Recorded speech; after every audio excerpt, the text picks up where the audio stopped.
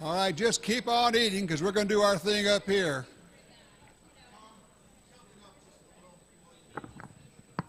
All right, how's that? Is that better? Good deal. Hello, fellow deplorables. Hey, I'm Tom Gresham. I'm the host of Gun Talk Radio. Been hanging around here for quite a while. We're going to be doing our awards and our speakers in just a second here.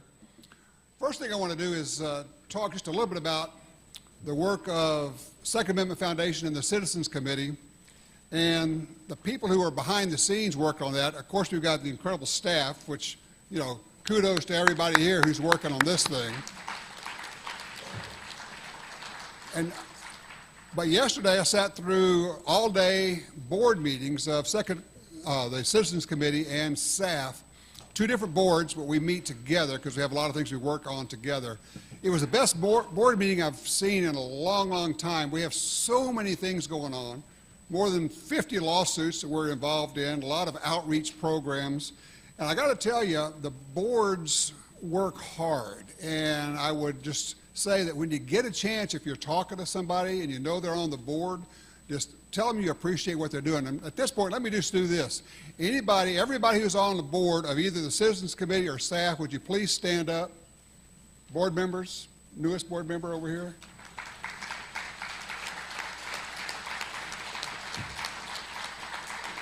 Because these people are doing the work. Thank you so much. So I was listening this morning, and an incredible array of speakers. I mean, we are walking among giants in the Second Amendment fight. I mean, the people who are here are the people who are getting it done. It's pretty amazing. And, you know, I'm saying, well, I'm going to talk about that. And I loved what he said. I'm going to talk about that. I don't know what to talk about now. I love all of it. John Fund was amazing, just amazing. And while he's talking about the two-party system and all that, and I was thinking, yeah, but you know what? You can't trust either one of them. When the Republicans had complete control of everything, they still couldn't get stuff done that we want to get done. Which brought me around to, well, it's one of the reasons that right now the battlefield is in the courts, a little bit less so than in the legislatures and in Congress, because we're getting some stuff done there in a way that I've never seen before. And then, of course, we had the incredible talk by Professor Mark Red Bull Smith. The man has never met a cup of decaf. Love what he's doing. But the reality is, we are in a place we've never been before. Here's a number for you, 55. 55 years ago, earlier this year, in spring, there was no such thing as an FFL. There was no such thing as a licensed gun store. If you earned money with a paper route and you were 12 years old, you could go into the local hardware store and buy a gun. Because 55 years ago, the Gun Control Act of 1968 was passed. And that changed a lot. Not everything, but a lot. And there was a period of time in the 70s when I will tell you, I was looking at it and thinking, we're just losing. We're losing, we're losing, we're losing. It was a constant stream of losses. And thinking, I don't know that we'll ever get back the rights that we had. 55 years ago, I could not have imagined where we are today and the successes. And, you know, as Chuck Michel said, and he was right, he was reading the Duncan decision from yesterday, and it brought tears to his eyes. If you haven't read it, you owe it to yourself to read that and include the footnotes. Because you got to love it when the judge in his footnotes is giving examples and the details of self-defense gun uses of women who shot their attackers. And you're going, now that's a judge, I can read his work all the time. It was incredible. So you got to read the Duncan decision if you get a chance. Pretty amazing stuff. So I look out here and I'm thinking, you know, I talk about us walking among the giants and we have the leaders here, but I don't know that that's actually totally accurate because I'm looking at the leaders because you're here. The fact that you are here, We have people who are local, who just drove across town. We have people who came from all over the country. How many of you are first-time attendees at Gun Rights Policy Conference, if you would, please? Holy cow.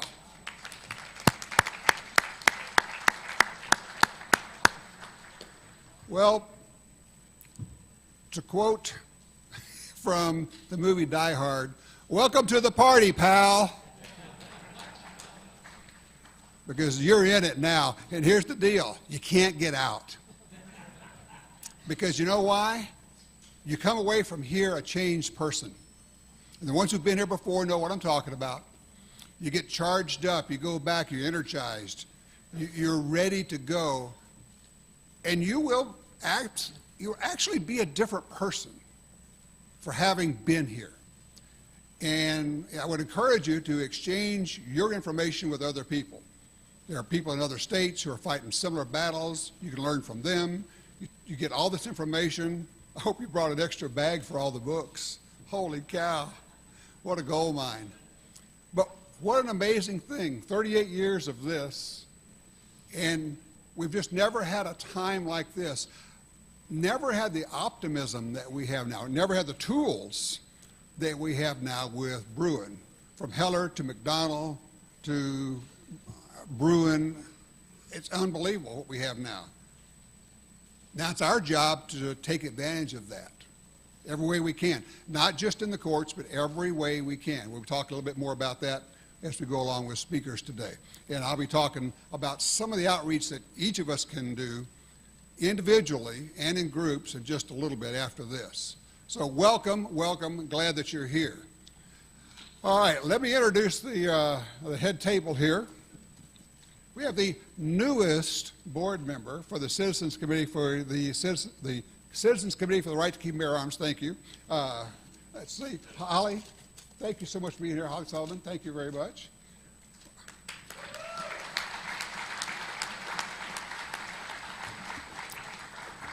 Next to her, we have Professor Robert Cottrell. I will introduce him more fully in just a minute because he is somebody you want to know about. Next to him, we've got this guy.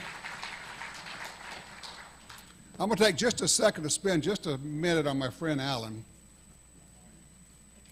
Yeah, you knew this was coming. We talk about how we got here. Him, Alan Gottlieb, that's how we got here.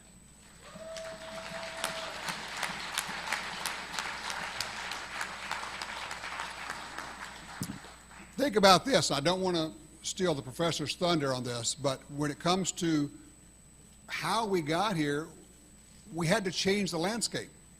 We had to change the landscape of Second Amendment scholarship. Way back, a long time ago, Alan looked out there and said, you know, we got to do this. How are we going to do this? Let's get some law school activity going on. Let's get some scholarship going. Let's get some articles in law review in journals. And those keep getting cited over and over again. But how do you, 50 years ago, in where we were right after the Gun Control Act of 1968, look out there and say, one of these days, and I tell you, I didn't see it, but he did, one of these days we're going to get a case to the Supreme Court. We're going to need something to work with. So Alan, thank you.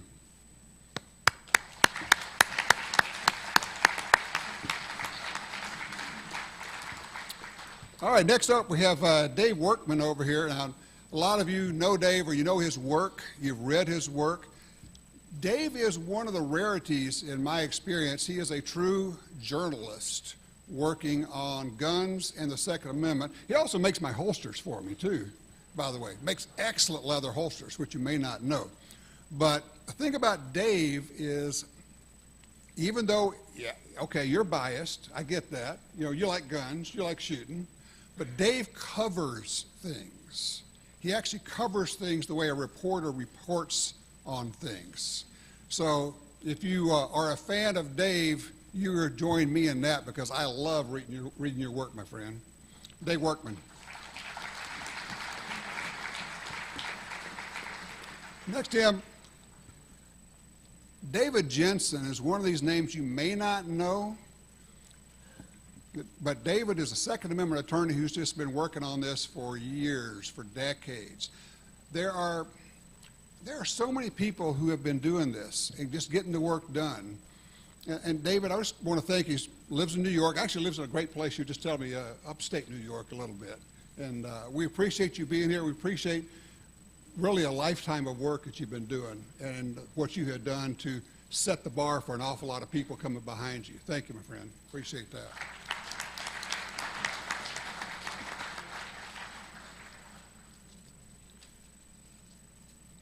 All right, and I'm going to screw up the name here, is Representative Quang Nguyen here? If you would, please come up. Appreciate that. Representative Nguyen is he's an Arizona State Representative. He's also president of the Arizona State Rifle and Pistol Association. He's got a few words to say about state organizations. Thank you. Thank you. Thank you, everyone. It was only about an hour ago that Alan said, you're speaking at lunchtime, so I sort of scramble a little bit. But as a state legislator, I have to tell you that I cannot wait to meet Governor Hobbs, and I'll tell you the reason why. If you look at that flag there, how many of you know the history of that flag, how it became the flag? So I'll just make it, oh, he knows. Sit down. Hey, listen, ASRPA, Arizona State Rifle and Pistol Association, had a team way back in 1910 that went to the national matches in Camp Perry for competition. And they actually designed that flag. They designed that flag, and it eventually was adopted as a state flag in 1912.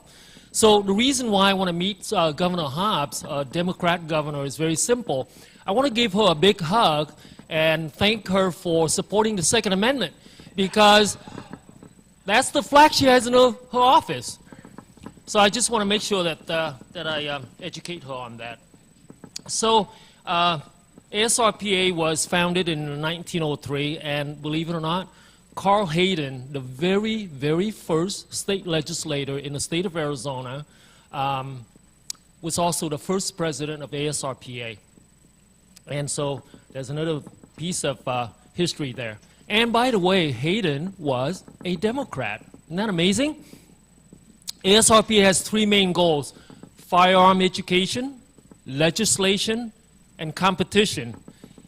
Now, ASRPA, along with AZCDL, I got my buddy AZCDL down there somewhere, were the core group to reclaim the Second Amendment rights and have been successful until Governor Hobbs came along.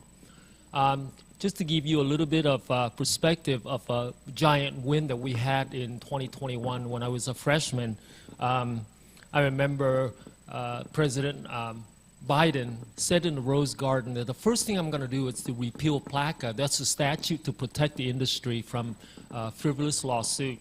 And when I saw that statement, I decided that, you know, we might want to do something here in the state of Arizona.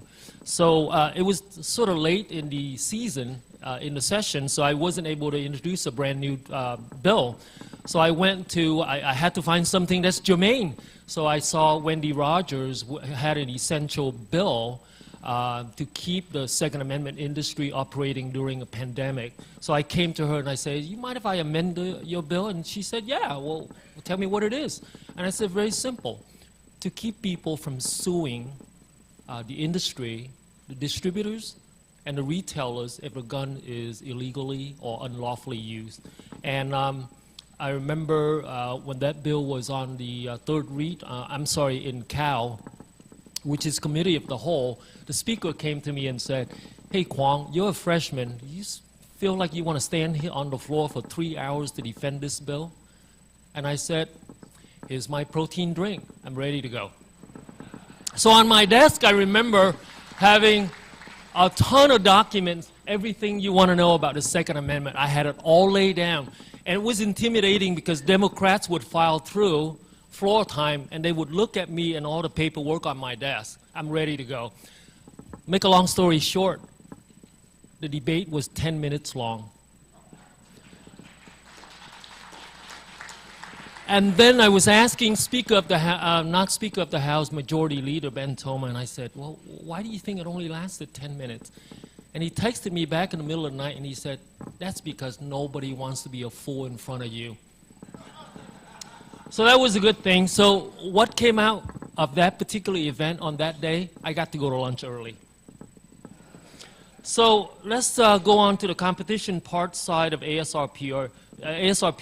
We encourage adults and children to get involved with the various shooting programs. As you see a table out there, Arizona Scorpions, that is the junior high-powered team that ASRPA sponsors. And believe it or not, they brought back 15 national titles to the state of Arizona. So please, please, get out there and buy a raffle ticket because 100% of that money will send them to Camp Perry Nationals. And so that's where that flag was designed. And so let's see what else. I don't have anything else other than you don't have to be an Arizonan to join ASRPA. Please support us because we plus AZCDL is the core at the line of defense between you losing the Second Amendment or keeping it in the state of Arizona. So thank you.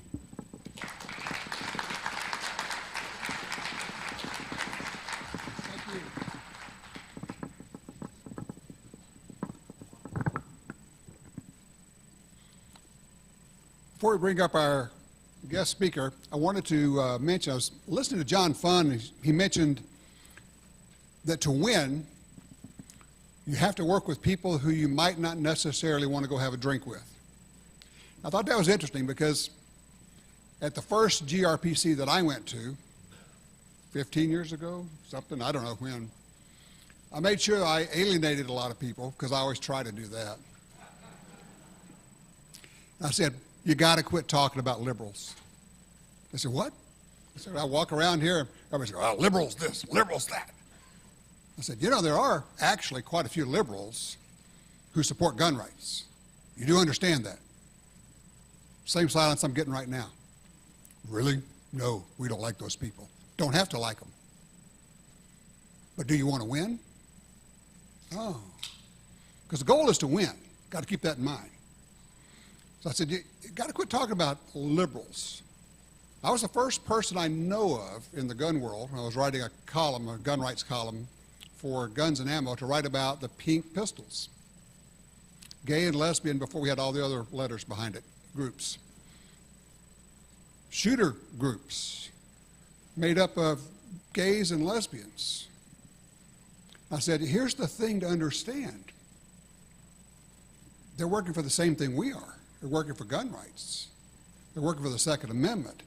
But they have a way of speaking to the media in ways that we can't. They're not going to get demonized the way that we get demonized by the media. This is an ally. And people say, yeah, but what about, stop. I don't want to hear about whatabouts. I've heard people call my show, well, you know, he supports marijuana use. Don't care.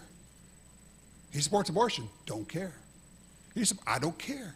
It's not that I don't have a position on that. It's not that I don't have a belief in that. But if you can help me win on gun rights, you are my friend. It's as simple as that.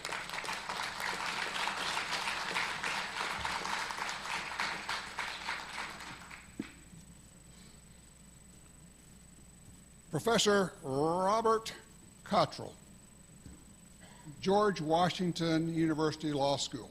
He is the Harold Paul Green Research Professor of Law.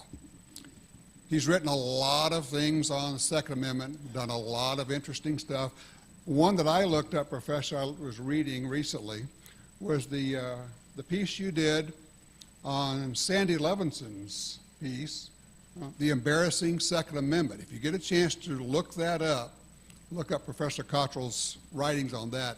It was fascinating. It was really a turn in the scholarship, if you will. He has a brand new book just about to come out. It's not quite there. He's got, I think, the only copy in existence with him at the moment. The title of the book is Insurgent Victory, Heller, McDonnell, and the Restoration of the Second Amendment. I give you Professor Robert T. Cottrell.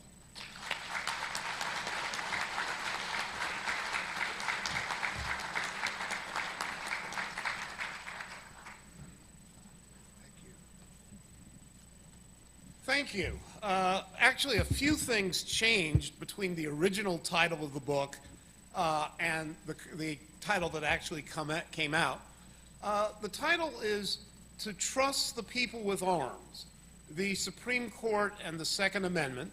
I did it with my co-author, Brandon Denning, of the Cumberland School of Law. And it can be ordered via Amazon. It's supposed to come out October 6th to be available at Amazon. Do we have flyers for it? Well, in any event, look it up in Amazon and give it an order. I think you'll find it enjoyable. Could you hand me my glasses? Sorry. Okay. Well, let me just say a few things. One about what Tom Gresham had to say about you have to learn to meet with people that you might not want to go out to drink with. I've been a liberal for most of my life, but nonetheless I'll drink, go out and drink and eat with people. That's perfectly fine. And I think the idea that we need to broaden our base is going to be a large part of the theme of what I want to say today. Just reflecting on what Tom had just said, we've seen remarkable progress for those of us who are supporters of the Second Amendment and the right to self-defense. We've seen this remarkable progress in the 21st century.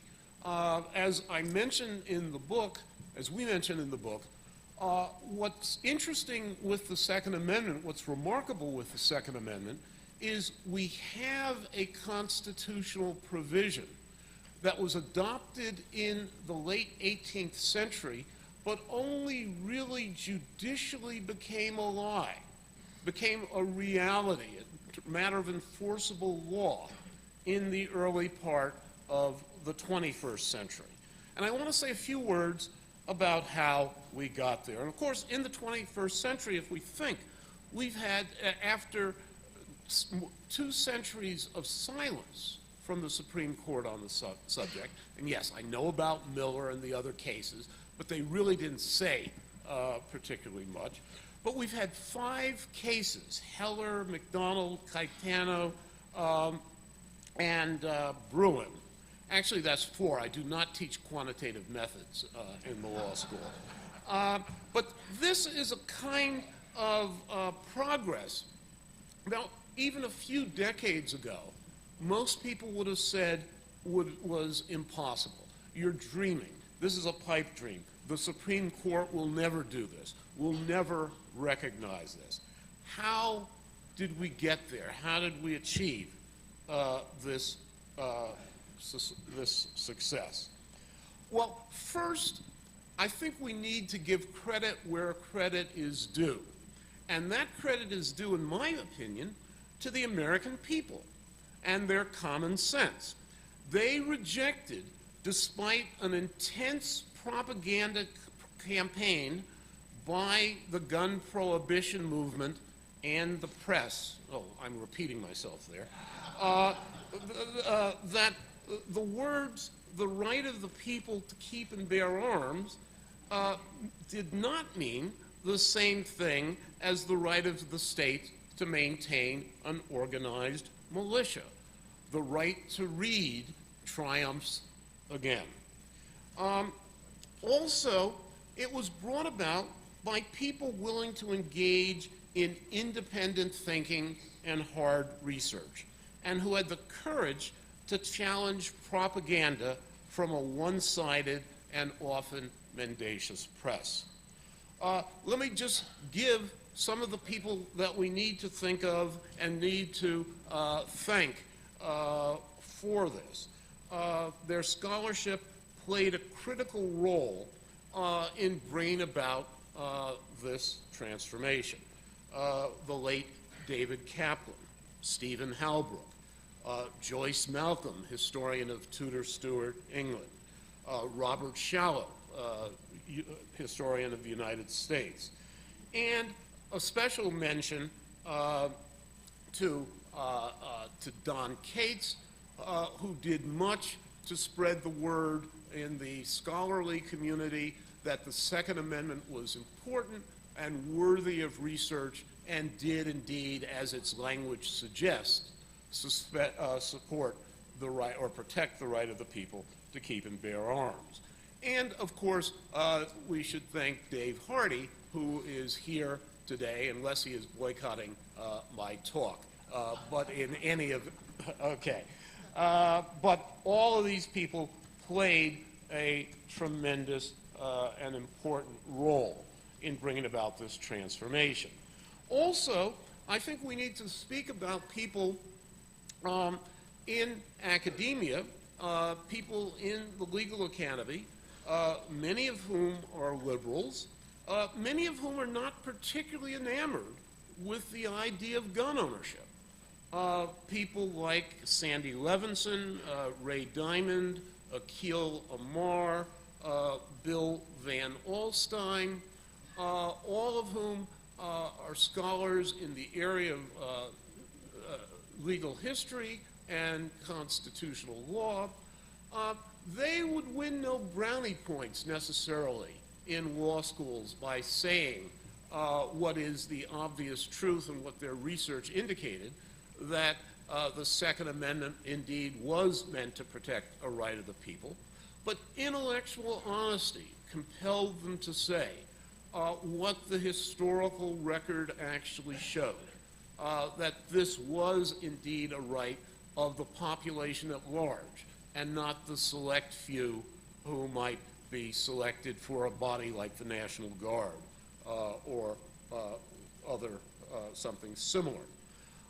Another intellectual change that has occurred in the last 30 years is scholarship that has recognized that the 14th Amendment was meant to protect the citizen from oppression by the states, that the framers of the original Bill of Rights were concerned with a federal government that might be tyrannical, but the authors of the 14th Amendment had indeed fought the phenomenon of tyranny by state government, and recognized that indeed state governments too had to come under the ambit of the Bill of Rights.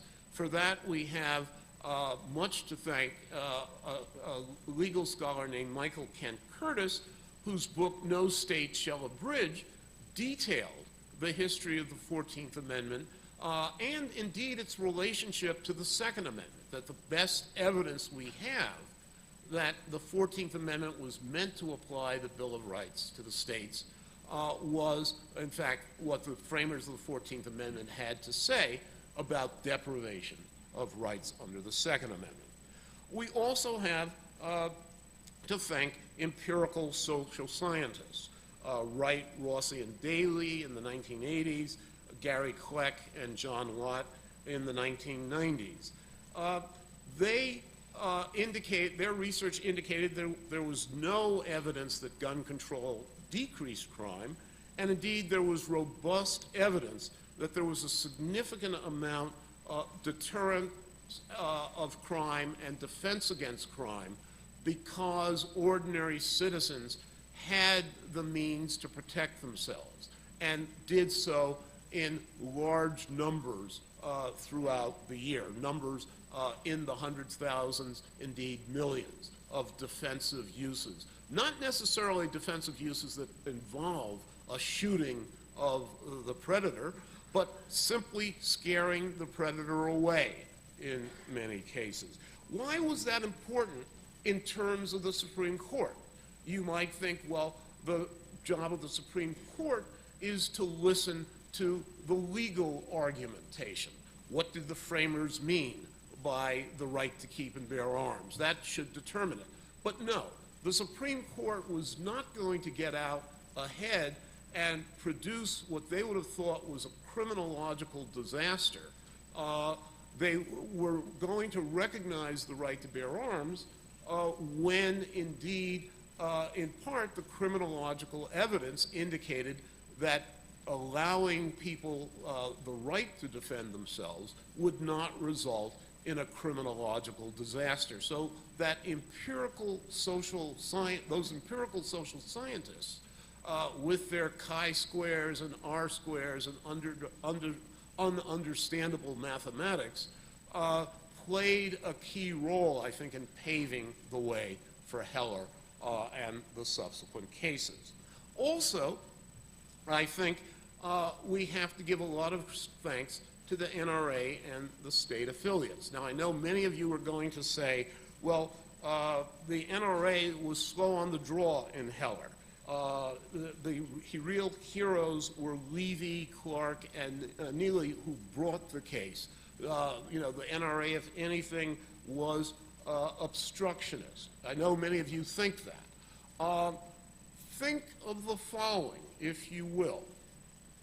Had the NRA not, in the 70s and 80s, pushed state preemption nationwide, had they not made it impossible for individual municipalities to pass their own gun prohibitions, we would have gone to court with Heller, not in a situation where there was simply Washington, D.C., Chicago, and a handful of small towns in Illinois that had banned handguns. We would have had 20 or 30 cities nationwide that would have had handgun bans. If you think the Supreme Court would have given us Heller under those circumstances, I have a bridge between Brooklyn and Manhattan I can let you have at half price. Okay? The fact that it was a rarity, that it was an outlier, that it was an anomaly, gave the court the courage to say, yes, this is unconstitutional, and by the way, the Second Amendment actually protects an individual right. We got that by the skin of our teeth. We got a 5-4 ruling on something that should have been 9-0. Imagine going into court with 20 or 30 cities with those kinds of bans. We would not have gotten it. We would have either gotten it's a collective right, go away, or maybe it's an individual right, but every law that contravenes it is reasonable regulation. We won because we had won the battle politically before we had won it judicially.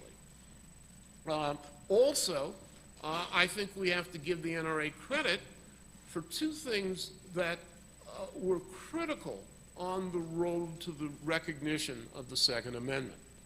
One, the defeat of the prohibition referenda in Massachusetts and California.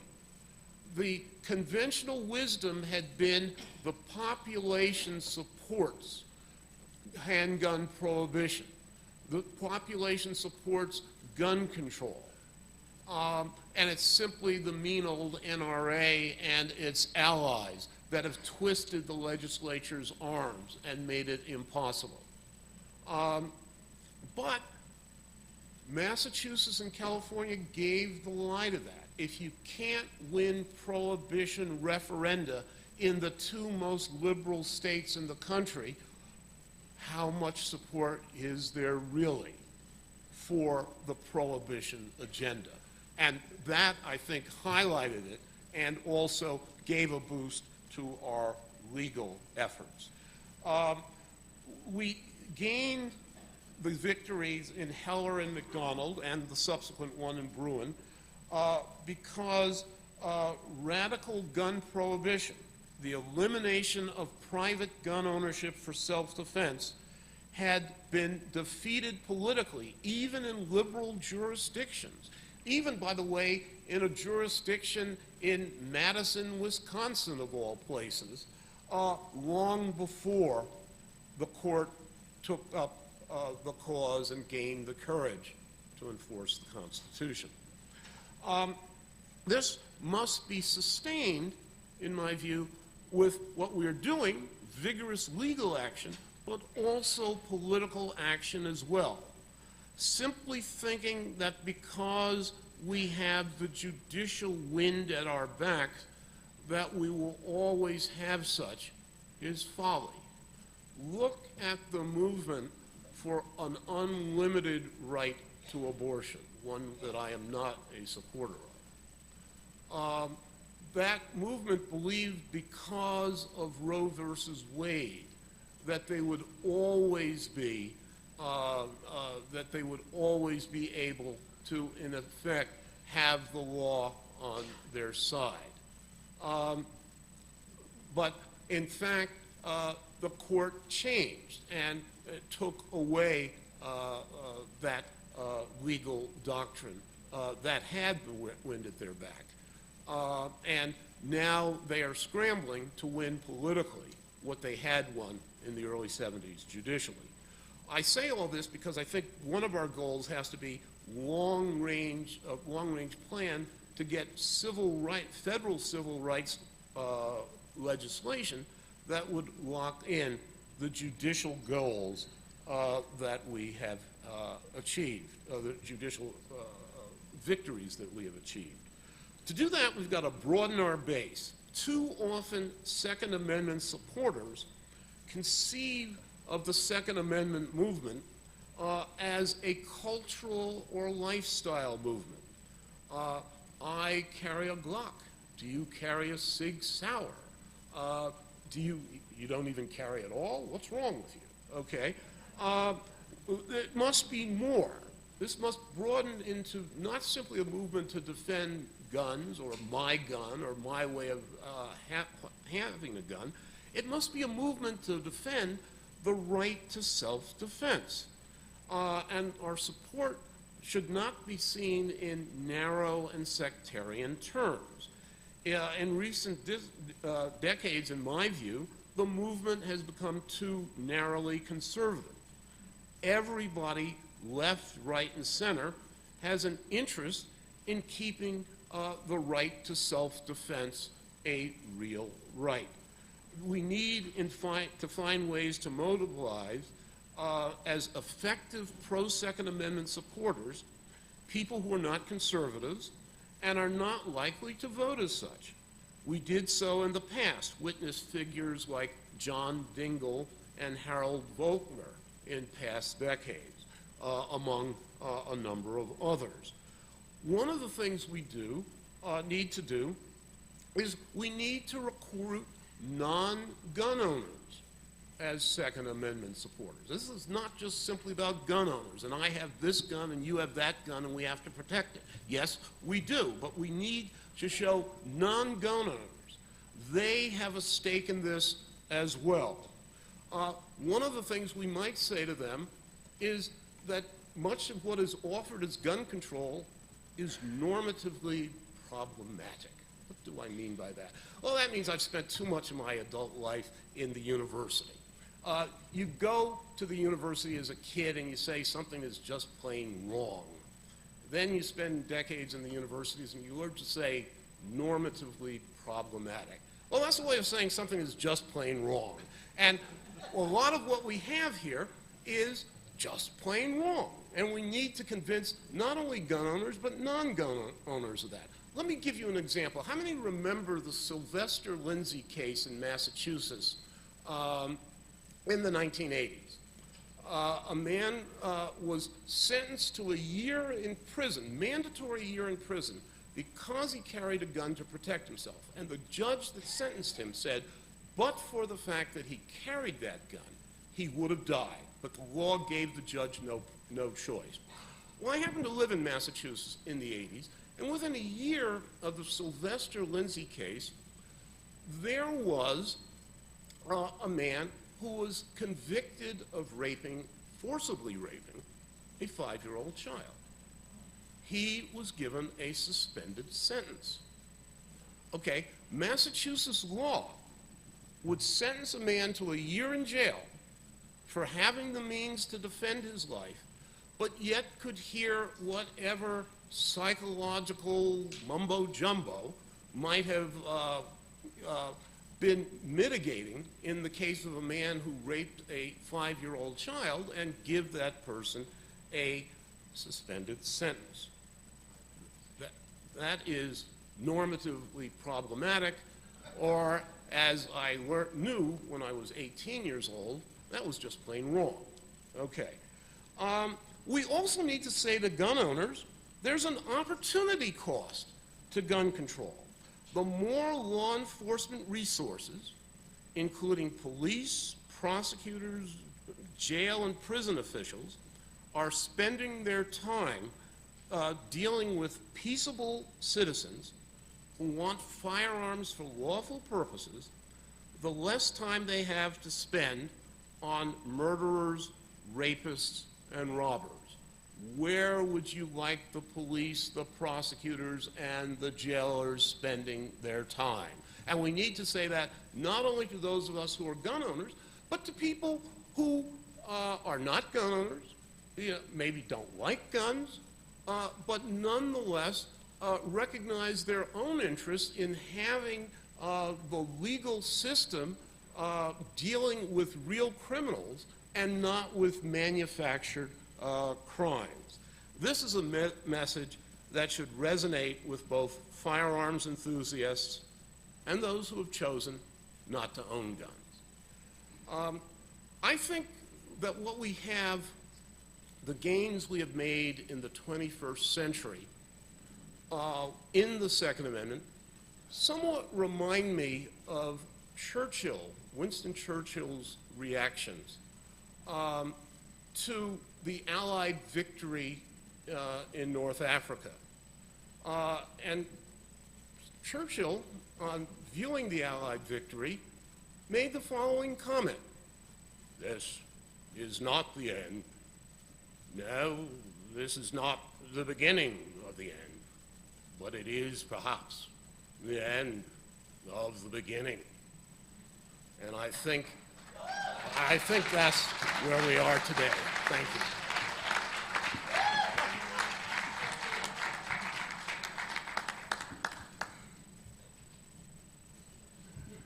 Wow. Thank you so much. That was really wonderful. Thank you.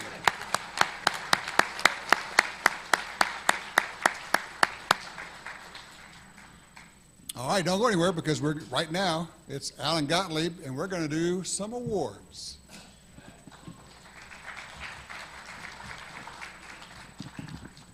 Thank you, Tom. This is always my favorite time of GRPC, and I think it's a very important part of the conference because lots of our people who do lots of hard work all the time and have had a heavy impact in keeping our rights alive don't get the recognition they deserve. In many cases, they're volunteers. They don't get paid. In many cases, if they do get paid, they work, unbelievable hours. If you add it all up, they're probably getting less than minimum wage. And so this is one of my favorite times. And since we do have to break at 1:15, I'm going to have to move on a little faster than I'd like to with this. But I'm going to start out with the Citizens Committee for the Right to Keep and Bear Arms Awards, and then we'll go to the Second Amendment Foundation's awards. For the Citizens Committee, I'd like to give the first award. It's our Grassroots Organization of the Year Award. And there's an awful lot of great grassroots groups out there that have been doing more and more every single year, and it's getting harder and harder to pick who should get the awards, which is really a good thing, but a hard thing for me. And anyway, this award is the 2023 Grassroots Organization of the Year Award, and it's presented to the Connecticut Civil Citizens Defense League in recognition of all the tireless work that they've done.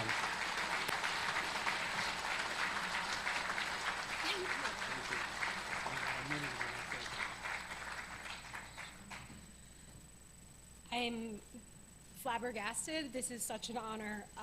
But first and foremost, I want to thank the members of the committee, the executive committee of the CCDL, because they do, like Alan said, they work so hard and they're volunteers. And I just cannot thank everyone who participates in our efforts enough. We had over 4,000 testimonies in legislative session this year, and the residents of the state of Connecticut are fed up, and we're going to take our state back. So thank you so much.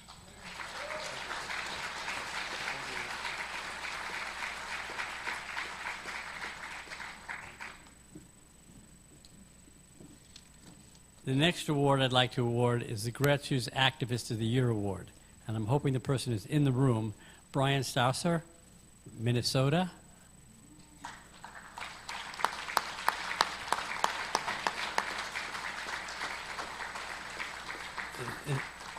This is an individual who's gone far beyond what most activists do, and we really appreciate his work.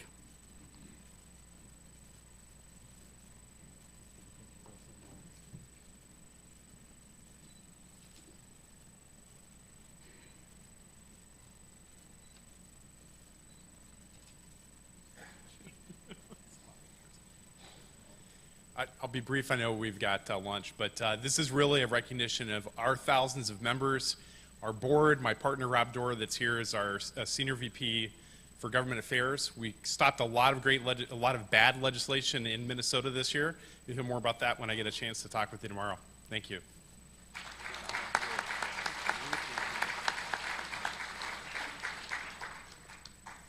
The next one is for the Citizens Committee Affiliate of the Year. And this is going to a group that unfortunately wins it too often. Didn't get it last year, but got the award back again this year, the Illinois State Rifle Association. So the president of the association, I assume is in the room, please come out. Well, there he is. Yeah. As you all know, Illinois is a state where our rights are under attack at unbelievable levels. And the amount of effort and action it takes to defend against those is far beyond what most states have to do.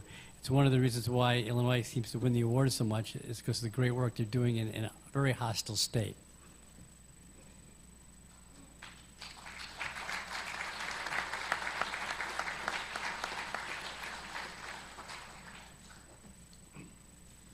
Thank you very, very much. We work very hard for our rights. We work very hard with the Second Amendment Foundation, and thank you, everybody.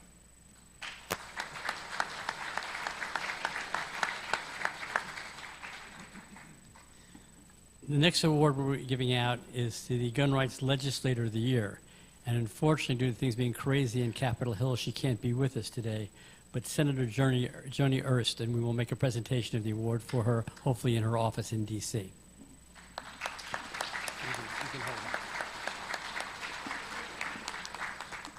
The next award from the Citizens Committee is our Bill of Rights Award, which we give out to somebody every year who's really out there doing something very, very special, defending the Second Amendment, and usually also defending the whole Bill of Rights, because the Second Amendment is obviously the keystone of it. And this is going to David Jensen, who's up here at the head table, an attorney that's put an unbelievable amount of manpower, efforts, and time into defending our Bill of Rights.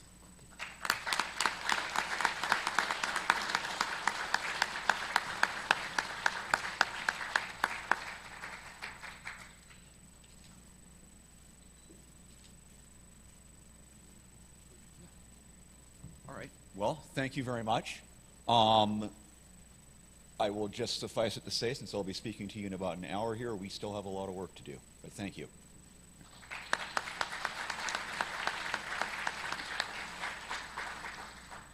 And the last one I give out is a Lifetime Achievement Award from the Citizens Committee for the Right to Keep Arms. And this one is very special and very dear to my heart. It's going to a colleague of mine that I probably couldn't be half as good at what I do if I didn't have him by my side. And I'm getting a little choked up giving him this award because he's very, very special, and a lot of people don't really realize how important he is to the gun rights movement for what he's accomplished over all the years. But Dave Workman.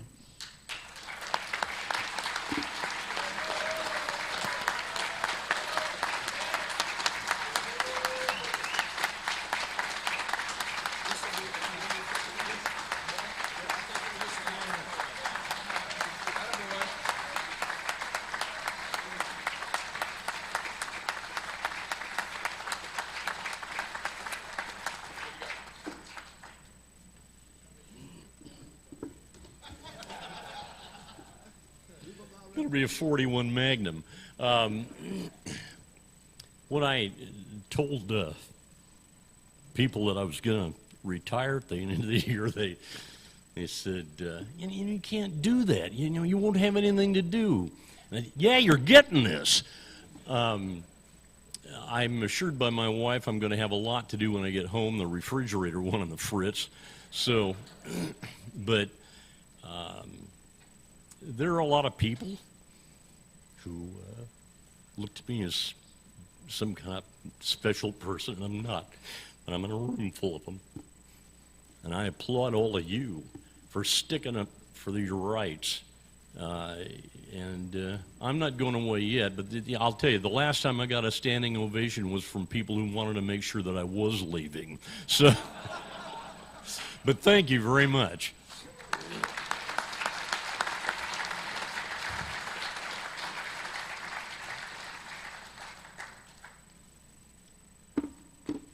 Now we move over to the Second Amendment Foundation Awards. And unfortunately, this person can't be with us today because it's something that came up in his life. But this is a Distinguished Service Award. And it's actually going to somebody who just got elected yesterday to the Second Amendment Foundation's Board of Directors as well. It's Dan Mitchell from Shooting Systems in Vancouver, Washington, who also runs the grassroots group defending gun rights in the state of Washington. And has also been a plaintiff, I think, in 3 Second Amendment Foundation lawsuits against the state of Washington. And he unfortunately couldn't be here with us, but Dan Mitchell gets this award.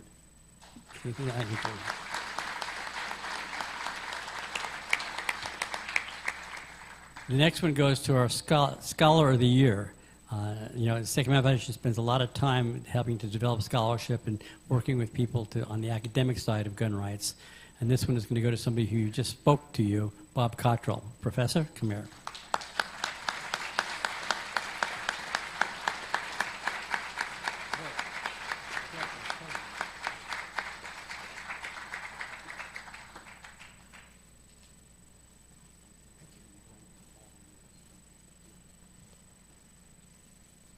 Thank you. I'm deeply honored, and well, it's been nice meeting all of you and speaking to you, and I hope to continue doing this and seeing you for many years to come. Thank you. Keep up the good work.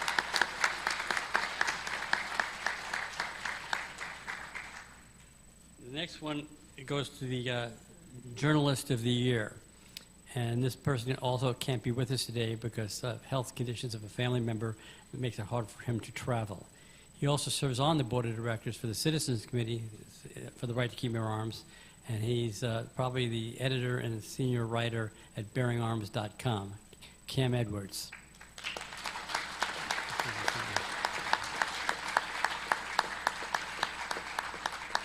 However, we did attend the board meetings by Zoom yesterday.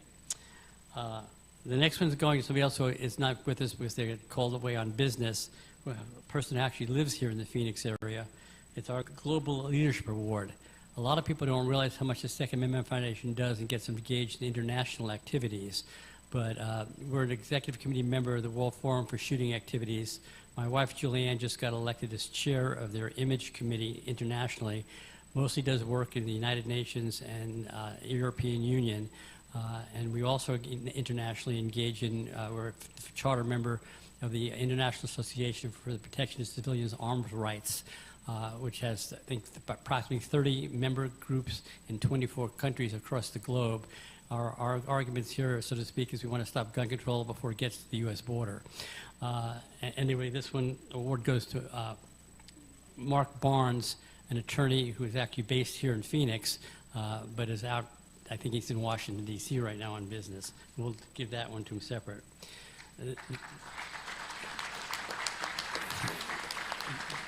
The next award is our Defender of Liberty Award that we're actually giving to 3 different people. So I'm going to have 3 people come up at the same time for this award. They're people that have spent a lot of time and a lot of energy and work defending our gun rights and deserve to be recognized. They've done it in various fashions, testifying at legislatures, doing all kinds of grassroots activity work, donating behind the scenes, supporting multiple gun rights groups. So I'd like to have Marie Diamaco come up, Jeannie Jennings, and Steve Good. Thank you very much. Please come up and accept your awards.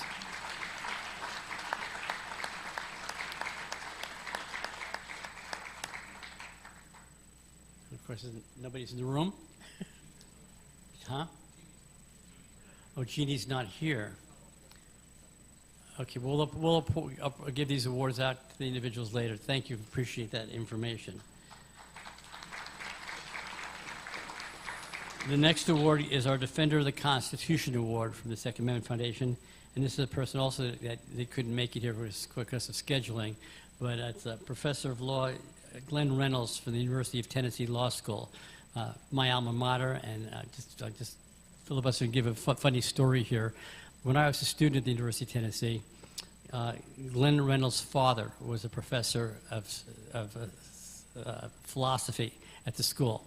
And one day I get a message from the administration that this professor wants to see me. I don't know who he is. I was an engineering major. Didn't make any sense to me, but I went to his office. And at the time I was writing for the school newspaper and involved in all kinds of political things. And he decided that, I was the coolest kid on campus and he wanted to get to know me. And we got to be very good friends, and about once a week we'd have, coffee in his office together. Until one day he called me up and was angry and all upset with me. What happened was that, as some people know, University of Tennessee has a very large football stadium. And at the time, I guess it was the Billy Graham Crusade was coming to town, and they were going to use the football stadium and fill it up with like 60,000 seats way back then. And the President Nixon was going to speak there, and it was a big event. What happened is the congressman's son, Jimmy Duncan, who became a member of Congress later on, was a friend of mine. He was at George Washington University Law School, as a matter of fact, so things circled around a little bit. He was supposed to be Tricia Nixon's escort at the Billy Graham Crusade and set up at the head table, at the podium. And he couldn't make it from D.C., and so the congressman called me, and can you fill in for my son? And so I was Tricia Nixon's escort at the Billy Graham Crusade. Well, this professor of philosophy, Glenn Reynolds' father, was a very heavy libertarian and was very into separation of church and state, and it's a state university with state money, and was all upset that a religious activity was going to happen in the football stadium, and he was going to be out there picketing and all, and found out that I was going to be there, and was just all upset that I was part of the enemy, so to speak, which I was considered to be a great honor to escort the president's daughter at the Billy Graham Crusade. And so we stopped talking for years.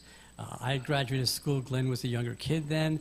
Glenn eventually became a professor of law there, and we had met because I support the law school in various ways. And he was very responsible for a law journal that the Second Amendment Foundation helped fund and get printed at the university that was very influential. And we had lunch together, and he was saying, my father hated you. And so it's sort of turnabout's fair play, I guess. And we're giving Glenn Reynolds the award of Defender of the Constitution. A little personal story.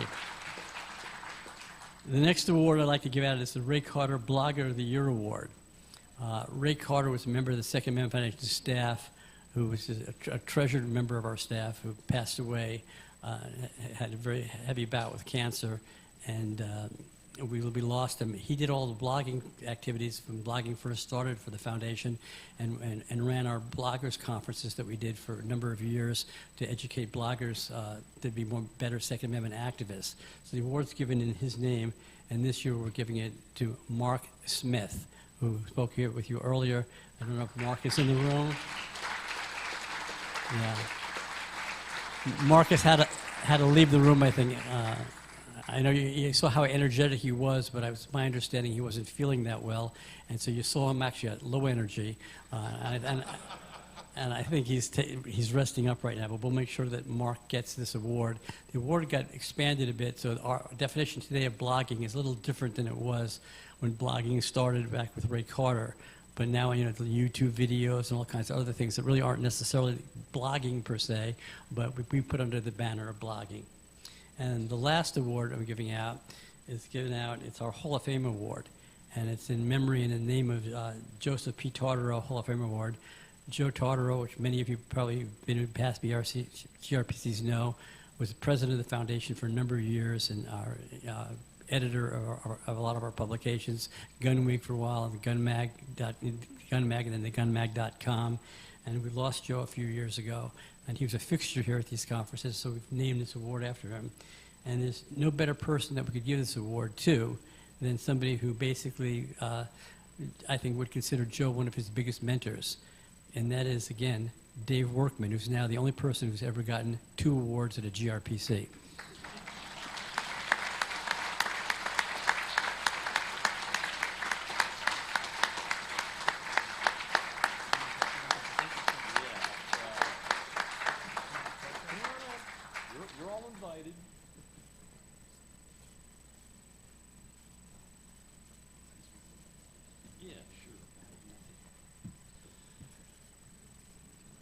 Joe Tartaro was the most crusty and best editor I ever worked with. He would call me on the phone at times, just out of the blue, and he'd say, "What the hell are you talking about here?" He's reading my copy. And I learned stuff from Joe. One of the things I learned that was most important, I think, is that we provide a balance. Gun Week became thegunmag.com. I've got a handful of writers. One of them, I think, is in the room back there. Lee Williams, is that you, Lee, back there? Stand up. I want everybody to know what you look like.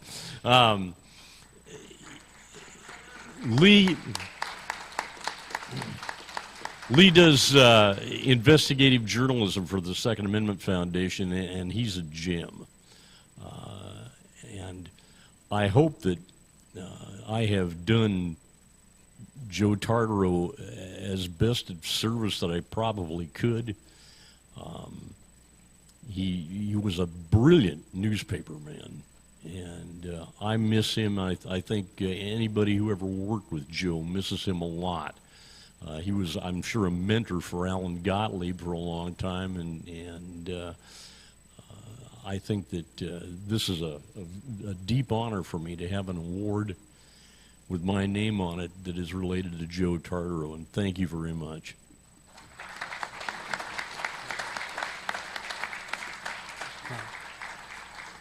Well, I'm glad Joe was able to teach Dave something, because in all the days I've worked with him, I haven't been able to teach him anything.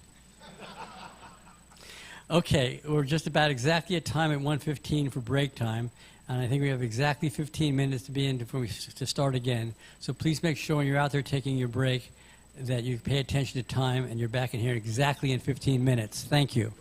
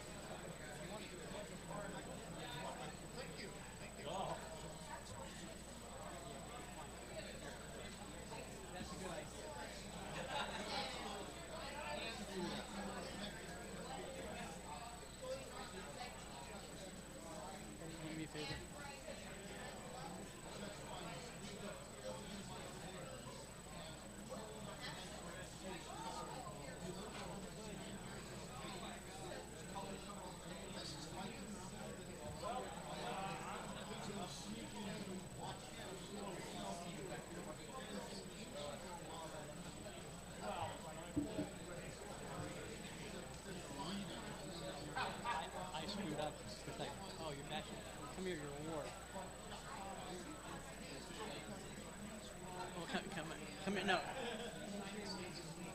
Wait, I have a person.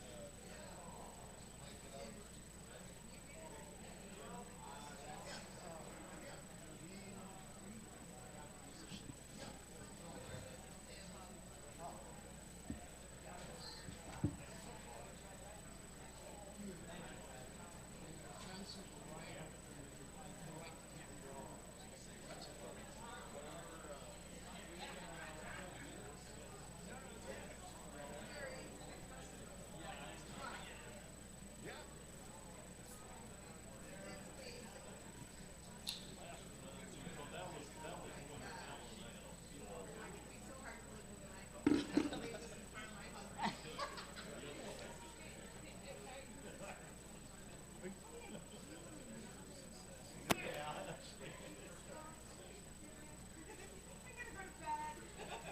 want to give this to Julie? Oh, yes. Yeah, or else I'll have to steal my own book. Yeah. Okay. Yeah. No, she was. I don't think she wants to give it up. She wants the truth. Okay.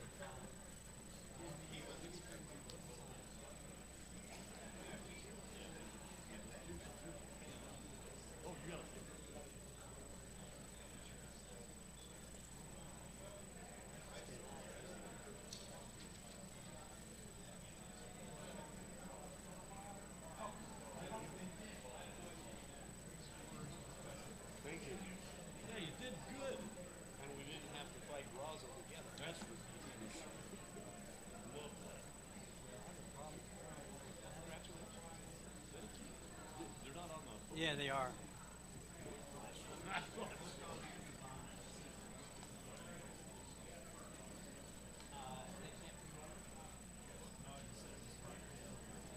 It's coming in the next week or so, whenever. You know, I've been holding off a review until right before this thing. Yeah. So, you know, the story is going to break in this next week's legal Okay. and the third part. Great. You got through it, the whole? I didn't get through the whole thing. I mean, you know, it's Yeah. galley person, you know, it's an interesting read, and congratulate you on being one of the academics I know. You get through a sentence without boring. You know how bad it is? I was at a historical conference, and somebody got up and read a paper and said, "We must deconstruct the counter-hegemonic narrative." And is there an English translation?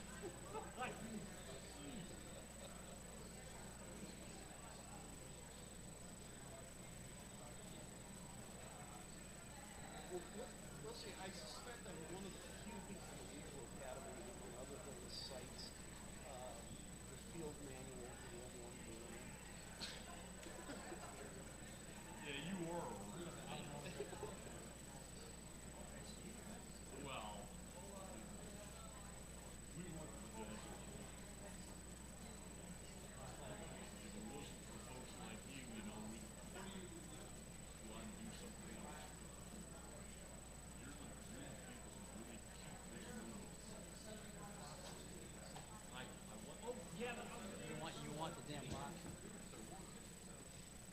Hold on a second. Did they take them away? I'll find them out. Yeah.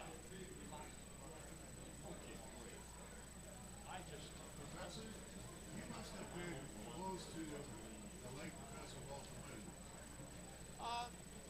No, actually, I never met him. I exchanged a few letters with him, but that's, yeah. Okay, well, was he teaching at No, he was teaching at George Mason. George Mason? Yeah. Oh, Yeah, we're across the river. oh. Uh-huh. Well, I love you, friend. Well, thank you. Thank you very much.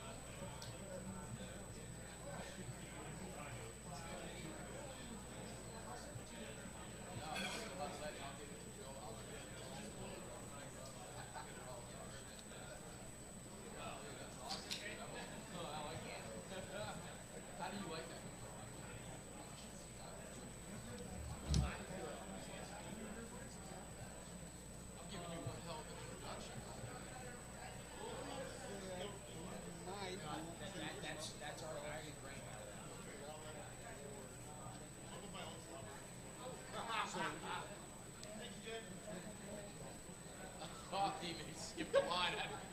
I completely We understand get it. that, don't we? Yeah, exactly. So, I just need me to check with Ken, find out if that's a number for Ken, so we know what. And look, Well, I want to stay on time. It's already 1:30. I'd like to stay on time. where is it? You want me to introduce you guys together? Yeah, we'll do it. And you know, if you need us to be a little shorter, because No, take your time. Look, you got how much? we got 30 minutes, so it's like if you come in and say, look, I need to shave 3 minutes off. I'll let you know. Yeah. But if because right now that time is being shaved off. Right now we're 2 minutes out. Here's Alan. Alan, How much time till we start? They just holler out. you know, if you want to, somebody suggested it the other day. They were going to try it. Lee was going to try it. I'm like, well, you're going to cut 5 minutes off. What if you don't get any questions? And then you're going to get that long-winded question. But that for you, that's different. For him, it was a whole different ballgame. Yeah. You'll get. You can take 30 minutes of questions. Yeah. But you're going to get inundated. If nobody asks a question, we'll just keep yakking. It's fine. Yeah. All right, I'm going to start going, and I'm going to give these guys a really good intro. No, you're not. But you got to do Chuck Michelle. So you want to do Chuck first? Yes. Okay, let's do that. But we need the people. We need the people from outside. Mark, So how much time till we start? Mark, I'm saving some. I'm saving a file. Yeah, Hold go on ahead a and do minute. that. Hold on, Mark. I'm saving a file. Hold on. Alan's yelling for people out in the hallway. I can't hear you both. Sorry, Tom, go ahead. Yeah, I'll introduce Alan again real quick. He's out in the hallway yelling. Check. I've got about 10 seconds until I'm ready to start. We need an air horn. Yeah, I'll take it.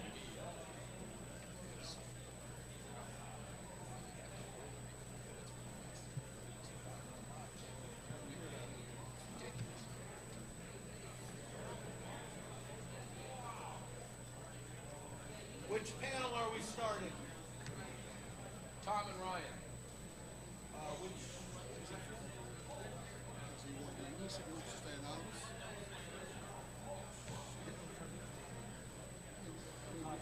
You know what? Just say we just got this. Check. Is that called selling the Second Amendment?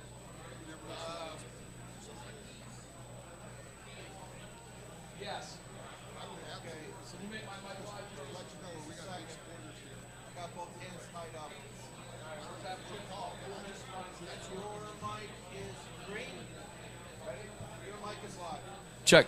Hey, everybody, if everybody would grab a seat, we're going to go ahead and get started with the afternoon portion of the 38th Annual GRPC. But before we do that, Alan Gottlieb is going to make an announcement. We've got another award that we didn't give out in the previous dais. So go ahead, Alan. Yeah, unfortunately, me wearing glasses these days, sometimes it's a little hard to skip lines on things that I read. So I messed up, and there was one more award to give out that I missed over, and so I really apologize. But it was one from the Citizens Committee for the Right to Keep and Bear Arms, and it's our award of our Gun Rights Defender of the Year. And this one goes to Chuck Michelle, who you heard speak to you earlier, from Michelle Associates Attorney and President of the California Rifle and Pistol Association. So Chuck, would you please come up? There he is.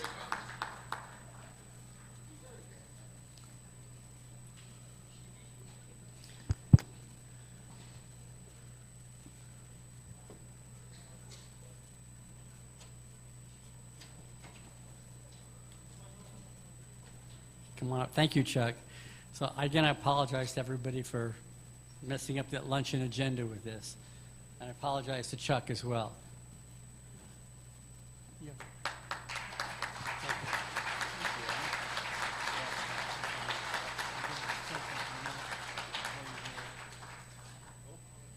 Thank you. Yeah. Wait, no, stay right here. No, before I let Chuck get the microphone to say thank you for a minute, I also want to just acknowledge and thank an anonymous donor here in the audience who's made a donation to the Second Amendment Foundation for $20,000 and also has made a donation of $5,000 to the California Rifle and Pistol Association's Foundation for its litigation. All right. We will put this to very good use. You know, I said earlier I'm an activist not just an advocate. I love doing this. I do it for free, but my wife won't let me. So this comes in handy. Thank you very much for your recognition and support. Okay, let's get the afternoon started. And I'm going to, guys, it's an honor to be able to stand here and introduce the next panel. I've been doing radio for 15 years. 15th anniversary will be April 26th, 2024. The gentleman that I'm introducing has been doing it for 25 years coming up. I wouldn't be doing what I'm doing, and if any of you are involved in radio or podcasting in this genre, you wouldn't be doing what you were doing were it not for, the man is literally a legend. He's a mentor. He is the real deal. And he's why a lot of us are in this room today. And that's Tom Gresham, Gun Talk. How do you even, what more can you say? Tom Gresham. Absolute honor. And the second half is, when you've got the dad's a legend, you have a legendary son. Gun Talk Media and Ryan Gresham, I mean, this is a monster pair. And I don't really know what else to say other than Ryan, welcome up. Okay, you guys have 30 minutes. Do you want to do a question and answer at some point? It's up to you. Have at it. You know us, we'll find a microphone that works. It doesn't matter. Yeah, you want to go orange? Yeah, let's go orange here. Orange is hot. Why don't you make them both hot? Check, check, check. There you go. Thank you, Mark. Appreciate it. Believe it or not, we're closing in on 30 years. Holy cow. Of doing Gun Talk Radio. Unbelievable. If you haven't heard it, good. Save you get a lot of your life is back now because you haven't. Yeah, real simply, I'm Tom Gresham. This is Ryan. I'll introduce him in just a second here. We made up a name. You know, we're marketers. We're media people. Made up a name. So we're going to call this Selling the Second Amendment. And really all it is about being an evangelist. It's about messaging. But I put it this way, one of the things, I'm a writer. I've been a magazine writer and editor all my life, pretty much. What I do is put things into words that people can understand and try to make it easier to understand things. So, you know, I think I was the first person to start talking about the gun ban lobbies. Don't call them the gun control people, call them gun ban lobby, the gun ban industry. Use a lot of words. One of the things I came up with many years ago, we started, was the term intellectual ammunition. Because when you go into a fight, you got to have ammo, right? And so what we do, and what I do with the radio show, is provide intellectual ammunition. That very idea of the show, quick flashback. Gun Talk Radio started because Alan Gottlieb said to me at SHOT Show, have you ever thought of doing radio? And I said, nope, never been on radio in my life. Damn him, 6 weeks later, I'm starting this thing. It can't stop. But my idea then, and still, is real simple, because we were then and are now being demonized left and right. We're the extremists, right?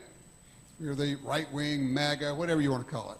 And they keep coming up with these terms to demonize us. The latest one I just saw, clever, is, what do they call it? Gun supremacists.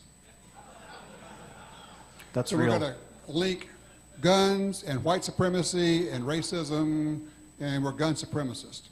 And we laugh at it, except that the way they change the language is very effective. Assault weapon, ghost gun, Saturday Night Special, pick your name. And the media picks it up and parrots it. So my thought was, we need something that just shows the public that we're not who they say we are. And the radio show was, I thought, let's just sound reasonable and we'll have fun. And when they listen to it, if they just stumble upon a radio show, they go, those people don't sound crazy, Martha. They sound like they're having fun. Actually, they sound like people I'd like to hang out with. And you know, if you can accomplish that, you can negate an awful lot of what people are being told. So, messaging. Intellectual ammunition. The thing is, you're here picking up crates of ammunition. You're picking up just big boxes of intellectual ammunition. But as we all know, It doesn't do you any good to have ammunition if you can't hit the target. Simple as that. And an awful lot of folks on our side, not talking about anybody in this room, of course, a lot of folks on our side have really poor aim when it comes to this. And part of it depends on what the goal is. If you're trying to get a message out, what are you trying to accomplish with it? Who are you trying to reach? If your goal is to build up your base and just make people on the gun side mad and show them that you're tougher than everybody else, then go ahead and just drop the FUs on them. Yeah, buddy. But if your goal is to move the needle of public opinion, that's not a particularly effective way to go. It's been my experience that when you call somebody stupid, they don't want to be on your side anymore. Just saying. So what's the goal, and how do you get there, and how do you message?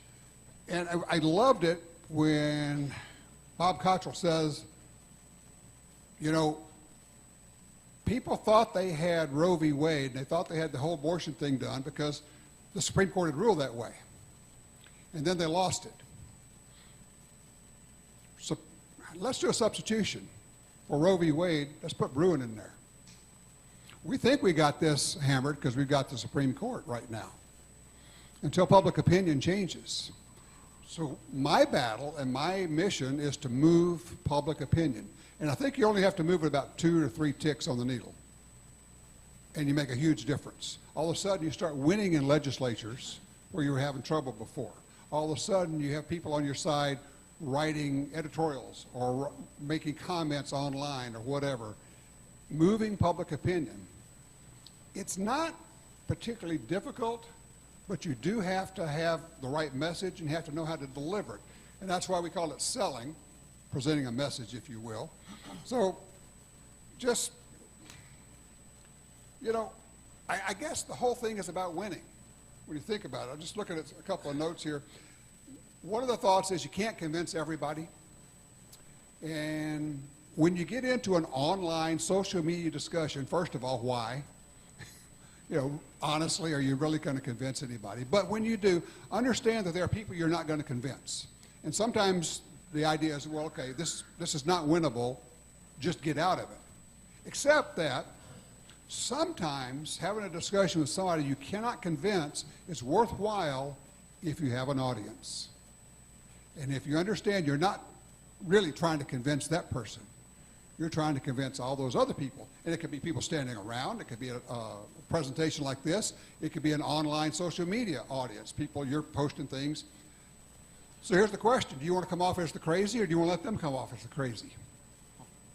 I mean, really, it's really easy to come off as the crazy. Well, you know, we don't need to do that because we have the Second Amendment, so F you. Okay, you know, just made yourself feel good, chest thumping, you got that endorphin rush. You're the tough person. Except that I would submit that some of the people who are listening or watching just got turned off. You could solidify that image that the media has portrayed of gun owners by being that person. But you can also do it a different way. You can say, you know, I can understand why you might think that. I understand why you feel that way because that's what you've been told. But are you aware, have you ever thought about, have you considered, rather than saying, you're stupid, let me tell you how this is, have you ever considered that a lot of people who have guns have actually been able to help themselves, to protect themselves? Are you aware that according to the FBI, more people are murdered with fist and feet than they are with AR-15s? Now, people in this room know that, but a lot of the people you're talking to don't. But it's just all in how you message it. So with that, I want to turn this over to Ryan because I'm not a salesman. Ryan knows how to sell stuff. And Ryan's been involved in guns and gun media for a long time. And he is also now the head honcho at all of Gun Talk Media. Just built a 17,000 square foot building, which was a slaughterhouse, seriously, with hooks on the walls and the drains in the floor for the blood. Killing 400 cows a day. Killing 400 cows a day. There you go. And it's now a world-class TV studio, ranges, classrooms, indoor shoot house, outdoor shooting ranges called Range Ready Studio, where he's cranking out hundreds and thousands of videos all the time. So I want to let Ryan talk about selling, because he knows about, and all we're doing is taking the idea of messaging and putting it in terms of how do you get to yes. Is that fair? Yeah, I think, when we kind of talked about what we were going to talk about here, and the idea of the title of this is selling the Second Amendment. If you think about the Second Amendment as a product, and to give you guys a little background, I think a lot of people would say, oh, Ryan, his dad does the thing, his grandfather Grits was in gun media. I wasn't planning to do this.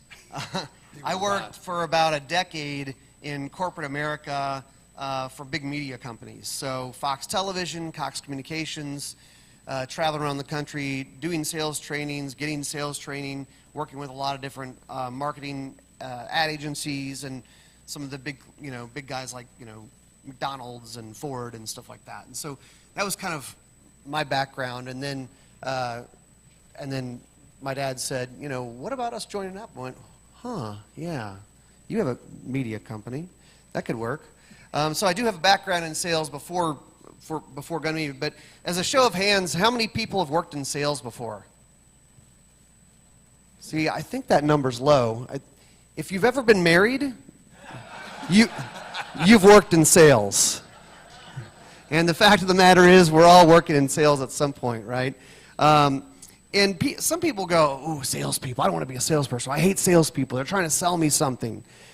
But the thing is, I've worked in some bad sales jobs with selling crappy products, but not now. The thing is, if you have a good product that can help people, you needn't be hesitant or feeling guilty about selling that product. And of course, the product we're talking about is the Second Amendment. So just, no hesitation with those conversations. You can feel confident knowing, look, this is whether you know it or not, Mr. Prospect person, this is something that is helpful and valid and good. We know it has value even though the prospect doesn't. Tom's right. There are people who you kind of have to move on from. And thinking about sales as kind of a numbers game, it's okay to get to know.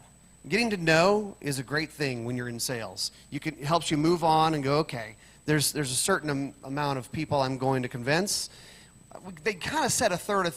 It's probably not exactly true for the attitude towards gun rights. I mean, we used to say there's a third of the people who are likely to buy from you, a third who are not, and then the third are on the fence. And the third who are on the fence are the ones that you're fighting for. That separates the top salespeople from people who move on to other careers.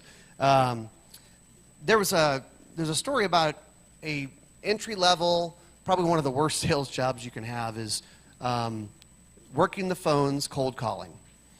But a wonderful baptism by fire if you get into sales. And there was a story about a company who, when they brought in the new salespeople, they had a list of prospects and you had to call them.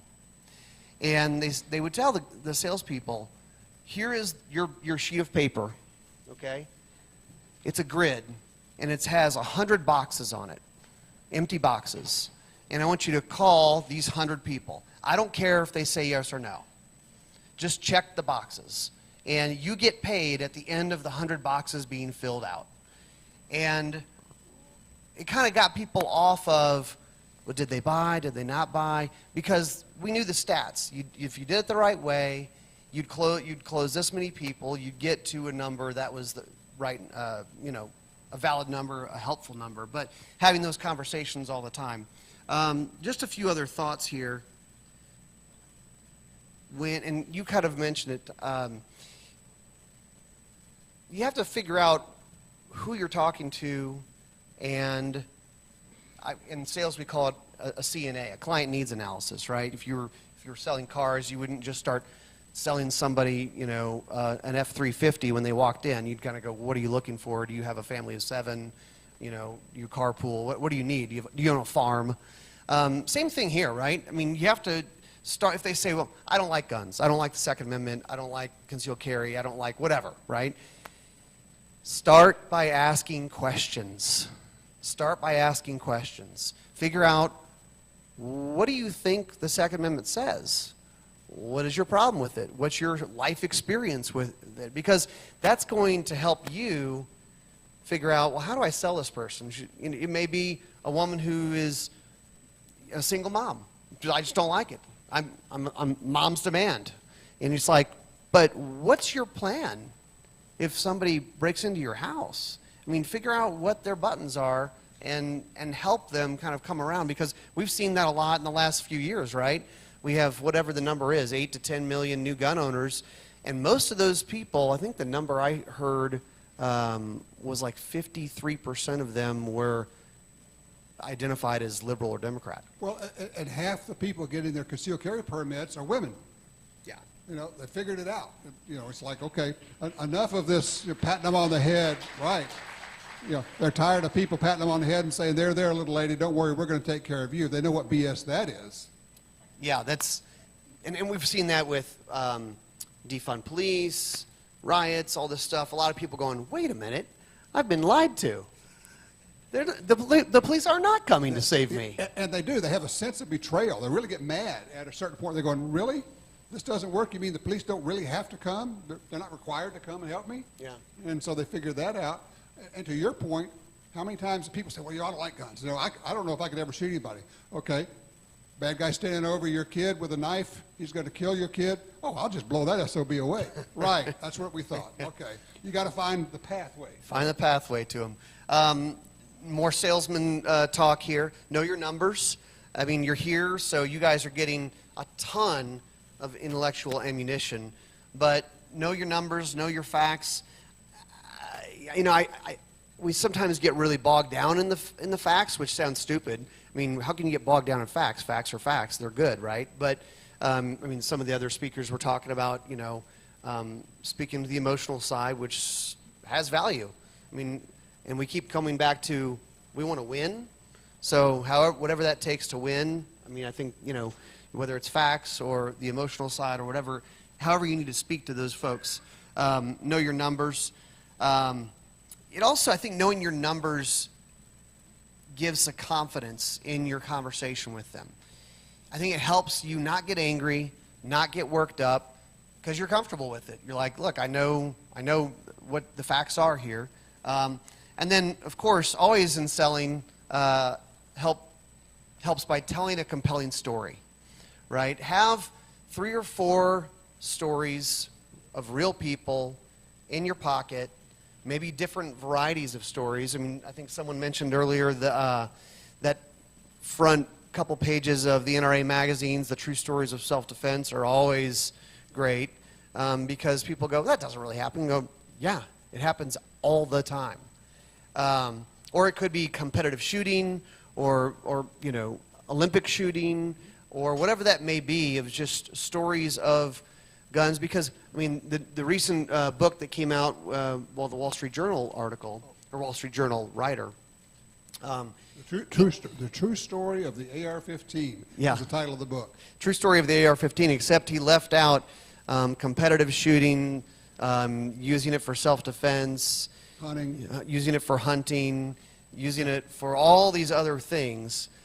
So I think there's a lot of people who, they have certain opinions. And we all know, if you didn't grow up shooting, hunting, around guns, you may be just ignorant about it. And there may be going like, did you know? Like you said, are you aware? Are you aware? Have you Start out. considered it? You know, I'm just thinking, what we're really saying is, it's like going to the range and becoming a better shot. You're not necessarily good at carrying the message for this just because you're a believer. It is a skill. It's a skill like shooting or dribbling a basketball or anything else. Presenting an argument or an information or whatever is a skill. If you are the person in your group who's going to be appearing in front of TV, work on your skill set, because there are just certain things that you can and can't do to look better, to present better. It's like tips, okay? If it's recorded, if it's not a live interview, we've all done this. You start to answer a question and you get yourself right into the middle of it and you're thinking, man, I am going the wrong way and this is going to sound horrible. Stop in the middle of your answer. just stop talking. Stop talking. And just say, I'm sorry, I lost my place. Could you ask me that question again? Take another swing at it. Get another pitch. Just look. And you know who to learn from on how to be interviewed? Politicians. You go into an interview with only 3 things you want to talk about. Doesn't matter what the question is. And you'll watch politicians, you'll say, they didn't answer the question. They're not there to answer the question. They're there to present their information. And we can learn from that. So if you're being interviewed, you got 3 things you're going to talk about. I don't care what the question is. And you can do the bump and run. You say, what about children, blah, blah, blah, blah, blah. Well, everyone is concerned about crime. But the real important thing is that people are using their guns for self-defense. Bump and run. Go back to where you want to go. These are skills that you can develop and get better at. And if you want to be an advocate, an activist, a spokesperson, you got to work on your skills. And I think, if we're talking about sales skills, it could be one-on-one, having those conversations. It could be in an interview on camera. It could be perhaps social media, although, I don't know. That's a wasteland. But, there's different ways to apply these in what you're trying to put together. I'll offer one other idea. Have any of you guys been to Costco, Sam's Club, Buc-ee's? What's the best part about those places? The free samples, right? So when in doubt, offer free samples. Invite people to the range. I love it. Going to the range is a free sample. That's right. We know what we call it when you take somebody to the range. And we've all done this, right? Take somebody to the range that either hasn't shot or has shot a little bit. And they shoot a little bit. You can get them set up with a .22, something that's going to be fun. Get the target up close so they hit things. Even better if it's something that falls down when you shoot it. And they finish, and they turn around, and they look at you with that big smile and say, can I do it again? You say, oh, yeah, I got more ammo. You shoot. You know what you just did? You vaccinated them. You absolutely vaccinate them. Because no longer can they think about those gun people. Now they are one of us. They have been assimilated into the Borg. How are we doing on time, Mark? Okay, good deal. That's basically the concept is making a commitment to be better at this. It is not enough to be right. We can be right and lose. We've been right and lost a number of times. Winning is what matters. And whether that means I'm going to pair up with people that I normally wouldn't, that's okay. As I say, if you can help me win, you're my friend. We're going to do that. You know what? We'll have a drink and then we'll argue about other stuff. Or maybe we won't.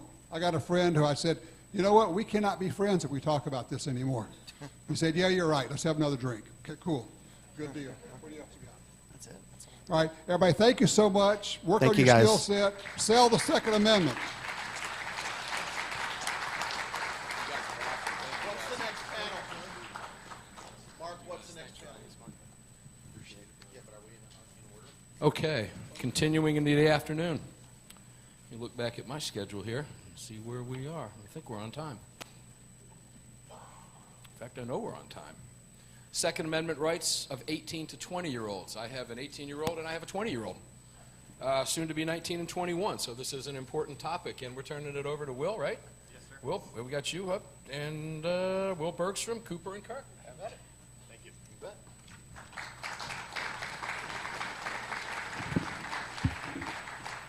Hi, everyone. Like you said, I'm Will Bergstrom. I'm an attorney at Cooper & Kirk, a DC-based law firm that's been litigating Second Amendment issues for quite some time. I've had the privilege of partnering with Second Amendment Foundation on challenges to all sorts of state and federal laws that restrict the right to keep and bear arms. And today I'm going to talk about a specific subset of those laws, laws that target 18, 19, and 20-year-olds' rights. Now, as some of you might know, it is illegal in this country for an 18, 19, or 20-year-old to go to a federally licensed firearms dealer and buy a handgun. They can own a handgun, they can get one from their friends, they can get one from their parents, they can buy one in the parking lot of an FFL out of some guy's trunk of his car. But they can't go into the FFL, have their background checked, buy a handgun with a warranty that they know the provenance of. Try and make sense of that. On top of that, if they manage to get their hands on a gun, on a handgun specifically, in many states in the country, they're not allowed to carry them because they're exempted from the ordinary carry regimes that the states have to allow adults to defend themselves. Now, there are challenges to these laws all over the country. I'm aware of challenges to the federal ban on purchasing in the Fourth Circuit Court of Appeals and the Fifth Circuit Court of Appeals, as well as challenges to state laws from Washington, California, Minnesota, Illinois, Pennsylvania, Georgia, and Florida, all at various stages of litigation in the federal court system. Not Texas anymore. We had one in Texas that we litigated, and we won in front of the district court. And yeah, it was a big win.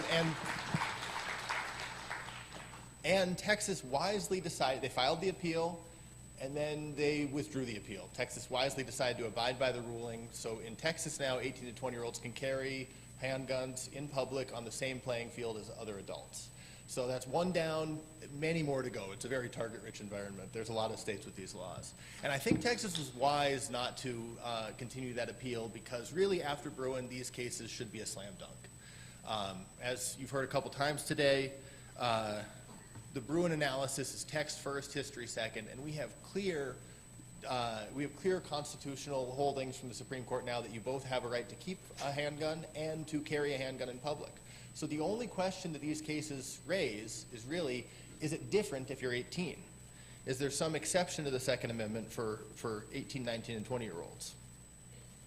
So as to the text, the Second Amendment says it's a right of the people to keep and bear arms. And the people means all the people. In Heller, the Supreme Court said that the Second Amendment is a right, the Second Amendment right is exercised individually and belongs to all Americans. Now that, I think, honestly, should be the end of the textual analysis in these cases. 18 to 20-year-olds are still Americans. The end of case. If we needed more, there is more.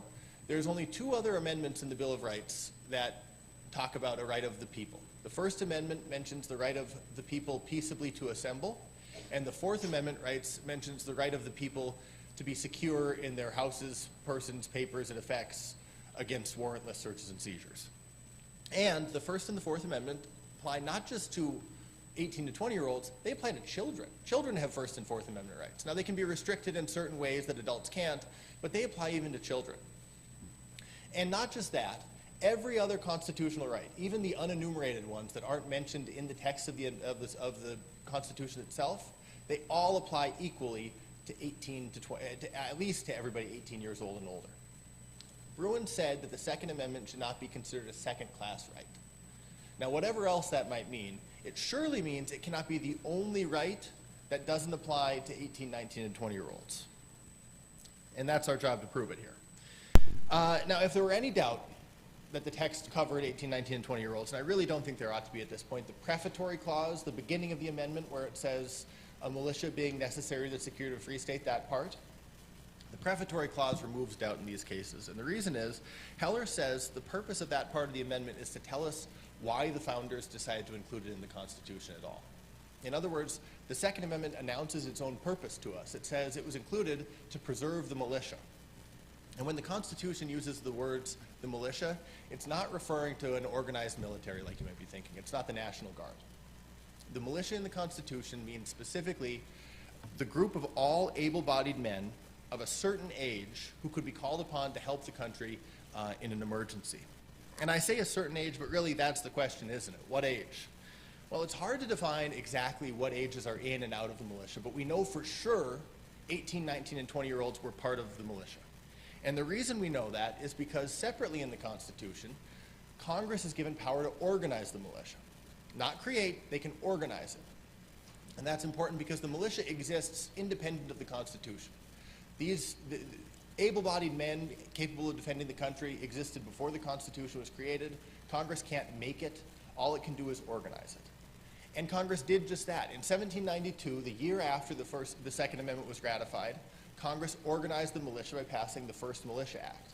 And when it passed that act, it included able-bodied men 18 to 45 in the militia. Just in the next 10, 15 years or so, every single state also passed a Militia Act, and they all set the age at 18. So there was unanimous agreement among all the states and the federal government at the founding, 18-year-olds are part of the militia.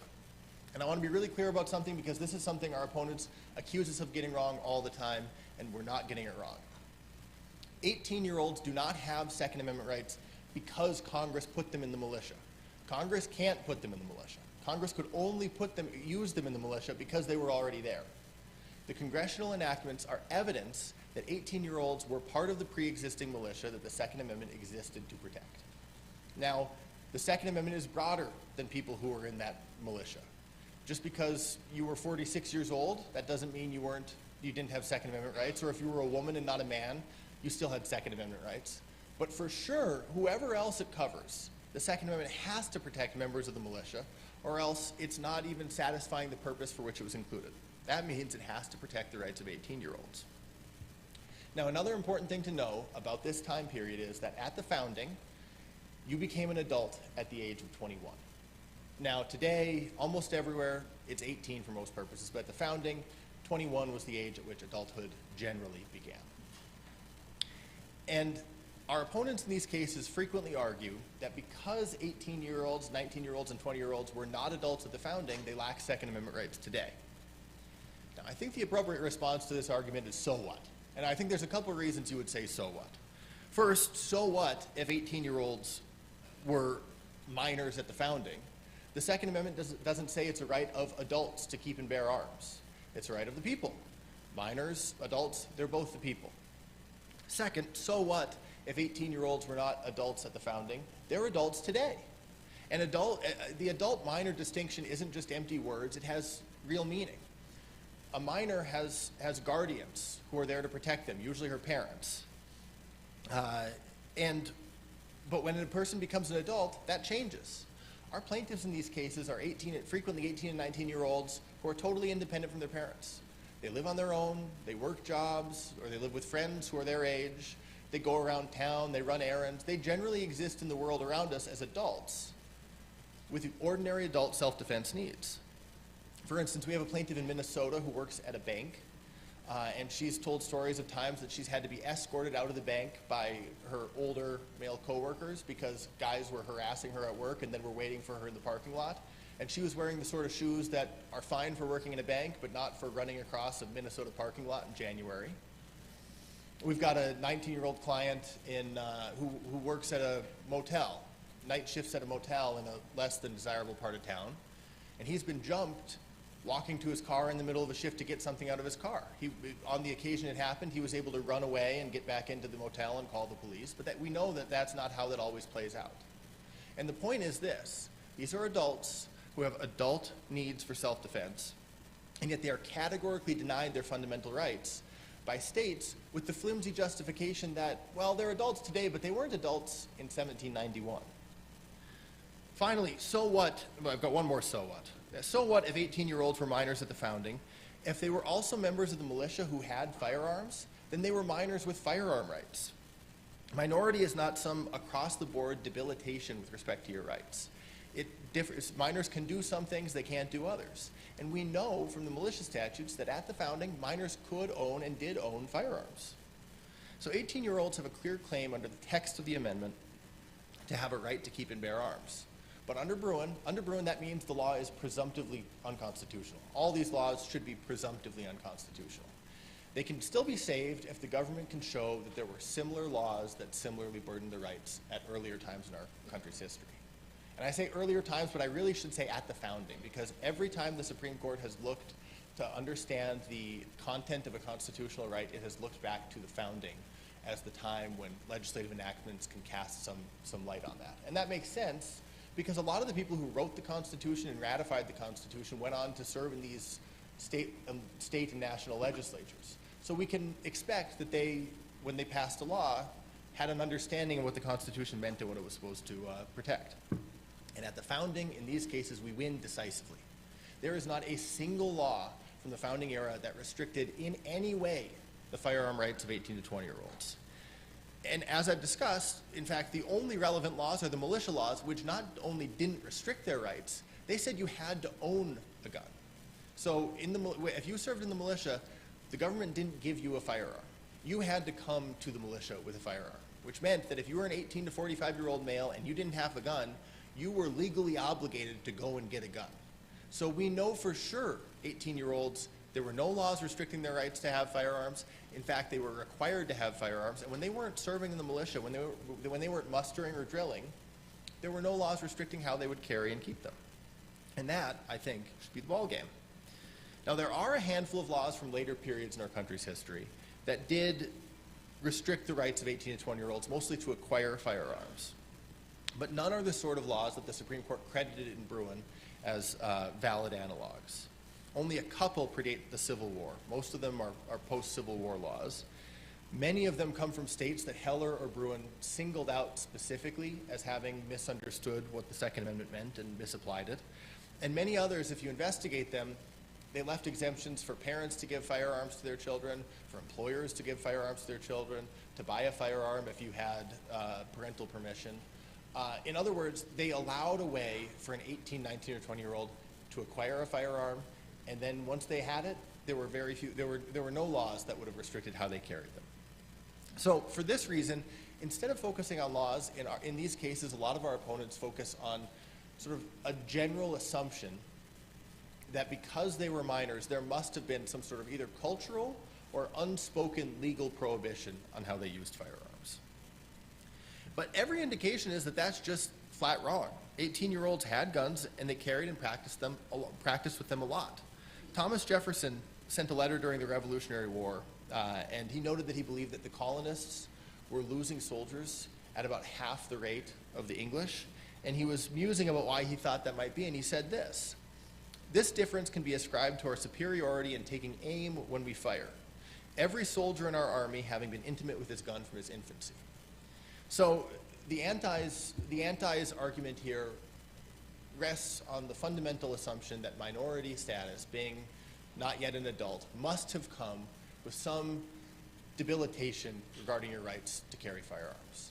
But it also requires us to believe that the Founding Fathers never mentioned this rule in any of their letters. No other primary source ever discloses it, and no legislature ever decided to pass a law sort of including it in the statutes. There could be no doubt about it. I don't think that passes the Laff tests, and thankfully, it also doesn't pass the Bruin test, which requires real evidence from the government of real restrictions that we can be certain existed. And there's simply nothing like that in these cases. So what we've got here is essentially a lot of dominoes stacked up, I think. A lot of states have these laws. The federal government has this law. I think this is an area where post-Bruin we're starting to see some real movement and momentum in our favor. So I think we've got a lot of dominoes stacked up. I'm hoping that in the next year, 2 years, you're going to be hearing a lot more about these cases and see some of those dominoes start to fall. It's a very, very hopeful area of the law for us, and one I'm excited to be able to partner with the Second Amendment Foundation on. So thank you very much for the time. It was a pleasure talking with you.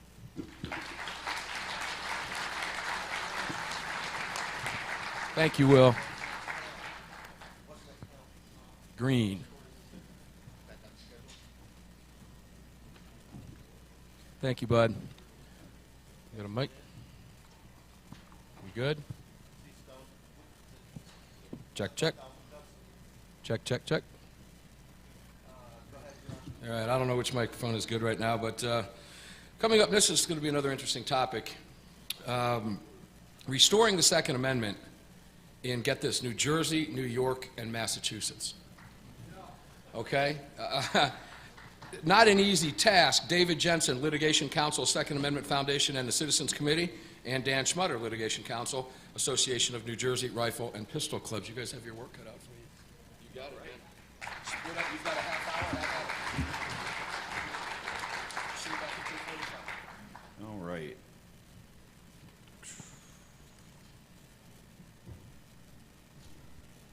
Okay, well, good afternoon. My name is David Jensen. I'm an attorney. I live in the Hudson Valley of New York.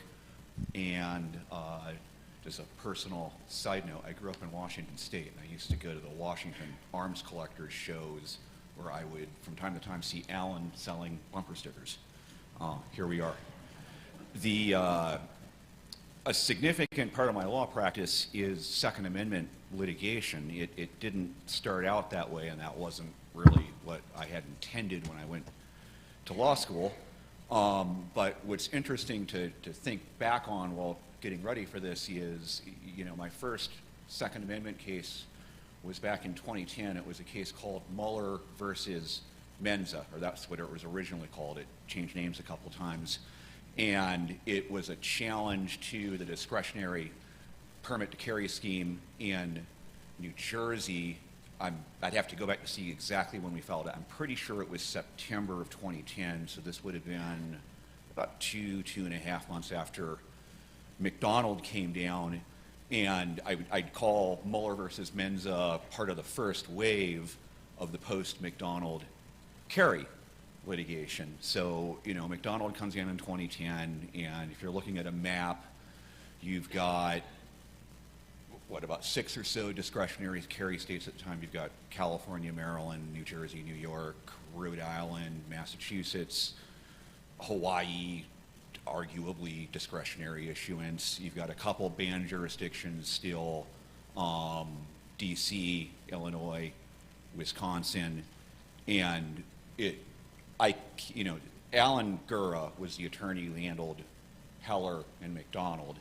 And when McDonald came down, he started working with Second Amendment Foundation to prepare various legal challenges. And the only problem was there was only one of him, and so I came onto the scene.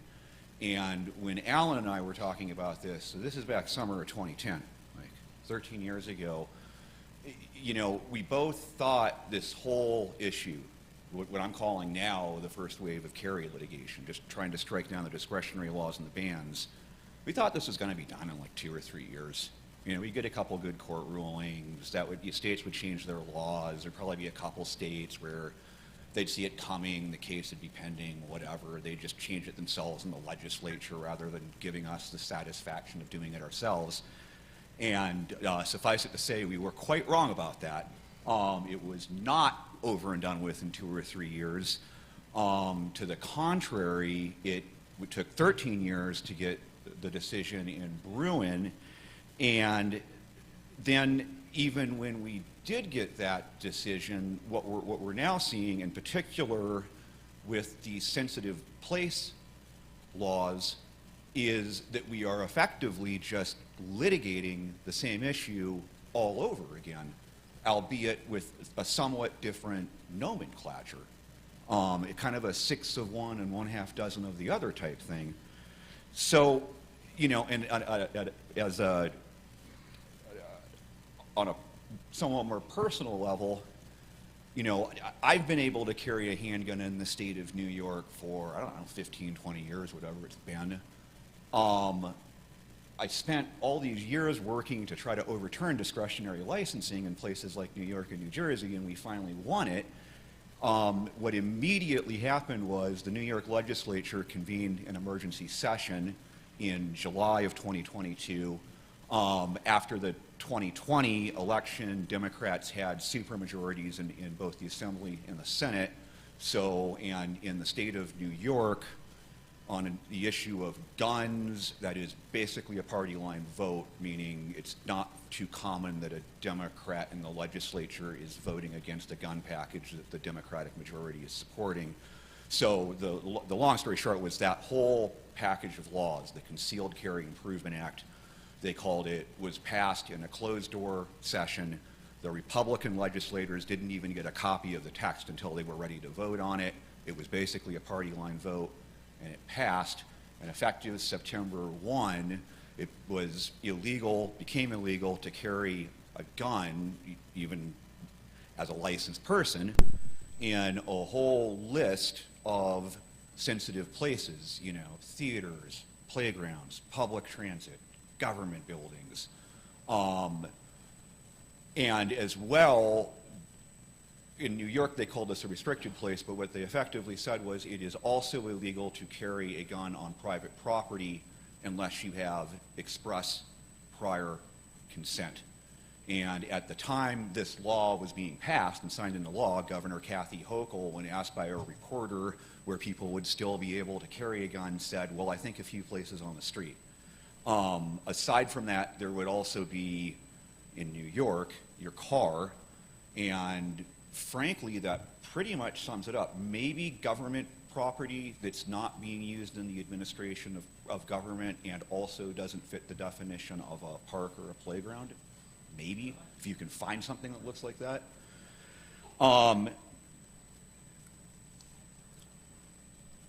So New Jersey and Hawaii followed suit.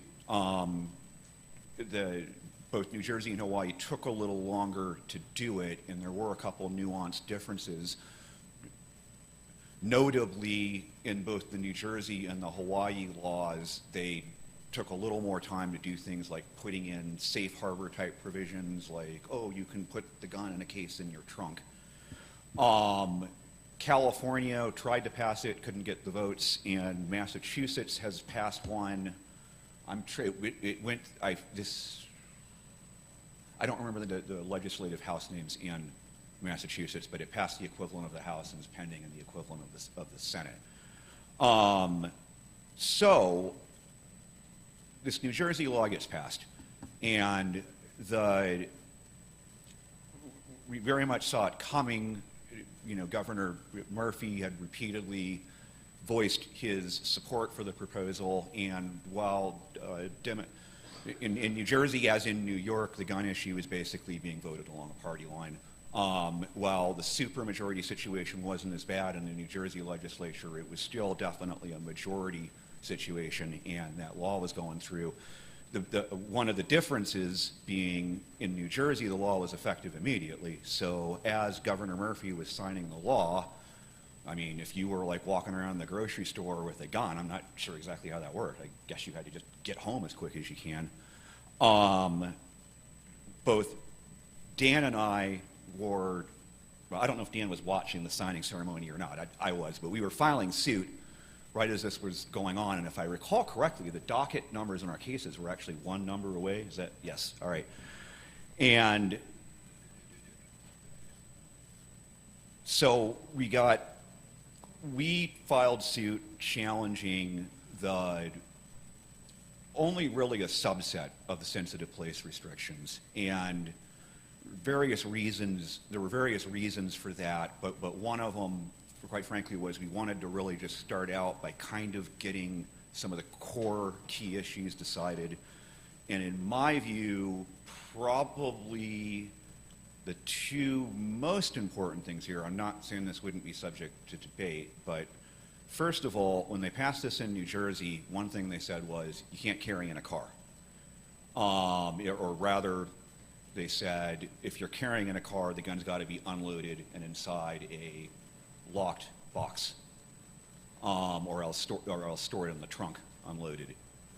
And which is not something that they had done in New York. And then the second thing being this private property issue.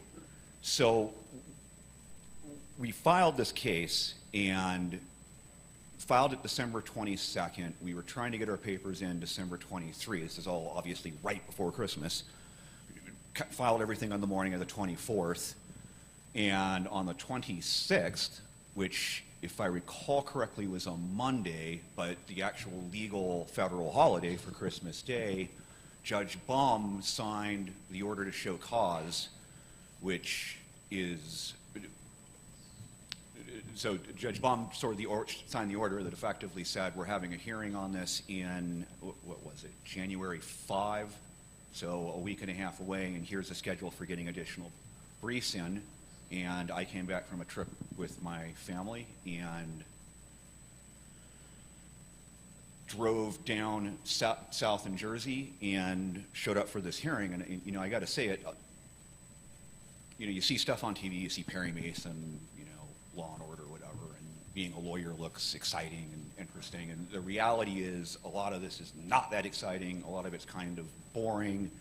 And even when you go to court and stuff, a lot of times stuff doesn't really go on. But every now and then, you show up for something and you're on it. You're well prepared. You're on your game. And the judge is well prepared, and you're anticipating the questions, and it just goes. And you look down and you realize you've been in this argument for 3.5 hours, which is exactly what happened here. and you leave and you've got too much adrenaline to eat anything, even though you should. I wish you could have been there in that courtroom with me, because it really was quite a memorable exchange. We're down to about 4 minutes here, so what I did want to hit here, because I think this is important, and it goes back to what I said earlier during the awards lunch, and what I started out saying in this presentation, which is, you know, you come into this, I came into this thinking, okay, we're going to win right to carry, and that's going to be it. To the extent there's going to be Second Amendment litigation, we're going to be talking about like really technical or narrow or discrete issues. And that has not been the case at all. The reality is this is kind of just an ongoing fight where we have recurring issues. One of those recurring issues, so vehicle carry, which, like I said, one of the very most important issues here. Well, what do you think the state of New Jersey's response was to vehicle carry? We already heard about the Bruin standard and historical analogs and blah, blah, blah, but when it comes down to it, while you need to tie this to a historical analog, you also have to stand up in court and make a somewhat common sense argument, or it doesn't really connect together, just the way it works. The state of New Jersey's argument was, well, we're not actually saying you can't carry your gun in your car. We're just saying that you have to unload it and put it in the locked box first. Okay, do you know how many times I've heard this argument over the past 13 years? Like California, Massachusetts. Oh, you can't get a concealed carry permit in California. Well, you could carry your gun in open view and unloaded, and hey, everyone might look at you weird, and the cops might tackle you, but ultimately they'd have to let you go because you're not doing anything illegal. So there is no ban and there's no constitutional burden. Goodbye, right? Massachusetts, oh, you could get this restricted license, and if you wanted to, you could put your unloaded .38 in a locked box and walk around Boston with it. So we really haven't prohibited carry. Okay, that argument, and what it's also going to is this issue of, it's what I call the theoretical Second Amendment. It's something I've seen in particular out of the Massachusetts Attorney General's office, but also definitely New Jersey, which is this notion that you want to frame the issue of a constitutional burden as simply being whether or not something's theoretically possible. Right? So if it is theoretically possible for you to get a license and walk out of your house with a gun and go somewhere like the convenience store where the guy gave you permission in advance and walk back, then hey, we haven't prohibited carry. And that sort of a framing of the issue gets us to a lot of hollow victories very quickly. The second thing, and like I said, I think the other big issue, and frankly it's probably the single biggest issue in this proposal, it's these private property restrictions. So you've got a law, it says in substance, it is a felony to be present on private property unless the owner has expressly conveyed consent to you, such as by posting a sign, which means they don't necessarily have to post a sign, they could just expressly tell you that's okay. And, you know, I lost track, we got all sorts of amicus briefs in, like from law professors and, you know, some people with pretty good credentials. And bottom line, we have some very clever legal minds who worked a lot on this argument, but it basically goes, hey, the state sets the parameters of property rights. The state's the one that says, oh, it's illegal, it's criminal trespass if you go past a fence onto someone's land. Or alternatively, a fence isn't enough. There has to be a no trespassing sign. Or alternatively, you don't need either. As long as it is someone's private land, you walk onto it, you're guilty, right? So why can't the state also just say, okay, so unless someone's given you permission to come on to land, it's presumptively illegal to take a gun there. And they like to call this flipping the presumption, right? So what's wrong with that? And I'm hitting 15 minutes right now, so I'm gonna try to wrap this up really quick. But what's basically wrong with it is, if you were gonna, first of all, you got to come up with a good analogy. The best one I can come up with is either pornography or contraceptives. So physical objects where the Supreme Court has recognized the ability to possess those objects, where at least conceivably you could have a legislature say, hey, unless someone has given you express prior consent, it's illegal to bring contraceptives onto someone's private property. We're not trying to ban contraceptives, we're just trying to make it illegal to possess them, that kind of a thing. What would be wrong with that, what I get to is ultimately the problem here is if you have a constitutional entitlement to do something, first, your ability to do it cannot be contingent on someone else's voluntary action, okay? And second, the government cannot be in the position of expressing a preference against the activity, both of which are occurring when the government comes in and says we are, quote, flipping the presumption against possession on private property. So with that, 16 minutes, 25 seconds later, I will turn it over to Dan. Thank you.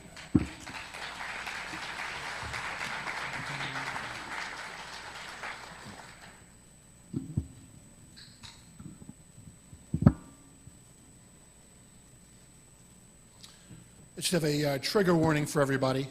So my talk is going to involve at least one reference to the film My Cousin Vinny. So if you're tired of hearing lawyers talk about that movie, you may want to leave. Sorry. My name is Dan Schmutter. I'm a Second Amendment attorney in New Jersey, New York, and elsewhere.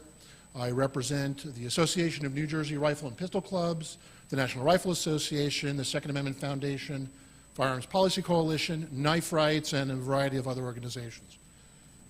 My talk is, I'm going to pick up a little bit where David left off because we're both involved in the New Jersey carry litigation, cases called Coons and Siegel. My talk will have a little bit of inside baseball, though, so we'll see how it goes. So, as David told you, we were on December 22nd, 2022. We were both watching Governor Murphy do his little dog and pony show at the Scotch Plains, New Jersey Library, public library, where he had all of his little speeches and he had all the people come up and talk about what a wonderful thing they were doing. And, you know, I can't speak for David, but I'm sure he was doing something similar. I'm staring at the screen with my finger on the file button, you know, ready to go. As soon as he puts pen to paper, file, you know, the complaint in the case. And, you know, we surely filed within seconds of each other because, as David said, our docket numbers are consecutive. I got 7463, he got 7464. So I must have hit the button like 3 seconds earlier or something crazy like that, you know. So some interesting stuff happened at the beginning of the case. First of all, we had two different judge assignments. And it's interesting because a lot of folks think that you can predict what judges are going to do based upon which president appointed them, and that's not really true. It's much more complicated than that. I know people like to do that, and sometimes that gives you some indication, but it's not really accurate. And that plays an important role in the early days of the Coons and Siegel cases. So David's case was Coons, my case is Siegel. And so David already told you a little bit about the temporary restraining order motion that they filed in Coons. Now, David's hearing date was a Thursday. It was the January 5th. My hearing date was the following Monday, January 9th. So I thought to myself, okay, I'm gonna go down there and I'm gonna watch the argument. I drove down to Camden on that Thursday. I watched the oral argument, and boy, I've been doing this for 31 years, and long ago I got out of the business of trying to predict what judges are going to do, because you're going to be wrong so much. But I thought to myself, as I'm watching, I'm thinking, oh, they're going pretty good. It's like, oh, I kind of like what I'm seeing. And I'm basing it on the questions that I'm hearing the judge ask, both David and the Attorney General's office. You know, what we saw and what we heard from the judge during oral argument was thoughtfulness, right? This judge clearly had read the Bruin decision more than once.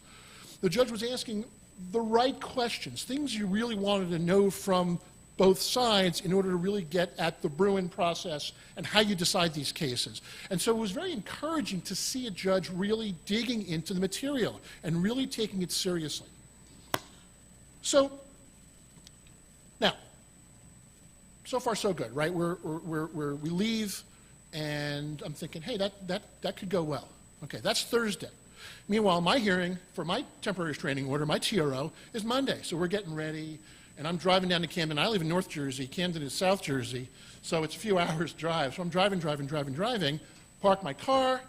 I'm walking into the courthouse, and as I'm walking up the steps of the courthouse, I get a text from a buddy of mine. He goes, "Oh, I'm sure you already heard about the TRO ruling." It's like, no, I've been driving for 2 hours. Oh, they got the TRO. So I'm walking in the courthouse. I'm right about to go through the metal detectors, and I'm reading on my phone a 60-page opinion by their judge, Judge Bum. Now, of course, I couldn't read the whole thing, obviously, as I'm walking through the doors, but I'm like doing this, like, what did she rule? What did she say? And it looked really good. And they got a TRO on all five provisions they challenged. They challenged the private property restriction. They challenged the automobile restriction.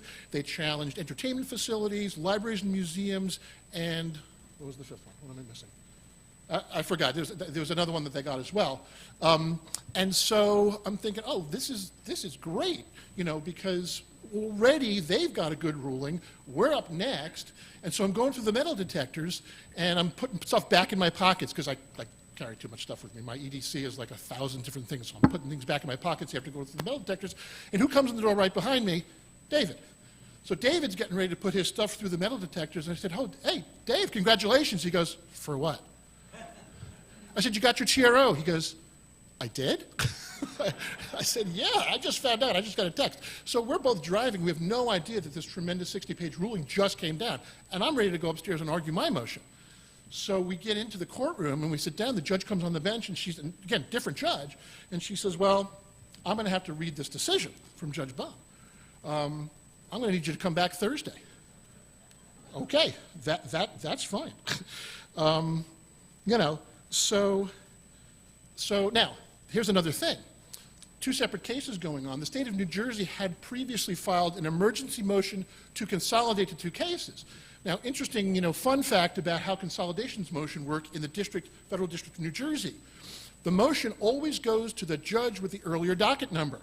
Well, guess what? I had the earlier docket number by 1. So the motion to consolidate went to my judge, and I've been doing this for 30 years. Every single consolidation motion I've ever seen in federal court in New Jersey, if it's granted, the later case gets taken away from that judge and goes to the earlier judge. So now, suddenly, this is really serious because the older docket number, David just got a 60-page favorable ruling from his judge. If the consolidation motion went the usual way that everybody in New Jersey thinks it's supposed to go, and it's granted, David's case gets taken away from his judge, who just spent 60 pages ruling for them, and comes to my judge. Now, my judge, the reason I started off with don't necessarily judge a judge by what president appointed them. Judge Bum was a Republican appointee. My judge was a Biden appointee. So people are automatically thinking, oh my God, we're going to lose. Doesn't work that way. But, now here's my cousin Vinny reference. The judge, I told you I'd give you a trigger warning. So my judge says, okay, in addition to coming back Thursday, you're going to brief, I want you to file briefs on what the effect of Judge Bum's ruling in the Coons case is on this case. Tell me how I should apply that and understand what she did. Fine. She said, but I also want you to tell me how that ruling, if at all, affects the consolidation motion that's pending. Well, you may remember the scene from My Cousin Vinny where at the beginning, Stan, the friend, Ralph Macchio's friend, is not really happy with what Vinny's doing, and so he hires the public defender because he doesn't trust Joe Pesci. And so then they're in court, and Vinny puts on this tremendous cross-examination on the grits guy. Your grits, you have magic grits. And so Stan, at the end of the cross-examination, when he's utterly destroyed the guy in the stand, Stan stands up and goes, I want him. That was our My Cousin Vinny moment. I thought to myself, I want her. Well, of course, you don't get to choose your judges in New Jersey. I mean, you don't get to choose your judges in court. But suddenly, we're faced with the prospect that the consolidation motion may take the Coons case away from their judge, the judge that just spent 60 pages ruling for them, and bring it over to our judge who knew what she was going to do. Well, it turns out, we thought to ourselves, okay, every consolidation motion we've ever seen in years and years and years, if it's granted, the later case comes over, gets taken away from that judge and comes to the earlier case. Why can't it go the other way? Why can't we get our case over to their judge? Well, we did a little research. It turns out there is no reason why we can't do that. There is no rule that says it has to work in this direction. So when we filed our papers, we argued to our judge and said, well, Judge Baum has already spent 60 pages and put in hours and hours of work and already ruled on this. Why would you duplicate that entire analysis all over again in our case? Send our case over there. She's already done 90% of the work. And wouldn't you know, the judge agreed with us. And the judge sent our case over there.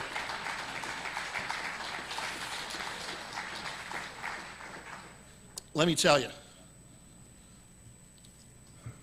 the state of New Jersey collective heads were exploding. That was fun. So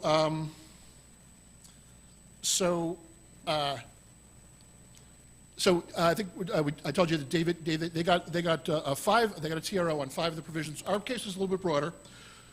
We challenged more sensitive places and we challenged some other things, but on the TRO, we were only arguing about sensitive places. So in addition to theirs, we added parks, beaches, recreational facilities, we got zoos, we got casinos. So the same judge now, we were all in front of the same judge. She issued a 45-page ruling, going through a lot of the same analysis, of course, because she'd already spent all that time on that, adding analysis as to our requests as well. So we were asking for the same stuff they were, plus a few more. And then, after a temporary restraining order, the next step is going to be a preliminary injunction. The TRO is sort of a hair-on-fire emergency. Oh my God, Judge, we have to have relief now because the boat is leaving the harbor.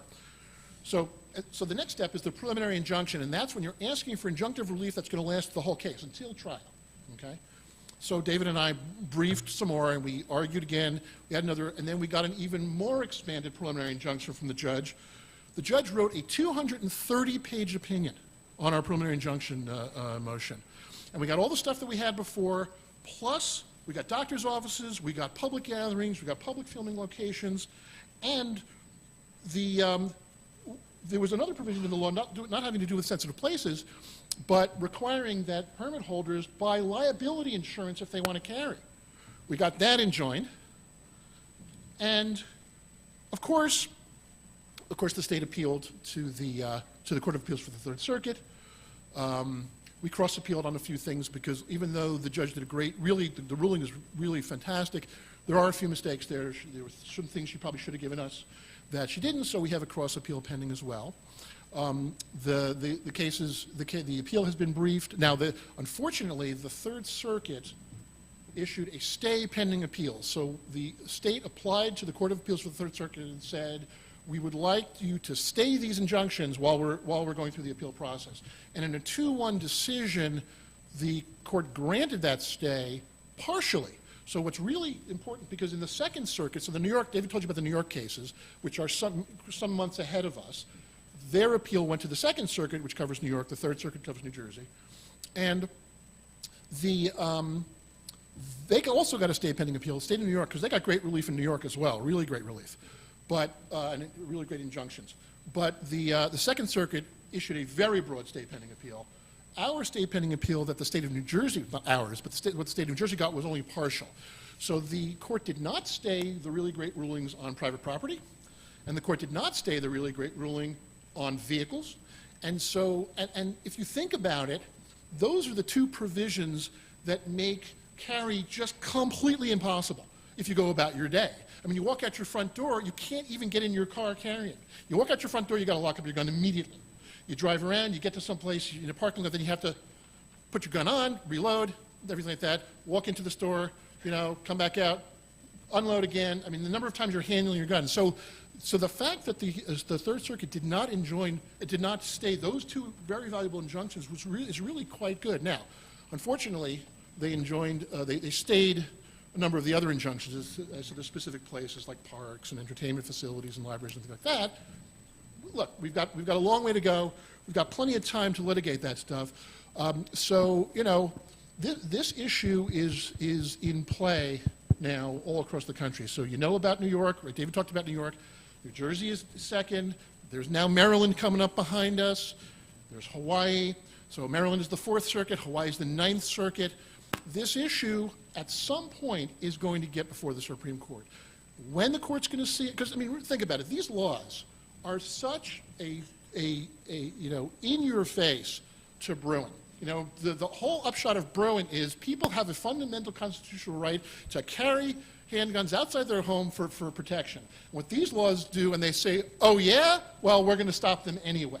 So if you're the Supreme Court, you got to be looking at these laws and saying, well, this is ridiculous. So one of these cases, at some point, is going to get to the Supreme Court, and we'll see what the court has to say about it. But, you know, right now things are looking up. Thank you. Great work. Thank you, guys.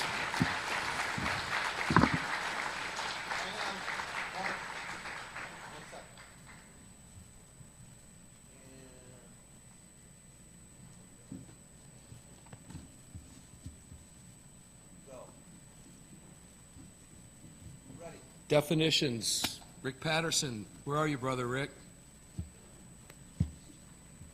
Rick Patterson is a Senior VP of Corporate Development at the Second Amendment Foundation, a great guy, a good speaker, and a friend.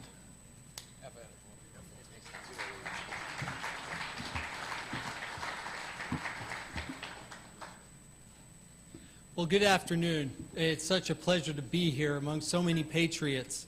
And here in the great state of Arizona, that absolutely, there are beautiful, beautiful mountains, great hiking trails, and there are some really cool gun shops in the area. And, you know, I was kind of cruising around a little bit, and I actually found a really cool example of arguably the first assault weapon ever.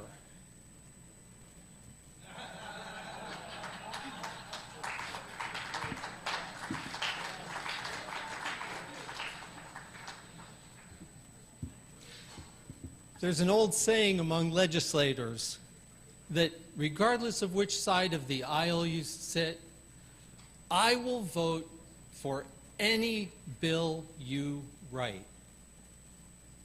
if I get to write the definitions.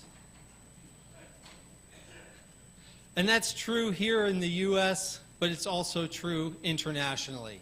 At the UN and the Arms Trade Treaty in particular, Second Amendment Foundation has been leading the charge in protecting our rights there. But the Arms Trade Treaty is a legally binding treaty. And it's really the only serious legally binding treaty of gun control at the UN level. The primary goal of the Arms Trade Treaty is to keep guns and weapons out of the hands of bad guys.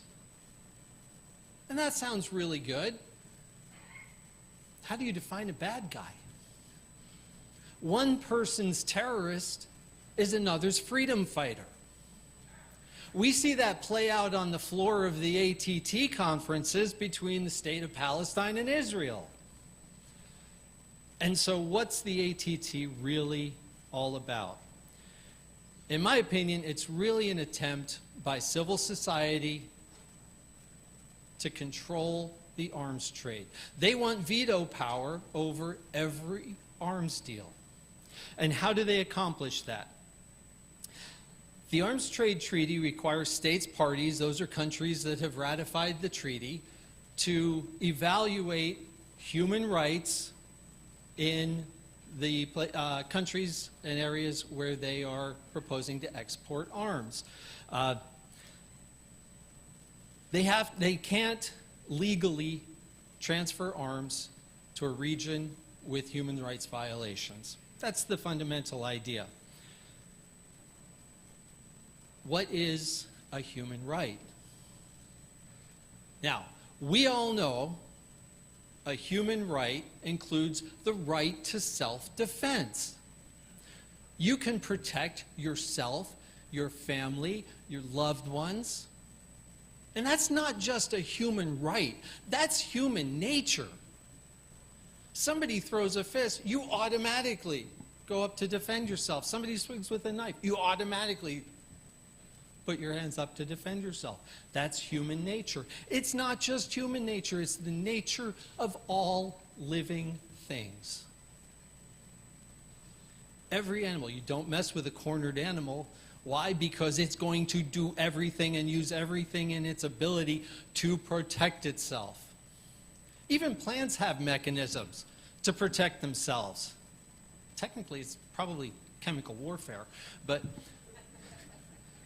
these are basic fundamental nature. So when we're talking about human rights at the UN, I'm making the argument self-defense is a human right. Grand slam. Ha! This is the UN. Do you know how they've come to define human rights? It's a human right to live without fear of gun violence. And if you Google human rights and guns, you'll see what the civil society organizations say about it. And yeah, if you want a good laugh, that's one way. But it's really kind of sad that they've twisted the definition so dramatically to support their agenda. The idea was that civil society could publish a paper, and that was something else the ATT introduced, is that as a non-UN member state could put a document into the UN library. So what civil society could do is put in a paper and say, we think there's a human rights violation going on in country X. They can turn around if country Y, a signature states party to the ATT, transfers arms there, they can sue that country for a violation of the Arms Trade Treaty. And they did. Right off the bat. The ink wasn't even dry. And they sued the United Kingdom, which is kind of humorous because the United Kingdom was one of the real drivers to implement the ATT in the first place. And they sued the UK. There are several other lawsuits going on right now. They've been losing those suits because basically judges are saying, hey, it's the state's right to determine what's in its best interests. And so they've been losing these lawsuits. Their whole plan for vetoing the arms sales and having that power, gone. And did they give up? No. They've shifted tactics, and now they're going after industry. They've introduced something called the UN General Principles for Business and Human Rights. And Section 15A says a business should have a mechanism in place to mitigate any potential harms caused by their product in the commission of human rights violations. In other words, companies should be paying if their products show up in an area of human rights violations. It's essentially what Tom Taylor was talking about earlier with the lawsuits against the industry in the US a number of years ago. They're basically taking this to a global level. They're putting this thing on steroids. Even worse was the information note for the responsible business conduct in the arms trade. And that goes steps beyond the UNGP. And basically says arms companies are evil and they should be paying for all of the human rights violations, etc. So they tried to introduce these into the Arms Trade Treaty mechanism. They tried to make industry directly responsible for implementation of the Arms Trade Treaty, and they went even a step further than that. They defined industry as including banks, transportation companies, insurance companies. In other words, anybody that could have any fingers in any sort of transfer would be liable for any violations that were real or perceived. Let's just put that in perspective. The small arms trade is worth approximately a little less than $9 billion a year. The global international trade is somewhere just under $200 trillion a year. If you're a bank or an insurance company or a transportation company, Are you going to jeopardize that kind of liability for that small a percentage of potential business? And I can tell you, their lawyers, their risk management teams are going to say no. And as Don Kilmer was talking earlier, if you can't get your guns, you can't exercise the right. This is directly influencing and impacting the ability of individuals to practice their rights to own firearms, protect their families. The Second Amendment Foundation is in a unique position. They are leading the charge. Partnered with the Firearms and Ammunition Import-Export Roundtable, we are the people at the table at the Arms Trade Treaty. We're at all the working groups. We are interacting with all of the delegations. I'm building the relationships with the delegations. Now you think about 300 people in a room and you think it's the Arms Trade Treaty, it's the UN, they're all against us. Well, that's not true. And John Ford mentioned it earlier. Of course, Tom Gresham, building on that idea, we can't go into assuming everybody's an enemy because they're not. We have to talk.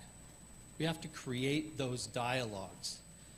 And Second Amendment Foundation is doing that. There are other groups that show up at the big meetings and they do a lot of fundraising back home. That's fine because awareness helps. But when it comes to actually getting it done, to actually making a difference, Second Amendment and their partners getting it done.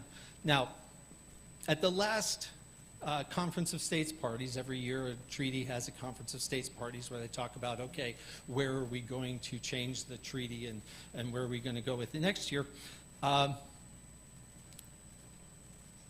They introduced, at the end of the conference, they produced a final report. The draft for that final report is called a zero paper. Paragraph 22 of the zero paper incorporated the UNGP, the information note, all of this bad stuff. Plus, it had language in there that said it is the country and industry responsible for implementation of the Arms Trade Treaty. And so we were able to intervene. I intervened and had talked with some of our friendly states parties delegations. I said, no, the role of industry is really to comply with the laws in the areas of jurisdiction of their business. And so having that kind of responsibility put on industry is inappropriate, and we ended up getting that and so much more of paragraph 22 deleted. And I think we were on the right track when one of the civil society organizations raised their flag. When you're in the UN, you have name tags and you put your name tag on it, and they put their name tag on it and were recognized, and they said, can he do that? And the president of the conference said, yeah, he can. So we're making success. Unfortunately, we weren't able to completely get rid of the UNGP, which was the lesser of the documents in terms of difficulty, because so many of the European countries, and Europe is the big player in the Arms Trade Treaty, had been involved in writing and approving the UNGP. We couldn't get that completely eliminated. They recognized it. And then Ireland, Mexico, and Austria, of all countries, put a paper in last minute that did include both of those documents. So we have work to do. We're going to have a challenge on a whole new front on this human rights arena. And again, Second Amendment Foundation is in the great position to do that with all the civil rights, human rights work that they've done. I can tell you the left knows the value of definitions. For those of you who remember back to President Bill Clinton's testimony, you know where I'm going on this. The infamous, what is the meaning of, the meaning of is. They will go to any ends to try to twist a definition to make themselves look good or to accomplish their goals. That's what we're up against. And it's not just about writing those definitions into the bills in the first place, because definitions can be changed at a later date. And we're seeing that happen right now with ATF, completely changing the laws, not by changing the law, but by changing the definition. What is a frame receiver? What is a dealer? Everything we do as patriot activists hinges on the definitions.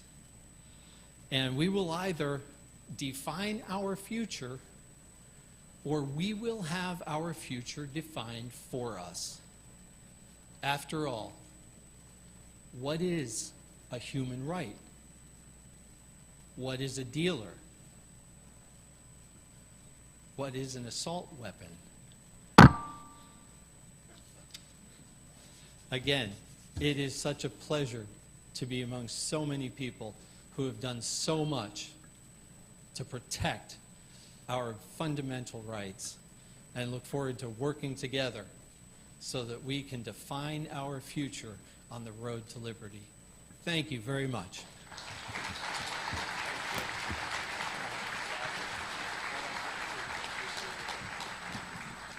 Okay, everybody, we're taking a break right now. 15 minutes. Enjoy, and remember, if you see one of those little silica gel packs, do not eat it. Do not eat it.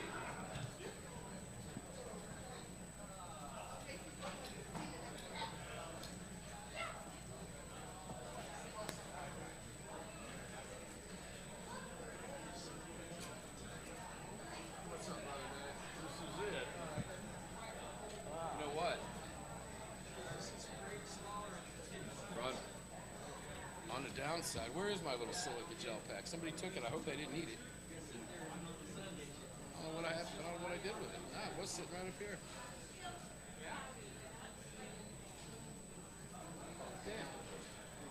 Hey, is Chris Stone the next one up? Yes. Okay, good. I'm ready to go.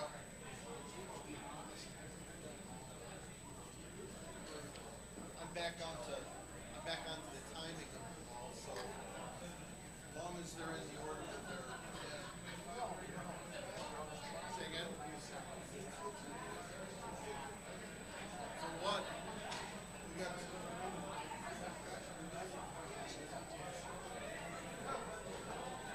Oh, you got to do the show from here. Oh, that's right.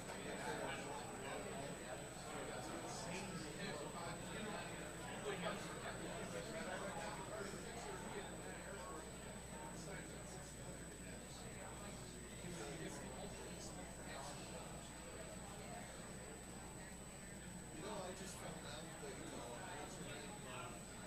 The lady from, just got on from, Phoenix, that whose family owns Sugar's World. Can't think of her name. She just moved to Moran, which is started Tucson. Oh, I'd love to recruit her to do a radio show. That the people who own Bustos Media, the station I'm on, got bought out by socialists. Oh, yeah. But they told me, they didn't like some of the topics I had on my show, and they tried to interfere with my content. And so I said, well, they don't like controversy. So what's controversy? Well, it's basically anything they don't agree with. So I changed the open of my show that says the purpose of this program is to engage in controversy so as to resolve conflict peaceably.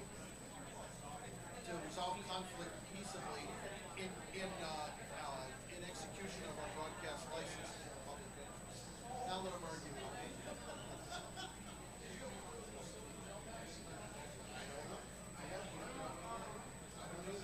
I certainly didn't contemplate.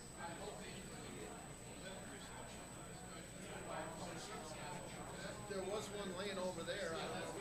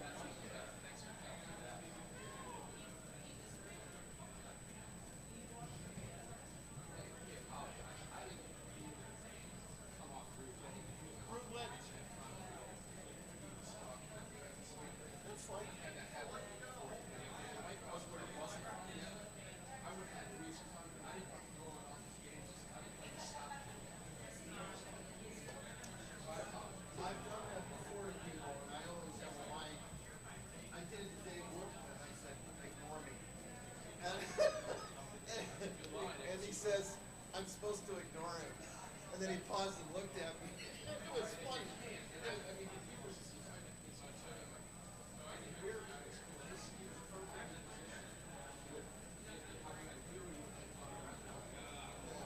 But anyway, this solved the problem. This microphone, where we have it, I just went out to my car and got a mic stand. I hadn't brought them in because I saw that they had them here. But right, they fall over. They end up with erectile dysfunction.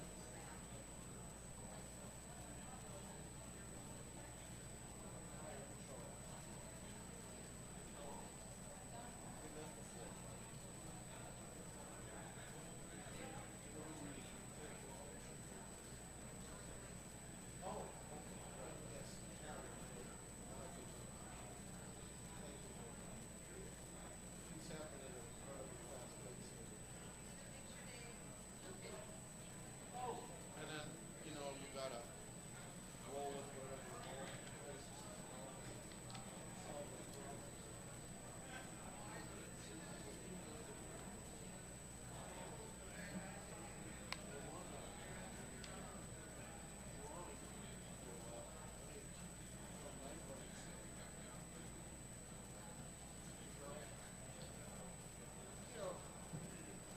Oh, thank you.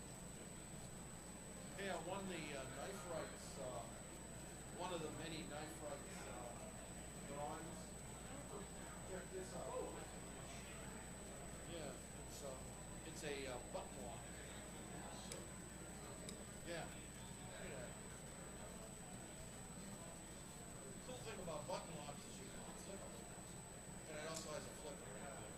Yeah, it also has a flipper. Yeah, I like drop points.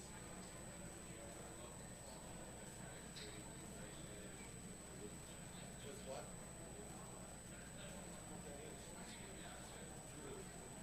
Oh, with a knife on it?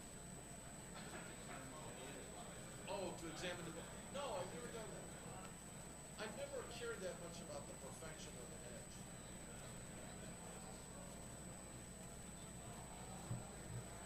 Might be.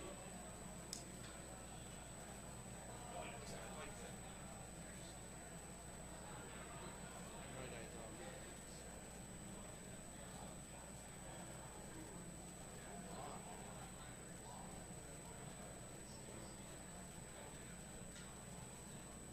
It's a nearly perfect edge.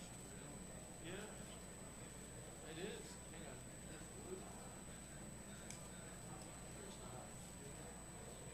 Oh, yeah. Now, any button lock you can close that way.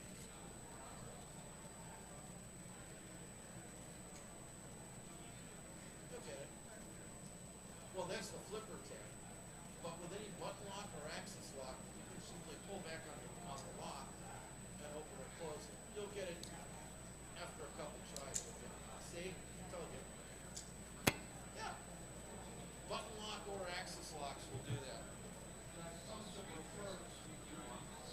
Yeah. I gave a $100 donation. And I got a $250 knife out of the deal. But this is for instance, this is a pyrite. Okay? This is a relatively new knife to me. This is a right-handed knife because it has the button on the left side, but it's perfect for a left-hander. I prefer the sheep's foot style blade. Or I mean, I'll take a drop point like that one. But pyrite is the brand name. My everyday carry knife is an Osborne, Benchmade Osborne. This is a $300 knife. That's about a $100 knife, $85 knife. This is about a $250 knife. And this is my $300 knife that I carry every day, my Osborne, which I bought used for a lot less. Yeah.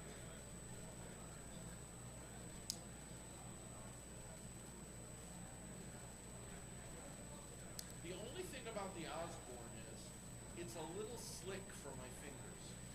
The pyrite has got, the pyrite has got that surface on it that'll stick a little, but yeah, you lock it open. It's a button lock.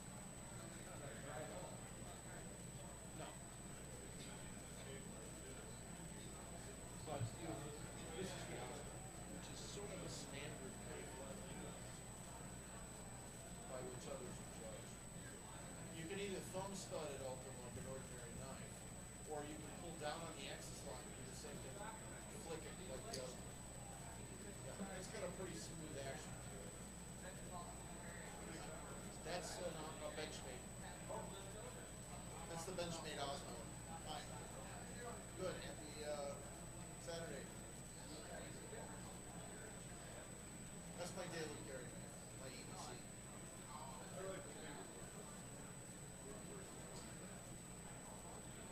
mean the hole? Oh, the flipper. Like this. Yeah.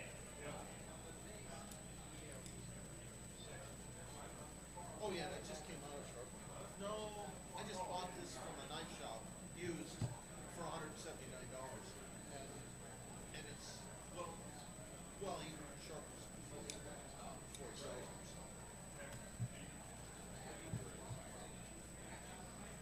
I don't know, it's a fairly used and carried knife. The thing is, it's a little too slick for me. I need to stop it. The handle is too slick. And so what I need to do is I need to go to Ace Hardware and get one of those adhesive pads that'll give me an abrasion surface.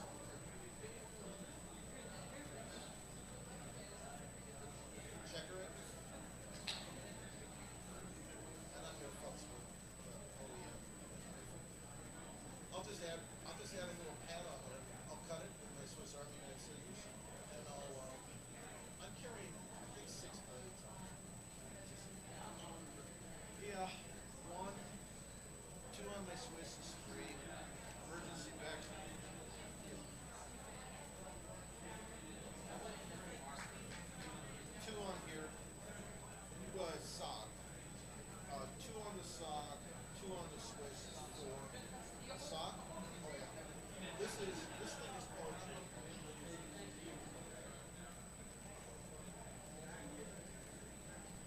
That geared head gives you a 3-to-1 mechanical advantage. There's 17 tools on it, including 2 of the sharpest knives I own. The straight blade and the straight blade and the, what do you call it? The straight blade and the serrated on there. The serrated, which is called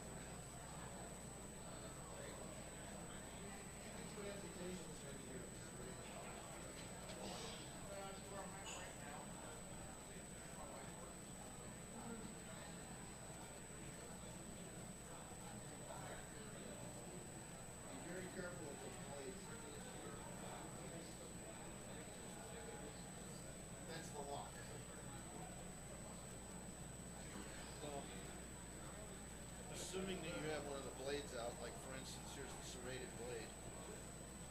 Okay, you hear that click? If you want to close it, you just push on the lock, push down on the lock. Otherwise, it's locked. And then the only thing that really sucks on here is the scissors. They won't cut anything. But other than that, but the thing is you can get compression to that. The gear head plier. Yeah, you get compression 3-to-1. So you can actually crimp with that, even though it's only a 3-inch tool. And that's what I like. And you know what? I used to carry the Leatherman everywhere I went. The Leatherman 3P2 lately, in the last couple of years. This is the Leatherman 3P2. But I just carry that. The only reason I have this is I'm here, and today I used 2 pairs of pliers. Earlier today I used 2 pairs of pliers. Even though it's in opposition to each other. I'd be amazed if that scissors cut the paper. The best scissors on the market are the Swiss Army.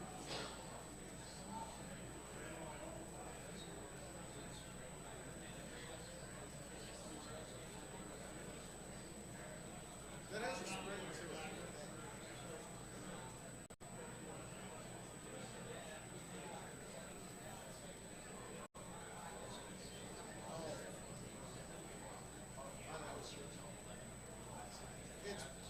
Yeah, they're worth it. Those scissors are worth it. I'd like to replace it with something effective. Well, I made a clean cut. I'll say that. But that's about the only thing. It won't cut terrible.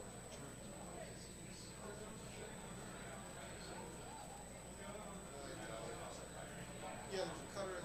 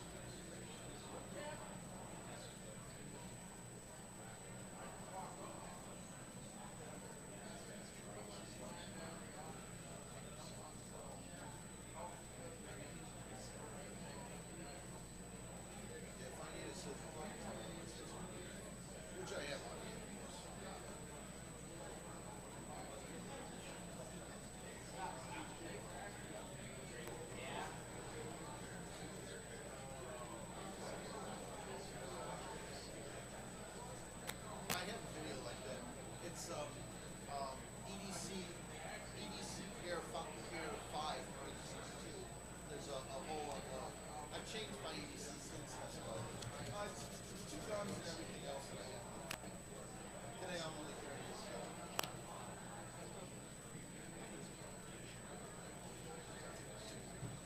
Yeah. That's the only incompetent part of it.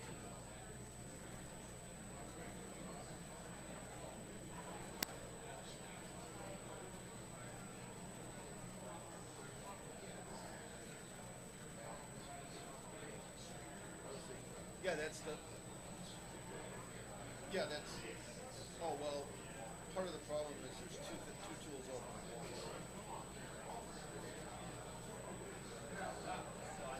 Yeah, it has a spring in it. Yeah.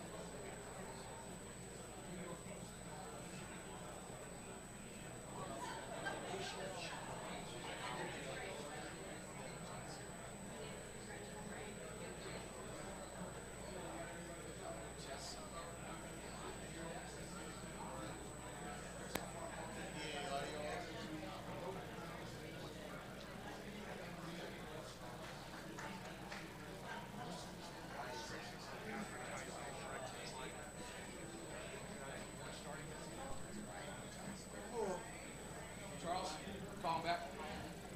Your mic is hot. The green mic is hot. I'll use a podium mic. Green is hot.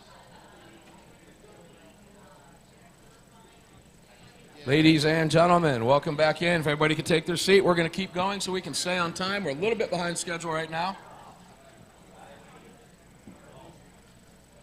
You ready to call the panel? Yeah. Stand by. I'm just testing a clicker. 3, 2, 1, you're hot. All right, death by 1,000 cuts. How the anti-gun left fights and how we win. And we're talking with Chris Stone, who's the Director of State and Local Affairs at the GOA, Gun Owners of America. We're all friends of GOA. Thank you, Chris. Come on up, brother. You got it. You got 3:30. Chris, please talk right into the mic. All right. Well, thank you for that warm welcome. I do work for Gun Owners America. We were founded in 1976, and we are dedicated to the mission of not just defending the Second Amendment, but restoring the Second Amendment here in the United States of America. And we've heard a lot of great lectures and speeches today about how different activists and different groups have been doing just that, restoring the Second Amendment. It reminds me of that quote that was etched into the Temple of Apollo, which is know thyself, right? Know your own movement, know the people you work with. But what's also critically important for us is to know your opponent. Know who is in opposition to you. And for us, that's critically important as we fight, not, again, just to defend the Second Amendment, but to restore those rights here in America which have been taken away from us. And that's really just what I briefly want to talk about this morning is my time as a lobbyist at Gun Owners America, both on the federal level and now running state operations, looking and seeing what the left is doing and then understanding how we combat and fight back against their attacks. You may be familiar with a man named Yuri Benzimov. He was a former Soviet KGB propagandist who was using propaganda to obviously influence what was going on in the world. He defected, but he said this quote, and I thought it's very powerful.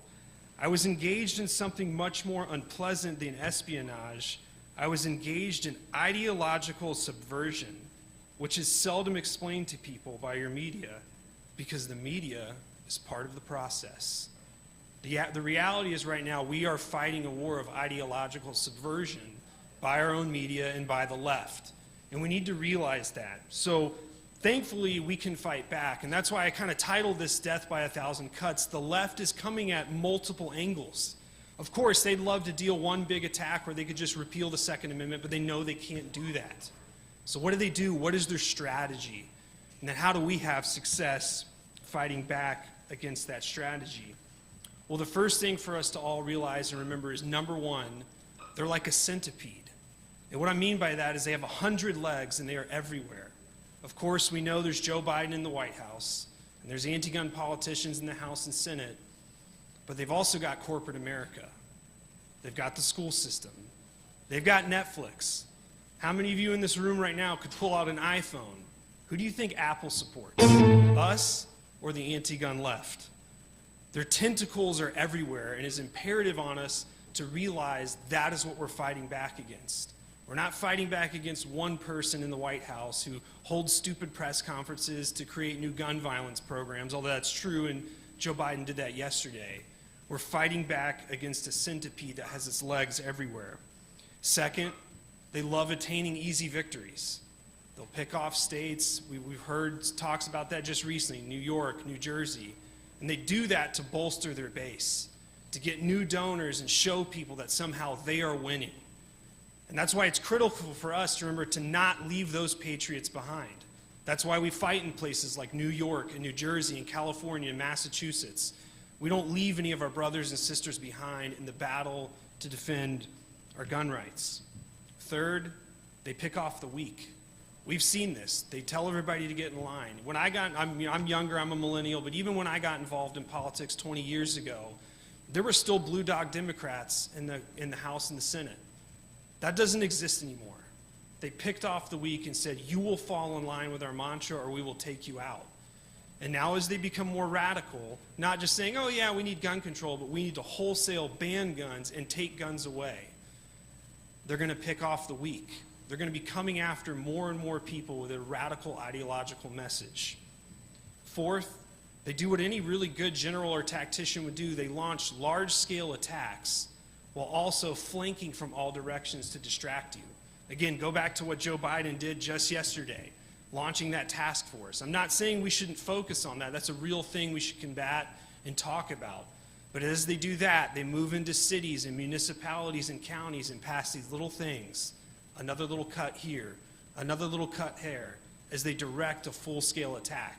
We have to remember that our enemy is smart, and we can counter them if we understand what they're doing. Fifth, they use the approach often of just throw it against the wall and see if it sticks. It's literally what just happened in New Mexico with a governor who said, I'll just use a public health emergency to say I can take your rights away. It sounds crazy to all of us in this room because it is crazy, but they'll do it. So we have to constantly be on guard. Our foundation, Gun Owners Foundation, filed a lawsuit, and we were successful in having a temporary restraining order granted in that situation. We all must be paying attention to the crazy things they do as well. Sixth, they gaslight and they lie. Sir, do you own a gun? I'm not sure. Do you own a gun? Why do you like dead children? This is what they do.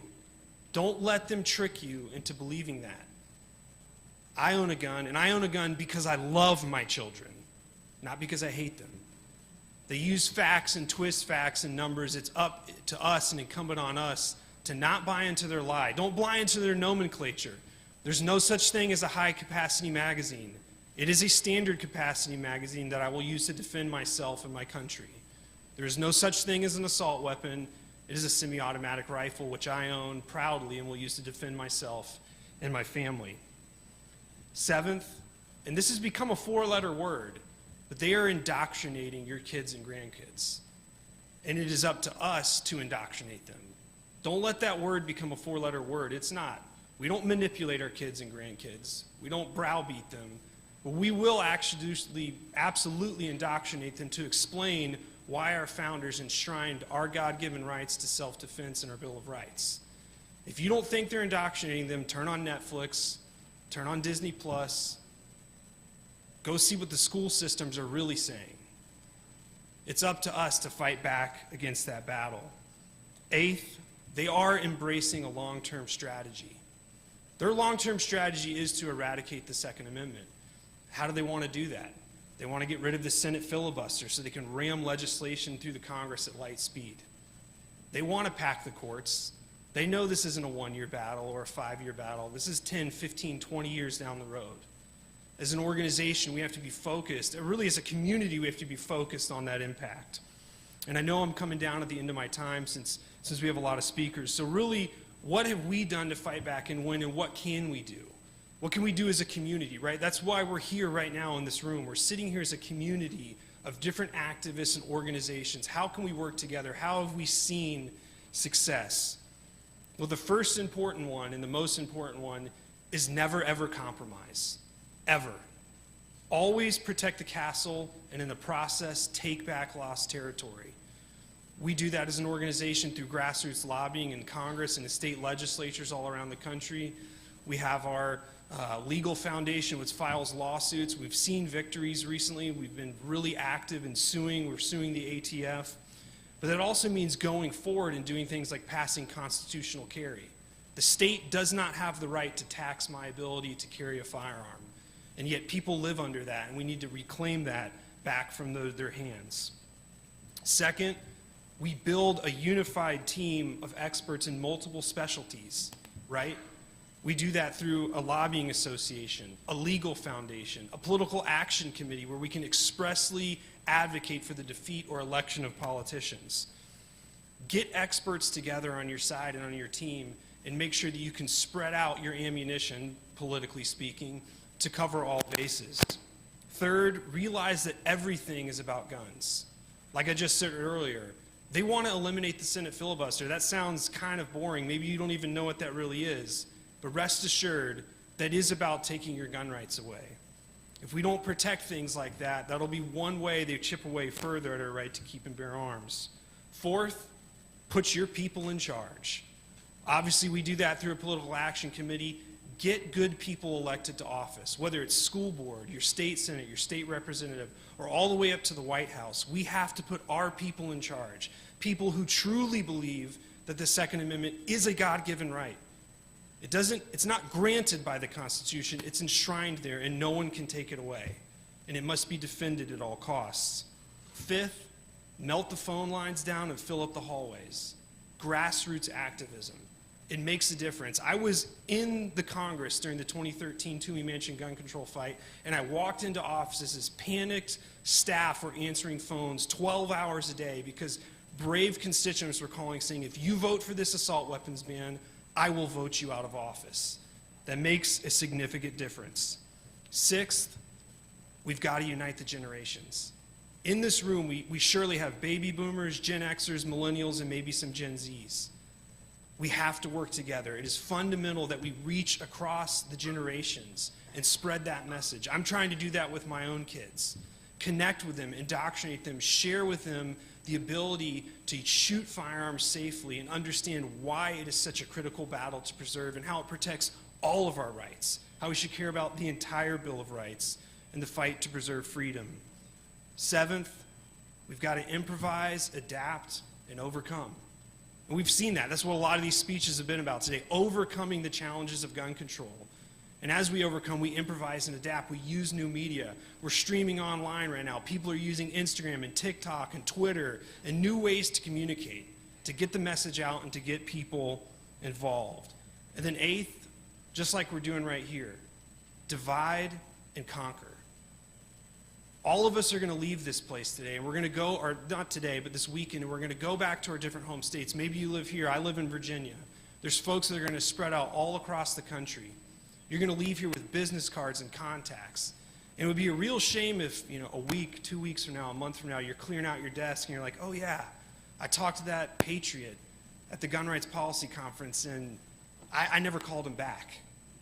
We can't do that. We have to join together to divide and conquer and fight back against this centipede.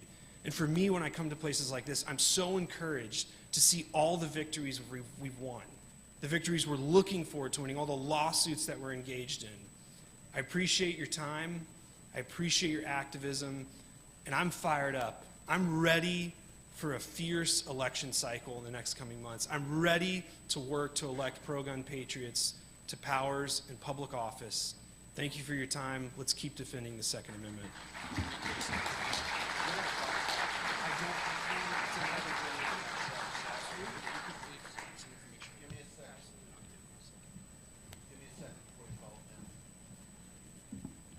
Is Chad Flores anywhere in the house? Chad Flores, anywhere in the house? No Chad Flores yet? Okay. I'm ready for the next one. All right. Well, we're gonna flip-flop him. If he comes in, we'll switch him over. Restrictions on the frequency and quantity of purchases. Ray DiGiuseppe, the DiGiuseppe Law Firm, litigation counsel for CCR, KBA, and for SAF. Welcome.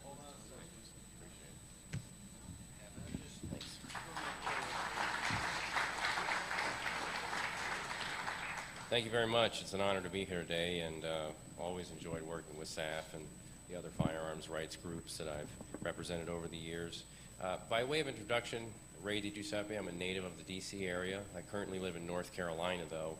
Started my legal career in California. I went to law school there, and I clerked in the San Diego office of the Attorney General's office, and then after law school, I became a Deputy Attorney General, and I worked in the Appeals, Writs, and Trials section until I moved back east in 2010. And since then, ironically, but certainly purposefully, I've been working against the same machine that I used to be part of. A lot of that work has been Second Amendment litigation, obviously. Cases have run the gamut, all different types of and categories of firearms regulations. And interestingly, as a side note, my first case was actually one that I handled with the illustrious George Lee in the back of the room, who talked to you earlier today. And that was a knife rights case, actually, where the state of California was interpreting its law against dirks or daggers so as to apply to basically an ordinary Swiss Army knife that didn't even have a fully locking blade. And we were fortunate enough, through the amicus assistance as well of SAF and knife rights, to have the Supreme Court of California declare that that was not legal and could no longer be interpreted or applied that way. And that helped solidify my sense of being on the right side of this game. You know what I mean? So since then, again, a lot of different cases, and today what I chose to talk about is OGM laws, one gun per month laws. They exist in a handful of states like California. What they do basically is prevent an ordinary person from purchasing commercially more than one of a popular firearm over a 30-day period. In California, that's all semi-automatic handguns, semi-automatic centerfire rifles, any combination of that, and then January 1 of this year, of course, the law will extend to include all firearm precursor parts that are now defined as a firearm under California law. So OGM laws are, interestingly, they are relatively obscure compared to what we hear about in the media, right? It's not this sexy topic. Most people haven't even heard of them. But I picked it because I'm litigating a case for one thing, but also because I think that they expose what is the best of the worst in the post-Bruin world. And it might be surprising, but what I mean by that is that in order for the government to justify restrictions like this that are so alien to anything in the founding era, they've got to make the most far-reaching claims of police power in order to even have something to stand on at all. So we've got governments pulling out all the stops, throwing everything out there and seeing what sticks. And all of it centers around this broad notion of powerful police powers that they can use in an extraordinary manner. They've got nothing else to do. And what it does actually is devolve us back into interest balancing, which is prohibited, but this is what the states are doing and to defend these laws. The prime example of this is the challenge we have going on right now against California's OGM law, Nguyen versus Bonta. This has been litigated since December of 2020. So like a lot of these cases, it was litigated first under the pre-Bruin standards and then all over again after Bruin came out. We never really got to a disposition before Bruin came out, so we're sort of just starting over again. Under the Bruin standards, the court has ordered a bunch of new briefing on motions for summary judgment, and those briefs were filed this past Friday in the case, so now we see what the Attorney General's theory of the case is, right? And it's quite stark, and it highlights what I'm trying to get at when saying that these cases illustrate the best of the worst in front of us now, as far as how far the government will go.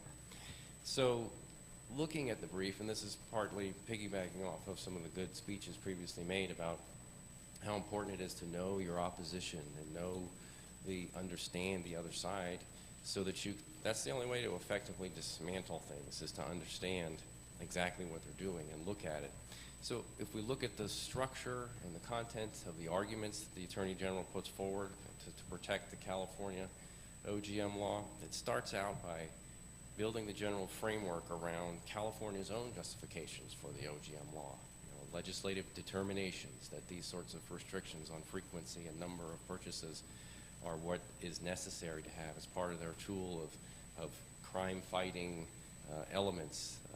And then specifically straw purchasing, making sure that guns don't get in the wrong hands, even though, of course, there are lots of regulations that already do that.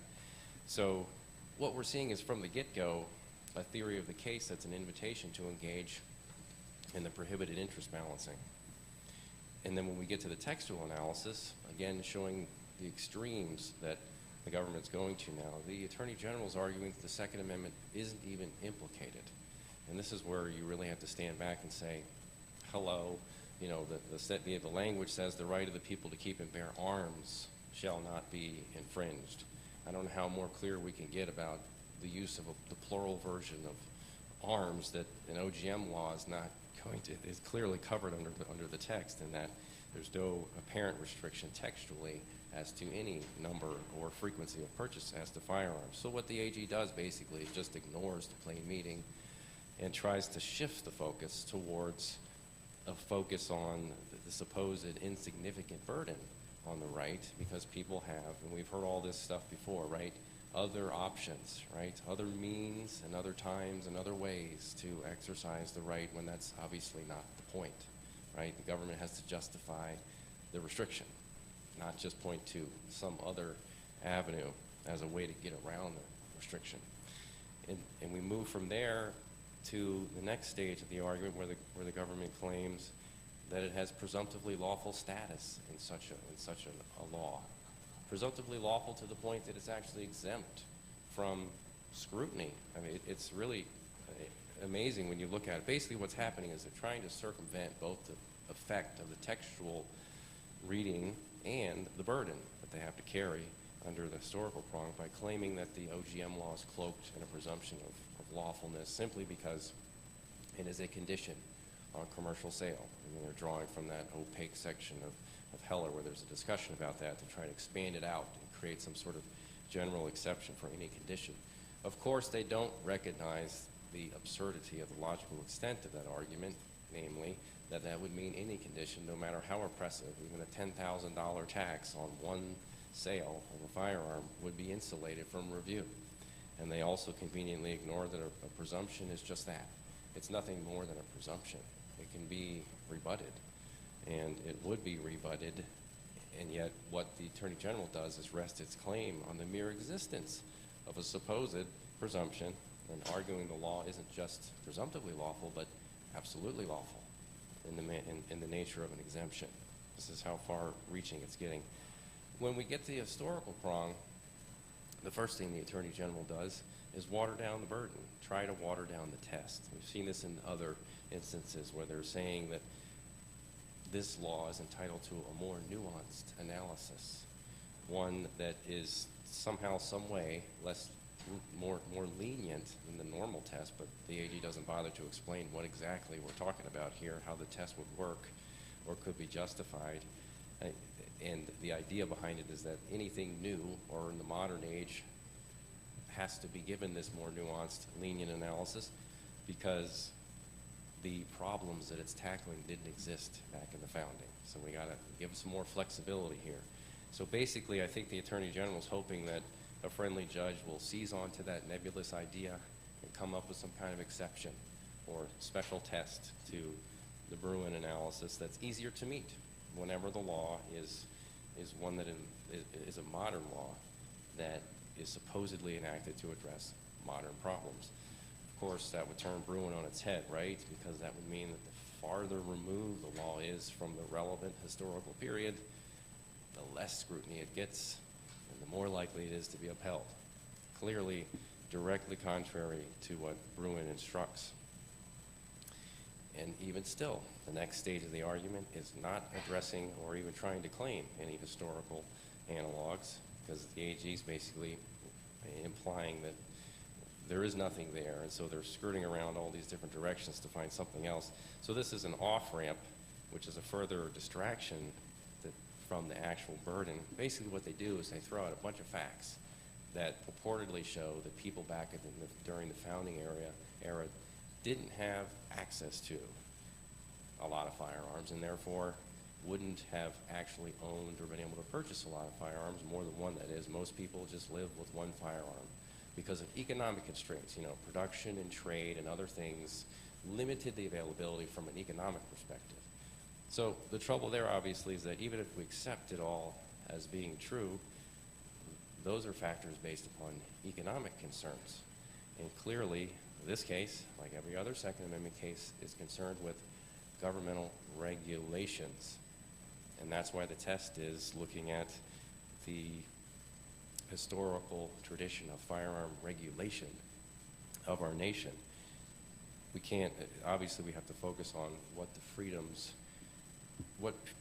people retained, right? And what they were permitted to do or not prevented from doing by the government.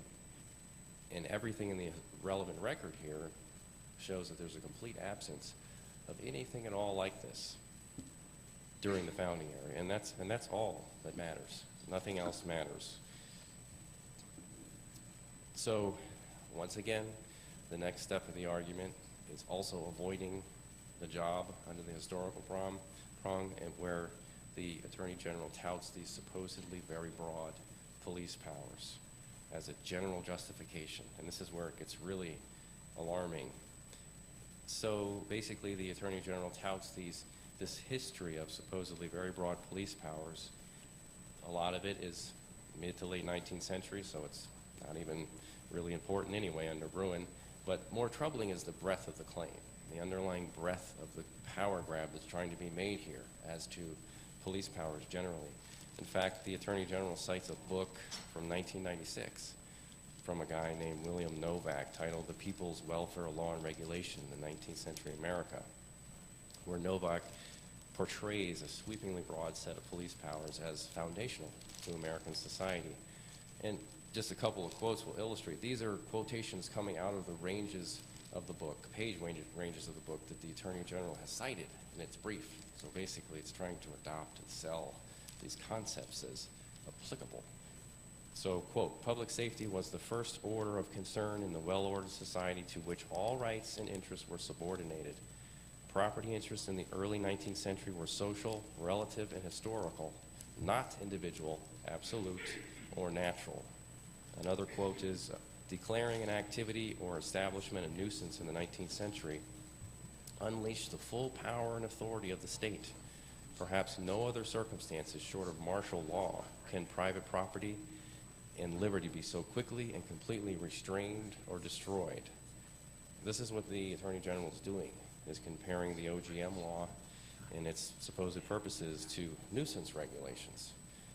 It's definitely alarming the way that the approach is being made here. When we finally get to the historical prong, what do we see? We see that the analogs that are being cited are clearly not relevantly similar in any way. They cite a lot of the same ones we've seen recycled throughout these cases post-Bruin, same categories. But what's important here in showing this best of the worst situation is that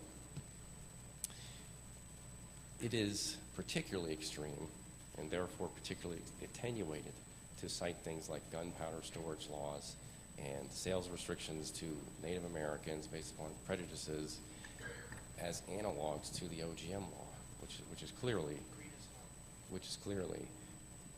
not anything relevantly similar. So we even have the Attorney General concluding his own brief saying that the state and local governments have always fully exercised their powers to enact commercial firearm regulations based on the needs at the time to protect the public. This is a dangerous proposition that we have to push back against, allowing governments to justify laws based on the general rationale that they've always done what needs to be done when it needs to be done would gut the historical test, because it would come down to a constitutionality test that is a mere search for confirmation that the existing law serves the purposes that the state claims it serves today. And that, again, takes us back to interest balancing. So, as other speakers have said, we've got to know what the opposition is arguing, understand it, and be able to attack it. And the OGM laws, the way the Attorney General is approaching those, really do highlight the extent to which the government's willing to go in order to protect these historically repugnant laws, and how important it is that we push against that. Thank you. Thank you, Ray. Appreciate it.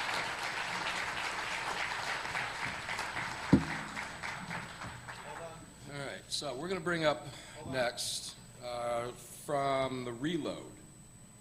a really good friend of mine. He's a regular guest on my radio program, and if you're not a member of The Reload, you should reconsider thereload.com. Stephen Gutowski is also a contributor, on-air contributor at CNN. Ooh.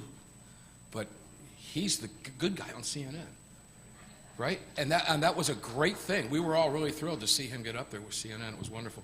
And by the way, I was looking for that little silica gel pack. I can't find it. I hope nobody ate it. I don't know where it went. It's gone. Somebody will get really sick. Stephen Gutowski from The Reload. Come on up, brother.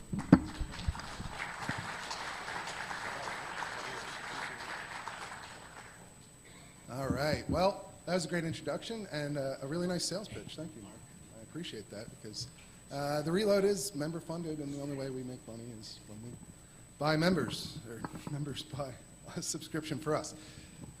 So, yes, that gives you a little bit about where I'm coming from to start with. I am a CNN contributor, and I do run a firearms news publication. And I believe that in order to better provide accurate information to America, that the mainstream media needs to understand these issues, like guns, a lot better.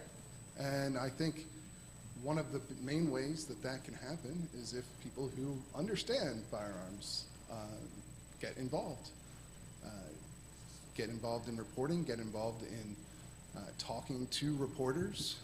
And I believe that for a long time. I started out in this industry at the Media Research Center. It's a conservative watchdog group, Newsbusters. I'm sure a lot of you have probably heard of it. And I think I've carried on a lot of the principles that I learned working there through to the rest of my career.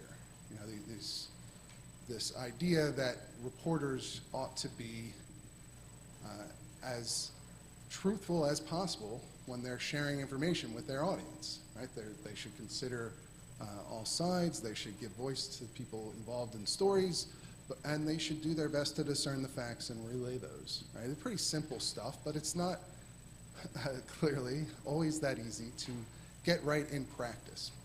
And that's why I've dedicated my career to improving the reporting on firearms in media. And from the Media Research Center, I went and worked at a publication called the Washington Free Beacon for several years, where I was able to actually get involved with firearms reporting directly. I hadn't been doing that at the Media Research Center. I wasn't actually even that involved with firearms growing up. I didn't come into owning guns until later in life.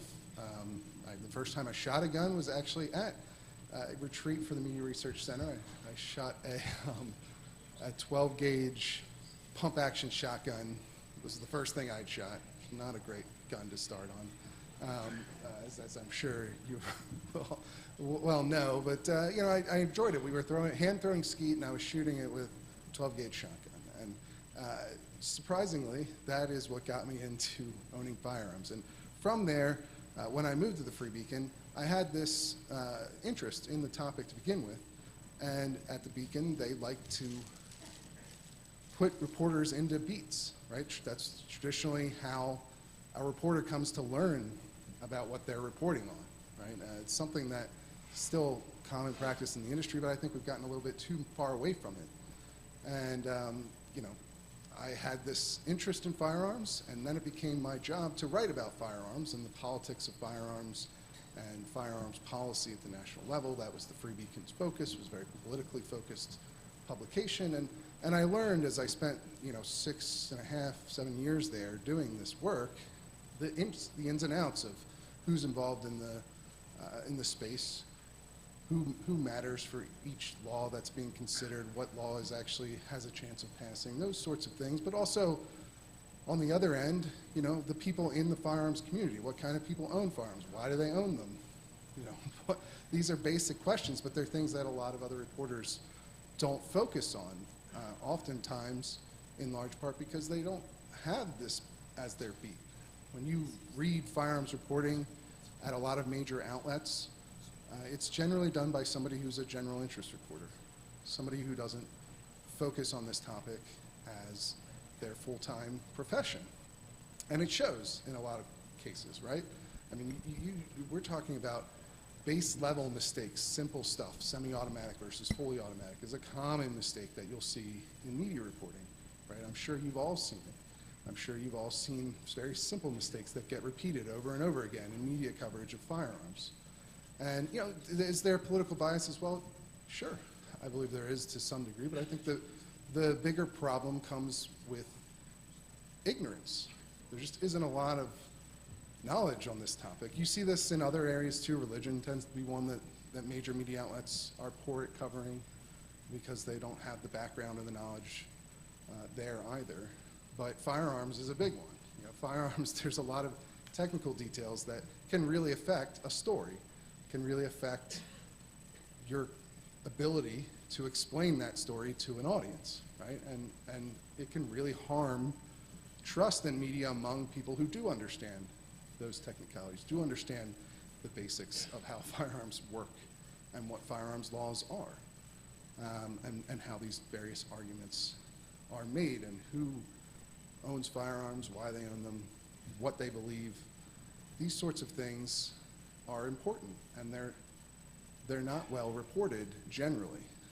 And so this was something that drove me in my time at the Free Beacon, but also I think revealed an opportunity, because at the same time that major media has an issue, we see similar issues pop up in gun media where people do understand firearms and people understand a lot about why people own guns and why they believe the things they do about firearms policy, but often don't understand the politics of guns as well. They don't understand the politics in DC as well. They don't understand the lawmaking process as well. And you get a lot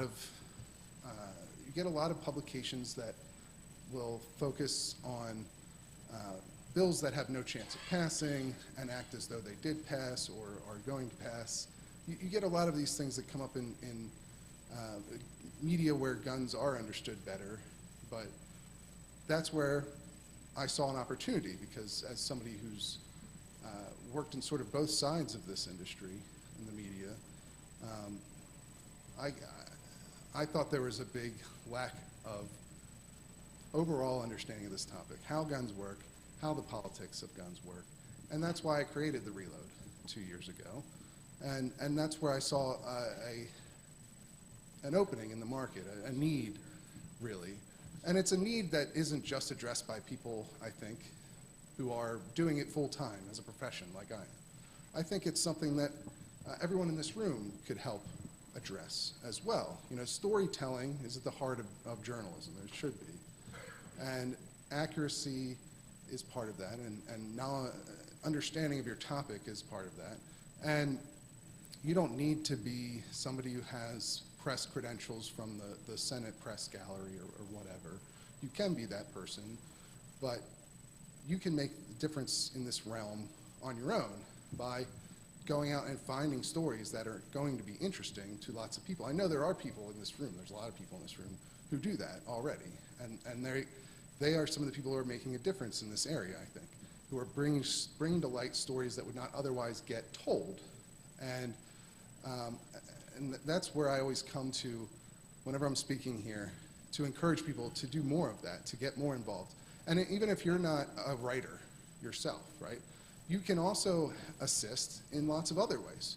You can speak with writers, you can talk to reporters, you know, do your due diligence, understand where the reporter is coming from, try and understand their background or their history, and judge whether or not it's a good idea to talk to them. But I would encourage more people to talk to more reporters in this realm, to try and help explain to them the things that are commonly mistaken in media, to try and help them avoid those pitfalls. Because I do think that the vast majority of reporters, not everyone, of course, I'm not, there are just bad reporters out there. There are bad members of the media who care more about an agenda or their opinions than they do about getting facts right. But I think by and large, reporters, people who write news reports instead of opinion pieces or something along those lines, they don't want to mislead their audience.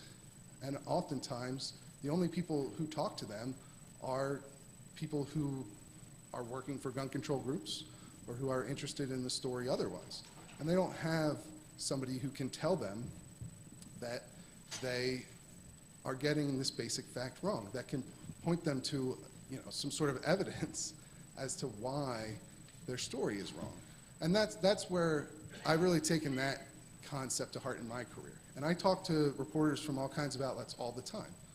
You know, I just took a reporter to the range last week who's working on a story that's related to guns, and he wanted to have a basic understanding of how firearms work, how to operate them, the firearms safety rules. This is something that took, you know, not a very long time. It's a range visit. You've all been to the range. It doesn't take 8 hours always. Sometimes it does. Sometimes you want it to be 8 hours, right? But you know, it's something that everyone, I think, can get involved with when they're faced with those opportunities. And I would just encourage you to do that more often. To, you know, you can be skeptical of someone reaching out to you. That's fine.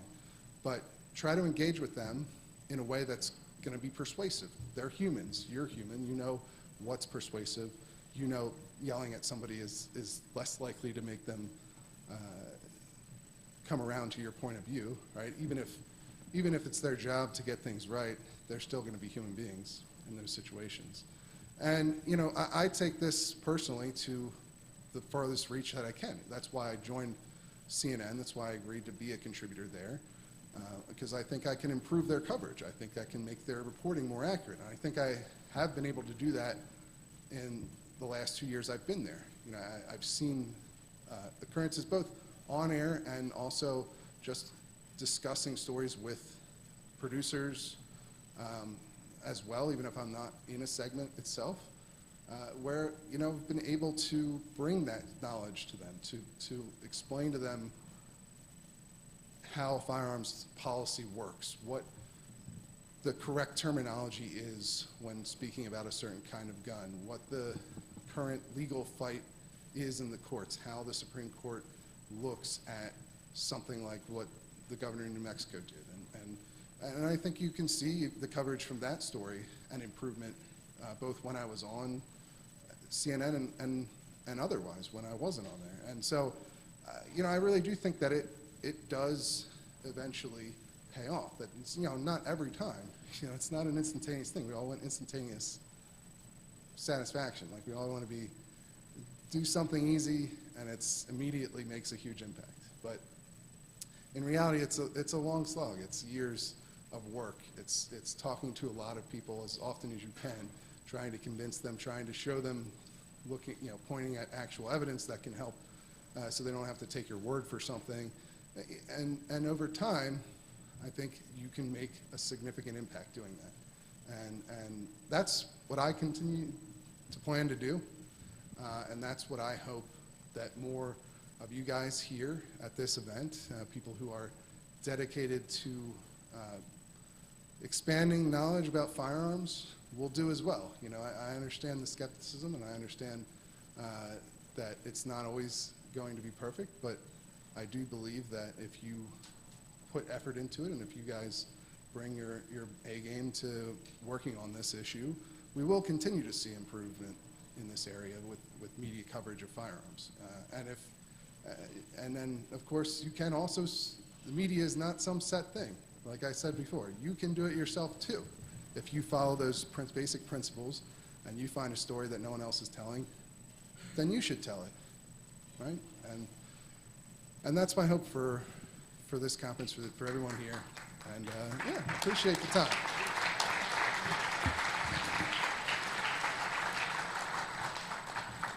That is CNN contributor Stephen Gutowski, Communist News Network. I never thought I'd say that. The Clinton News Network contributor Stephen Gutowski, the gun guy. Communist News Network. It's crazy stuff. He's also a Phillies fan. I won't hold that against him. He actually likes Bryce Harper. I won't hold him against that. I won't hold that against him. So Chad Flores was not here, and I wasn't informed that he wasn't here. Chad Flores has sent us a video. So we are going to flip the script, and you're going to see Chad Flores on video. Paul, whenever you're ready, go ahead and fire it up. And that's Chad Flores from the Flores Law. And that's it. This talk is entitled Rights and Remedies for the Right to Make Arms. I'm Chad Flores. I'm an attorney that represents the Second Amendment Foundation and its litigating allies in a variety of interesting cases. And the case I'm here to talk about today is the Vanderstock litigation. This litigation is about President Biden's new regulatory definition of the word firearm, the terms frame and receiver, which gives us glimpses into two cutting-edge issues. One cutting-edge issue is a substantive issue about the rights involved, about how far those terms can be stretched by regulation. And another cutting-edge issue that it looks at is a procedural question about the remedies and what courts do once they find that a regulation has gone out of bounds. So let's look first at the substance of the question. The regulation at issue is what President Biden calls the ghost gun regulation. This is a regulation in terms of definition of frame or receiver and identification of firearms. The regulation is designed to crack down on people who deal in and utilize 80% receivers and people who deal in and utilize gun part kits to create their own firearms. We'll start first with the statute. The statute at issue is 18 U.S.C. 921. This gives us Congress's definition of what a firearm is. Congress says that a firearm includes both a weapon and the frame or receiver of any such weapon. And at first, the regulations that the Biden administration uses to define this statute do an okay job of tracking the statute. They say at first that firearm means a weapon and also the frame or receiver of any such weapon. But where the real trouble comes is in the next facet of the regulation. This is a regulatory expansion of a statutory term. This regulation, passed by the Biden administration through DOJ and the ATF, says that these terms frame and receiver, which Congress has told us are the same as firearm, frame and receiver, shall include a partially complete, disassembled, or non-functional frame or receiver, including a frame or receiver parts kit that is designed to or may be readily completed, assembled, restored, or otherwise converted to function as a frame or receiver. In this way, the regulation at issue in the Vanderstock case accomplishes a sea change in the expansiveness of federal firearms law. Before, we thought that when Congress had said frame, it meant an actual frame. Before, we thought that when Congress said receiver, it meant an actual receiver. But now the president has exerted an authority to say that Congress, when it said frame and receiver, means to include not just an actual frame and an actual receiver, but also something that isn't a frame, but that qualifies as whatever this means, a partially complete frame that may be readily converted to function as a frame, or completed to function as a frame, or assembled to function as a frame, or restored to function as a frame. There are two critical problems here. Problem number one is that this administrative definition of the statutory terms goes farther than the statute actually means. Surely when Congress said that firearm includes a frame, it only means an actual frame and not a non-frame thing that might someday become a frame. So there's a statutory problem. There are also important constitutional problems. We know that the president wouldn't dare ban the making of private firearms because it is at the heartland of the Second Amendment, and yet that is exactly what this regulation tries to do by regulating the hardware implements of that. The vagueness problem here is substantial. No ordinary citizen using ordinary parlance and understanding how the Second Amendment works can understand whether what they have in their hands counts as a frame or a receiver or whether it doesn't, because this test now turns on whether something may readily be converted to function as a frame or receiver, and no one can tell where that line is. The regulation tries to help and give a definition of readily, and it gives us this 8-factor test about time and ease and expertise and so forth, but that does not solve the problem. The district court in this case does the right thing. The district court holds that this regulation does outrun the statute, and it also has implicated in the case the constitutional problems we just talked about, in particular the vagueness problem. To the Fifth Circuit we go, and I'll now give you a flavor of the oral argument. The case has been briefed. The argument has occurred. We are awaiting a decision, and now you can see a sense for where this panel of Judges Willett, Oldham, and Engelhardt is going to go. What we'll present here is part of an exchange between Judge Oldham on the Fifth Circuit and the attorney for the Department of Justice that I think gives a really accurate sense of where this case is going to go on the merits. Thank you. Your Honor, and may it please the Court, Sean Chandler. Mr. Jan, good morning and welcome to New Orleans. Let's get right to it because I know we have a short amount of time. I want to make sure I understand ATF's conception of readily as it's used in the regulatory text. So I'm looking, my version is from the Federal Register, so it's 24,739. Subsection C. I understand that we use the phrase readily converted and readily restored. Correct, Your Honor. The statute obviously just says readily. The GCA says readily. Correct. Converted. And I gather that we're using readily restored as it's in the NFA. So, Your Honor, I don't think that there's any substantial distinction there. Restored, I think, is a subset of converted. Converted is change from one thing to another, whether you're restoring, assembling, converting in the first instance. So that's what we were saying. Good, yeah, that was my sense of it, because it looks like there's a lot of use of NFA cases, for example. So you rely on footnote 43 in the United States versus Smith in cases that involve NFA readily restore as interpreting what ATF now means is readily convert. Am I following so far? Sorry, Your Honor. So what ATF is doing in the rule, as it explains, it is trying to give more content and notice to this long-standing practice of treating things that reach a particular stage of manufacturing and machining as frames or receivers or as weapons. And to try and fill out and give that notice, ATF is pulling from sort of decades of case law interpreting, both in the GCA and the NFA context, the concept of readily.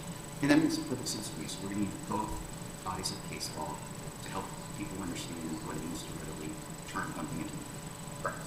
Great. So in case like, say, the United States versus Smith, which ATF relies on, someone takes a decommissioned Thompson machine gun, pours metal down the barrel, welds the receiver and the breech together, and the 8th Circuit holds 52 years ago, that's readily converted, readily restored. I guess it doesn't matter since the text uses both, it's readily converted or readily restored into a machine gun, because somebody with a sophisticated understanding of metallurgy in 8 hours at the metal shop will turn it into a machine gun. I'm following so forth.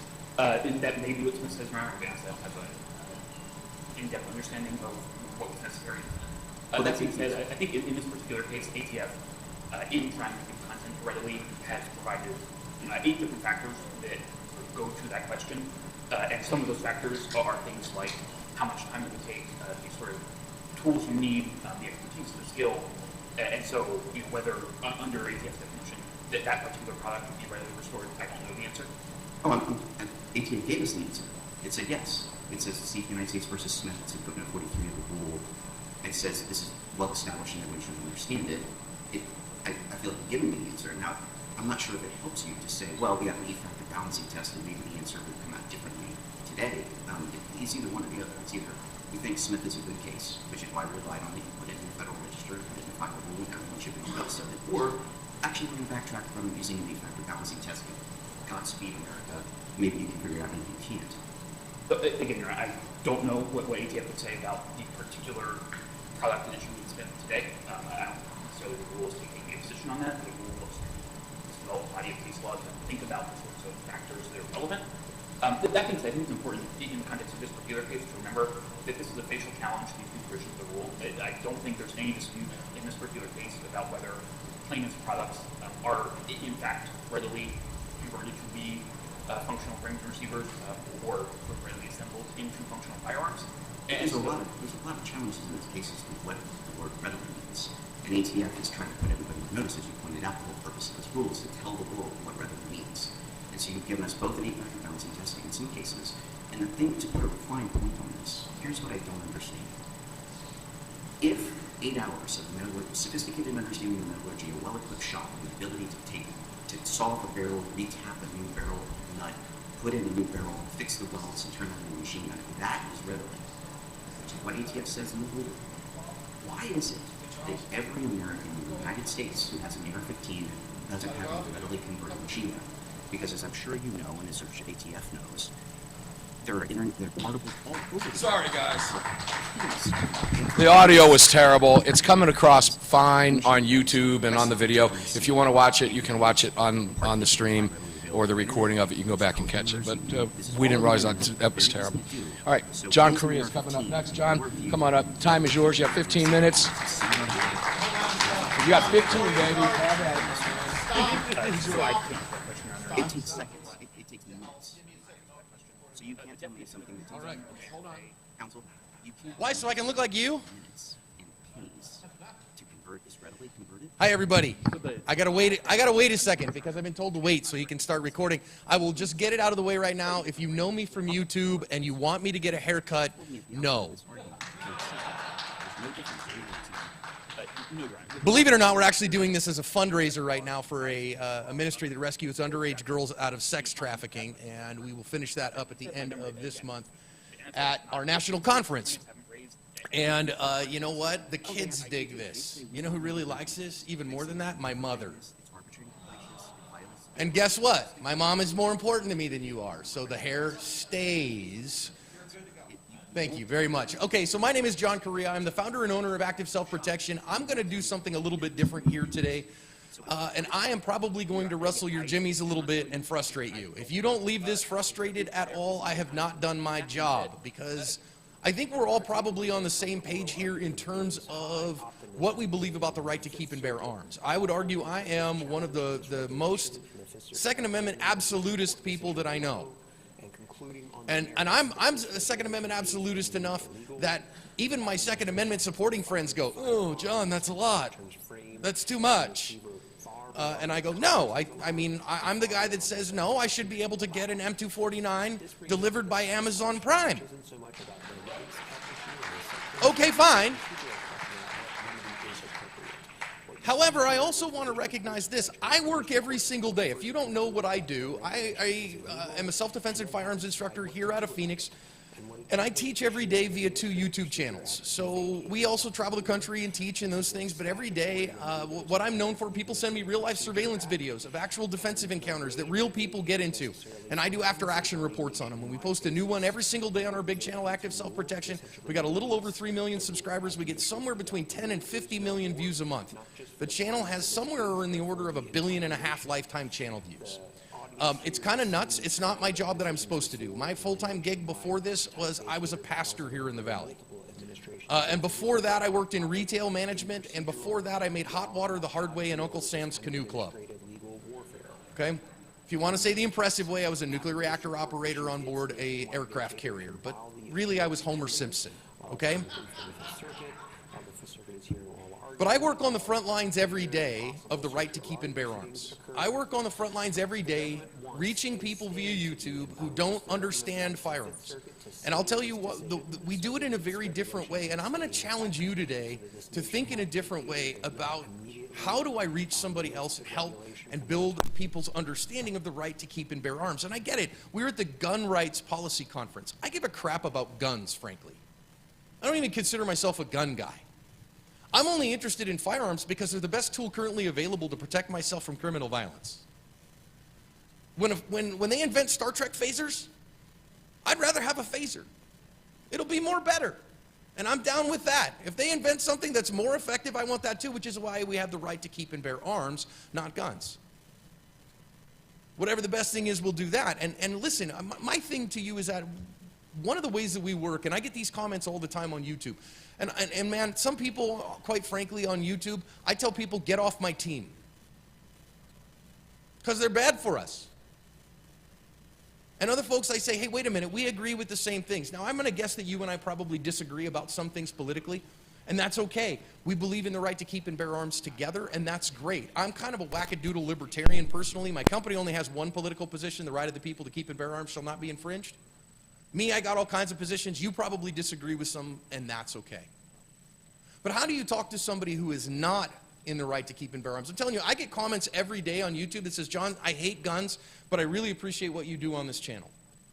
Because I get to see real people actually defend themselves. And honestly, when you see somebody who is victimized by criminal violence, we recently had one on the channel of, a 30-year-old Hispanic woman who was 9 months pregnant who drew a gun and shot a guy that was threatening her with a gun. And I said, hallelujah, she saved her own life that day and the life of her baby. And this is a very good thing. And people who are in, a specifically vulnerable population need effective tools. I'm a large-framed man. There's not a whole lot of guys that are going to overpower me. I got 16 years of martial arts study. I'm not saying I can win a lot of fights. I'm saying I'm hell in a fight, and I'll make you pay retail for it at least. At the end, at least I want to go, gosh, man, it was really hard to kick your butt. Okay, cool, that's great. But I'm not always going to be that way. And when I'm 85 years old, I still have the same right to protect myself as I do today. And you know what? Here's the funny part. My wife is I jokingly call her a crunchy, pot-smoking, witch hippie granola eater. Okay? To which my wife says, I don't smoke pot. Okay, my wife is a midwife, and she's a home birth midwife, and so that means crunchy and granola eating and all that stuff, right? And guess what? My wife is also able to pass the FBI pistol qualification on demand. Now, when we first got to married, my wife and I grew up in California. I didn't grow up in a gun home. We had some guns. My dad had a duck hunting shotgun, but that was it, and we never really talked about guns. We didn't think about guns. I grew up in the Bay Area. My wife was scared of guns. I will never forget when my wife and we got married after I joined the Navy, and we were in San Diego stationed there, and my upstairs neighbor was a Customs and Border Patrol agent at the time. He's one of my best friends on earth. He runs our podcast now. And Mike had his service pistol out in pieces on the coffee table, cleaning it, because he's a federal cop. This is what he does, right? He was cleaning his gun. My wife came up to see what we were doing, and we were just sitting up there, joshing around. She came up there, saw the gun in pieces, and had a legit panic attack. A legit panic attack seeing the pieces of a gun in a room. Today, my wife, again, carries a gun and can pass the FBI pistol qualification on command. Well, how did she make that change? She didn't make the change because I disdained her. She didn't make the change because I forced her to do anything. I get people all the time that ask me, John, how do I get my wife to carry a gun? You know the answer to that is? You don't. You respect her as an adult.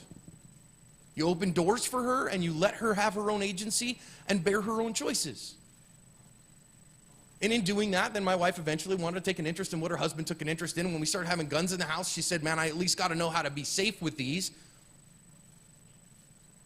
And because she's my partner, she got safe with them, and then she got more interested. And now, I wouldn't call her a gun person, but she does some of that. And I get those comments on YouTube every day. And I want to encourage you with a couple of things. Number one, I want to encourage you that nobody ever gets disdained into changing their mind. And so when you're posting on your social media, lambasting the libs and the lefties, and telling people how terrible they are and how emotional, that you're the logical one and they're the emotional one, you're not making any friends. Anybody here ever read the book, How to Win Friends and Influence People? If you haven't read it in the last 5 years, please reread that book. Because you're not going to win any friends, and you're certainly not going to win any arguments if you're not willing to make friends. And that means making friends with people who disagree with you politically. That means being able to sit around the Thanksgiving table with crazy Uncle Charlie. And crazy Uncle Charlie, who lives in Seattle and is a rabid gun control supporter. And if you can't go, I love you, Uncle Charlie. Pass the potatoes, please. And Uncle Charlie goes, I don't think anybody should have guns. And you go, it's an interesting suggestion, Uncle Charlie. Can I have the gravy too, please? And just be a friend, you're not going to make strides, guys. You're just not. Here's the thing that I want you to think about, okay? Here's an interesting part. If you're going to make strides with people, yes, we got to vote. Okay, fine. Right now, we're winning in courts. And I'm loving to see this stuff, man. Since brewing, I'm like, we are on a roll. I love it. Now, we're not winning everything. We're losing some. But, Moss, you'd agree with me. We're making some waves and winning some stuff. And it's fun to see. But guess what? We got to make more strides in the trenches every day with your neighbors, with your friends in the office, with the people at church, with the neighbors down the street, with the folks at the PTA meeting. Now I ask you, again, so my wife and I homeschooled for 12 years, and then we put our kids in public school as a personal decision.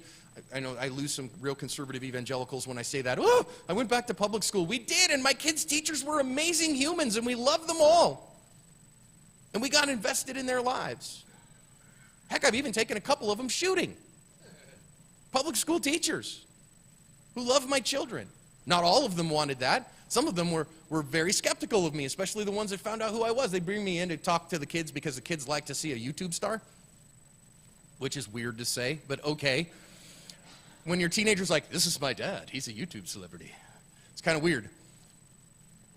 But then they go, wait a minute, what do you do? Oh, you don't have a gun on you, do you? I'm like, man, we're living in the state of Arizona. That would be a high-level misdemeanor, and I'm certainly not going to admit that to you.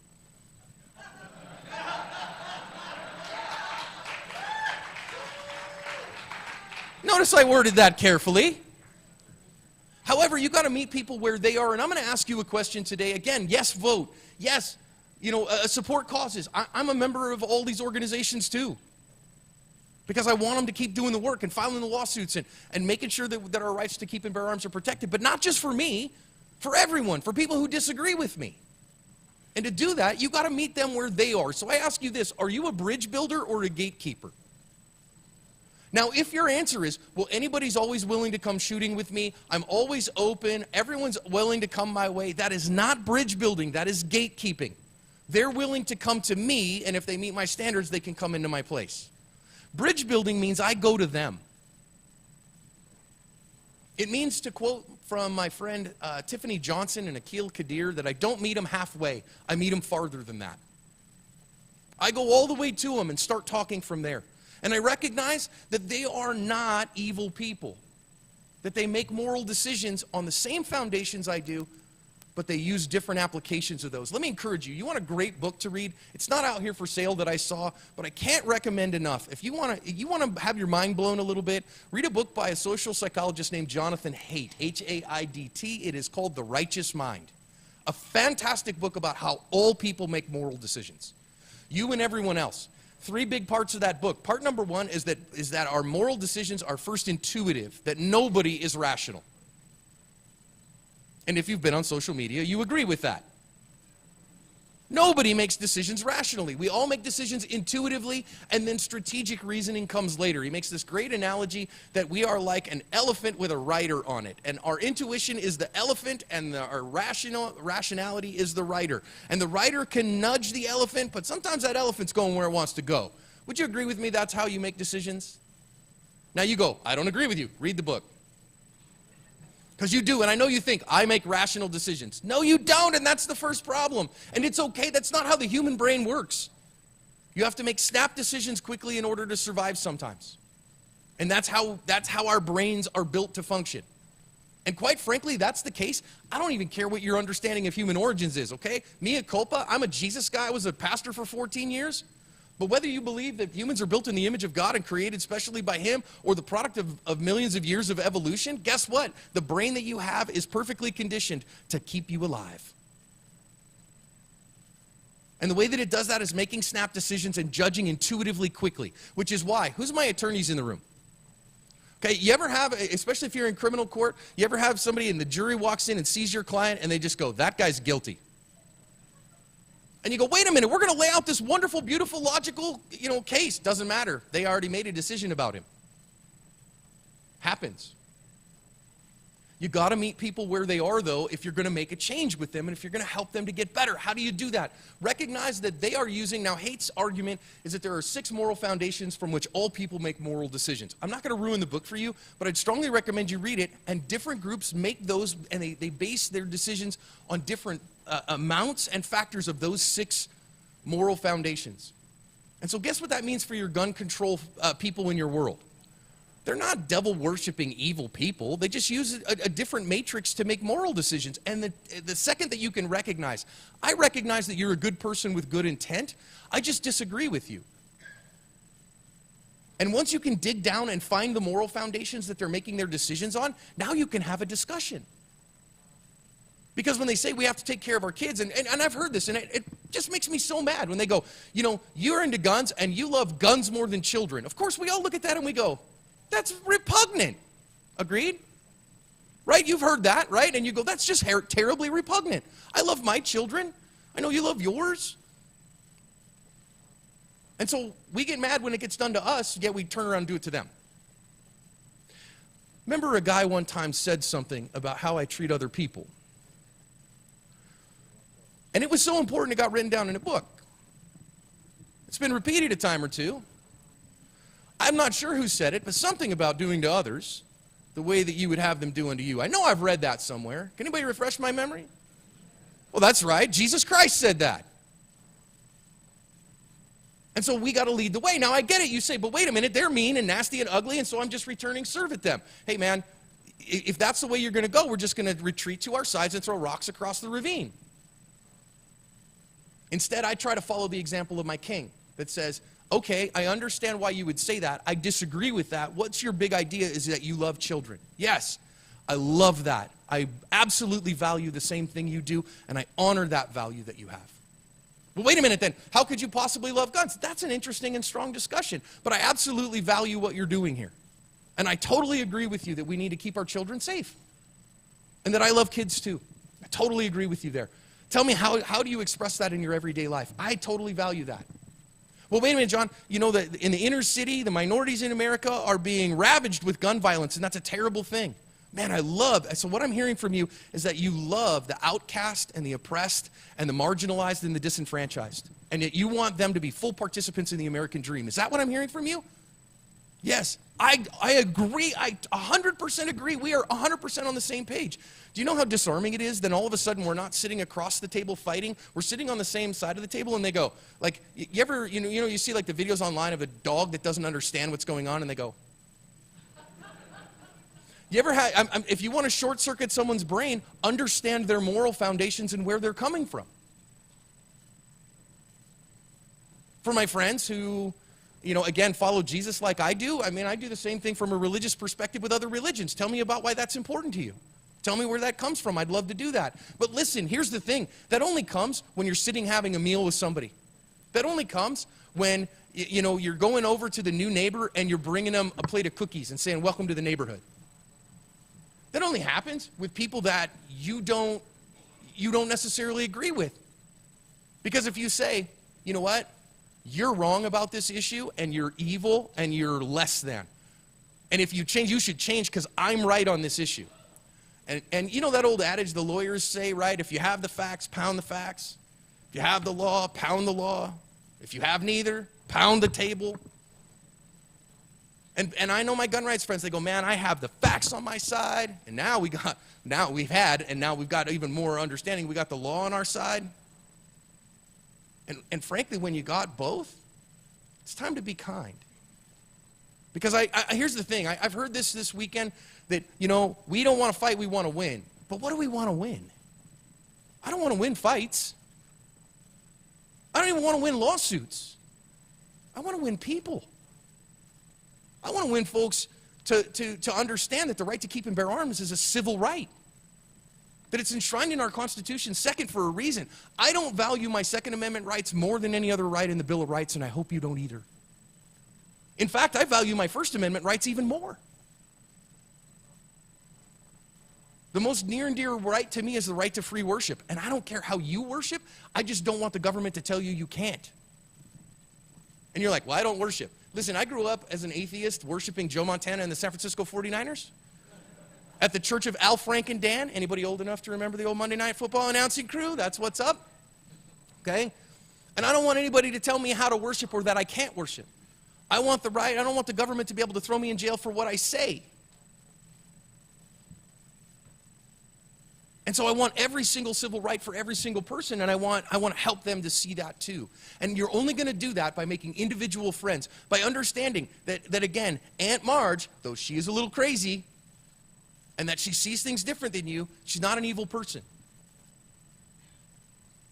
And even those who disagree with us most stridently, here's one, okay, I'm just going to say this for my Arizona friends. I said I was going to kick some people in the teeth, and I see it, okay? Do you doubt why Gabby Giffords does not like guns? You're a fool not to understand her point of view from her personal experience, right? That was just 2 hours down the road from here. And so to say, Gabby, I get it, but let's talk about how our shared values can help us. Please hear me. Read the book and go on the front lines and make a difference with somebody by connecting with them as a human being rather than yelling at them across the divide. Be a bridge builder, not a gatekeeper. God bless you, everybody.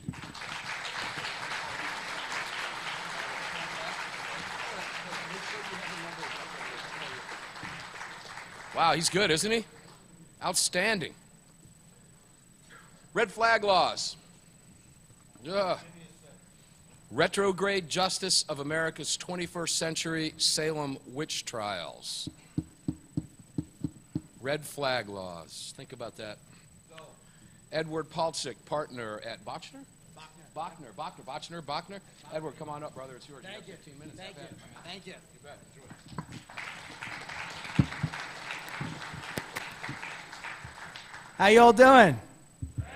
Awesome. Well, I'm coming to you from the free state of Florida, from the swamps of South Florida, where everyone in my neighborhood has a horse, a dog, and a gun, or more than one of each. So don't tread on me. I'm here with my law partner, Serge Krimnis, who came from New York. And before I say anything else, I would really like to thank Alan and Adam for inviting me here. Very grateful for the opportunity. Very grateful to be in this room with a whole bunch of you patriots and true Americans and supporting the cause. So thanks to everyone here. Thanks to the Second Amendment Foundation. Really glad to be able to speak to you today. I recently wrote a rather lengthy study about red flag laws. I'm embarrassed to say that it's swelled to over 100 pages now.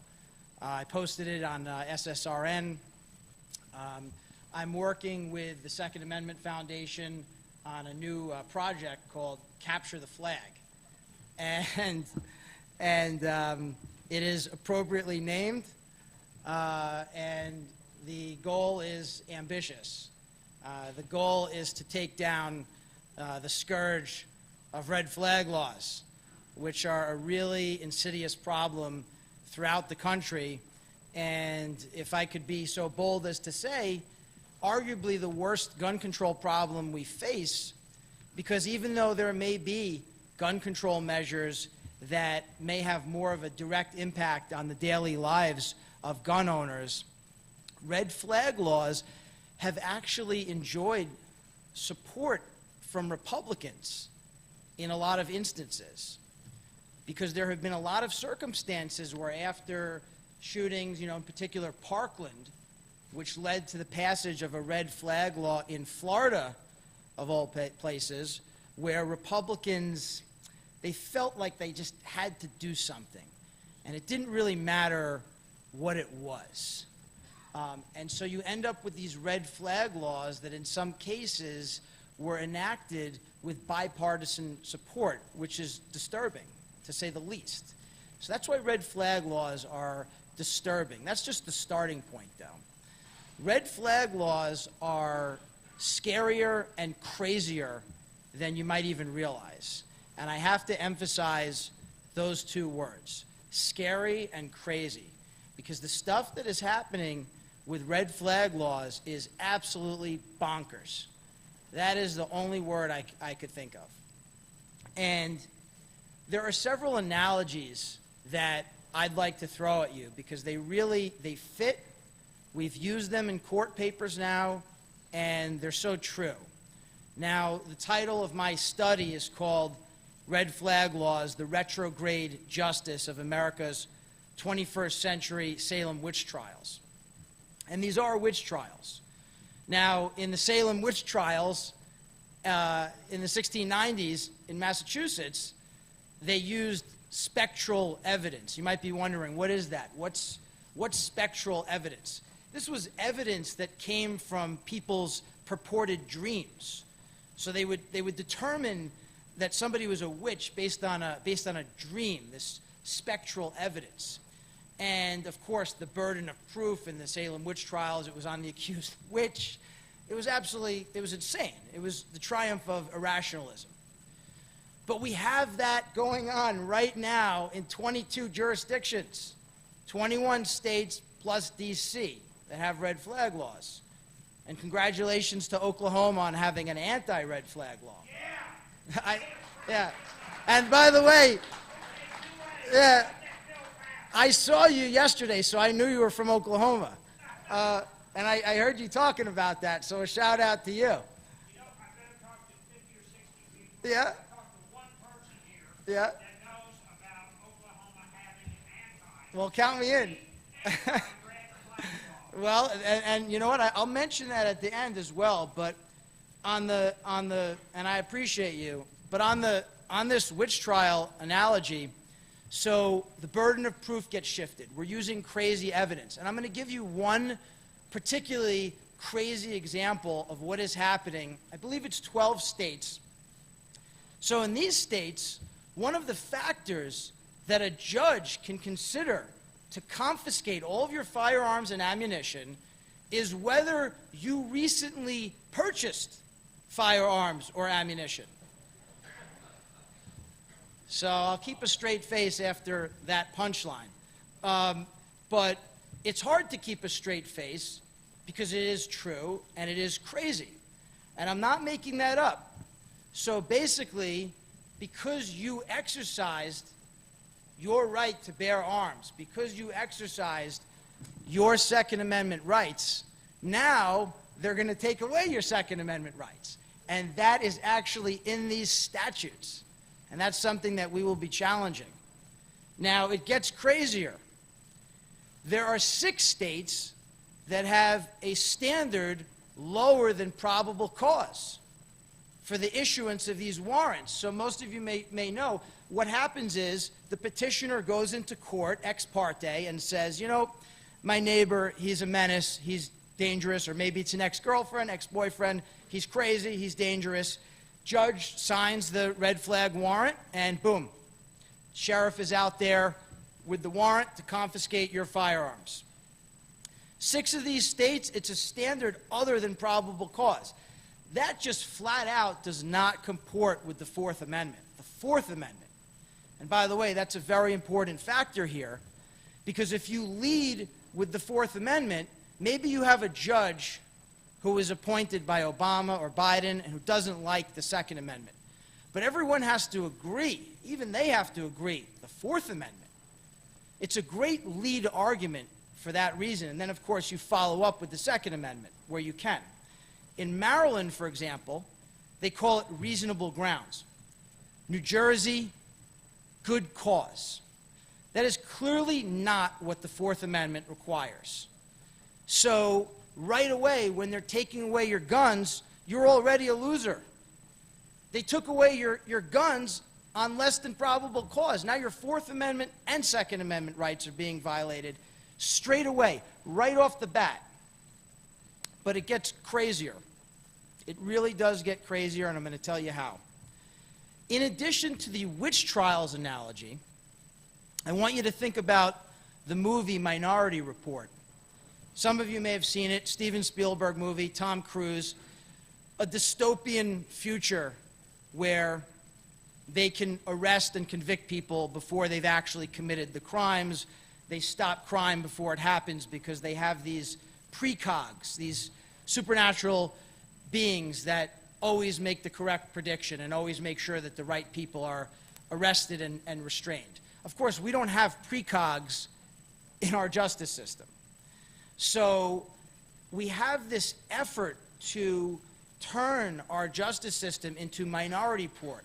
Let's stop the dangerous people before they commit a mass shooting. They're dangerous. Let's stop them. But that is also bonkers. One of the sponsors of Maryland's red flag law, and now you'll notice I've mentioned Maryland twice, and I'll tell you why in a little bit. One of the sponsors of Maryland's red flag law said during the legislative debate on Maryland's red flag bill, it's the respondents' possible conduct that we're worried about. Think about how insane that is. Possible conduct. And by the way, that very same individual, that delegate in Maryland, also said, well, the respondent is going to have to prove why he's not dangerous. So we're just completely flipping the burden of proof. We're talking about conduct that hasn't happened yet. So I'm going to pause here and I'm going to ask you, are you starting to see why this might be the biggest gun control problem in America? So another analogy, the Star Chamber from Great Britain. So nobles, they were hauled before the Star Chamber, the King's Star Chamber. It was painted. It was called the Star Chamber because it was painted with, stars. And the Star Chamber meted out these arbitrary punishments, arbitrary and extreme punishments for offenses that clearly did not warrant such punishments. We have a Star Chamber here.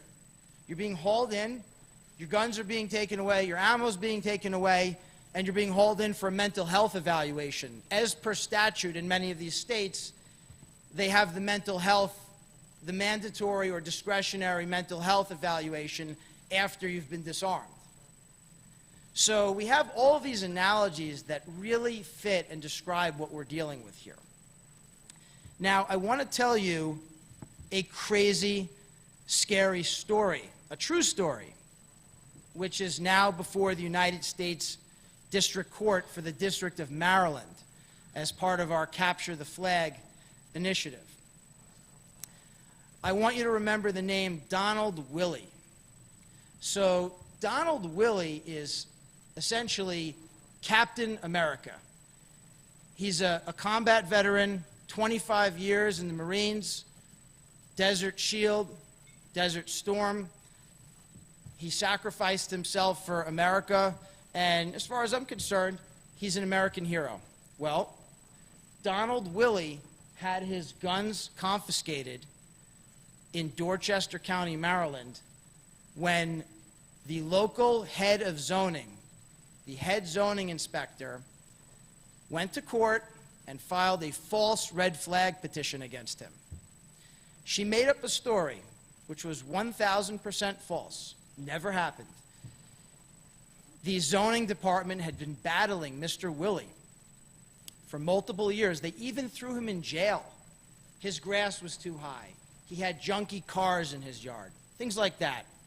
And he resisted. He fought in court. He didn't give in.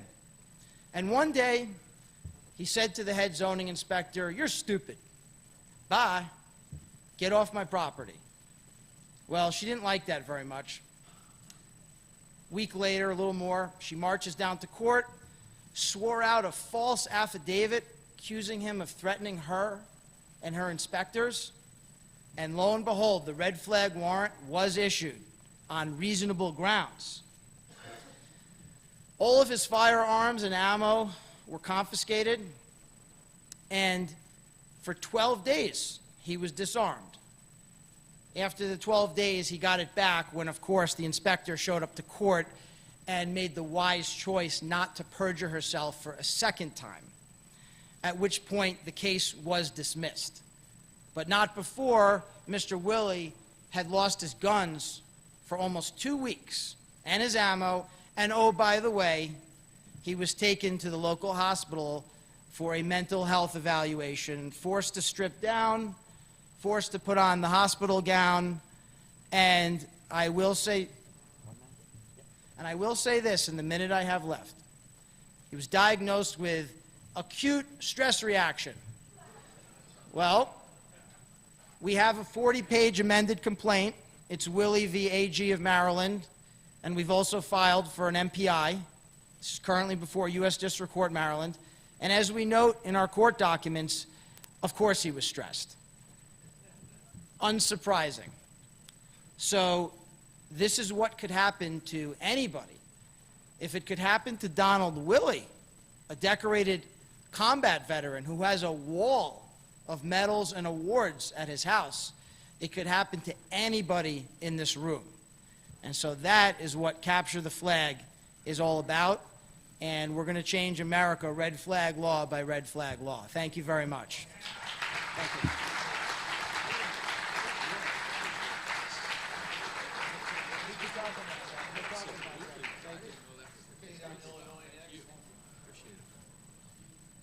All right, guys, continuing on.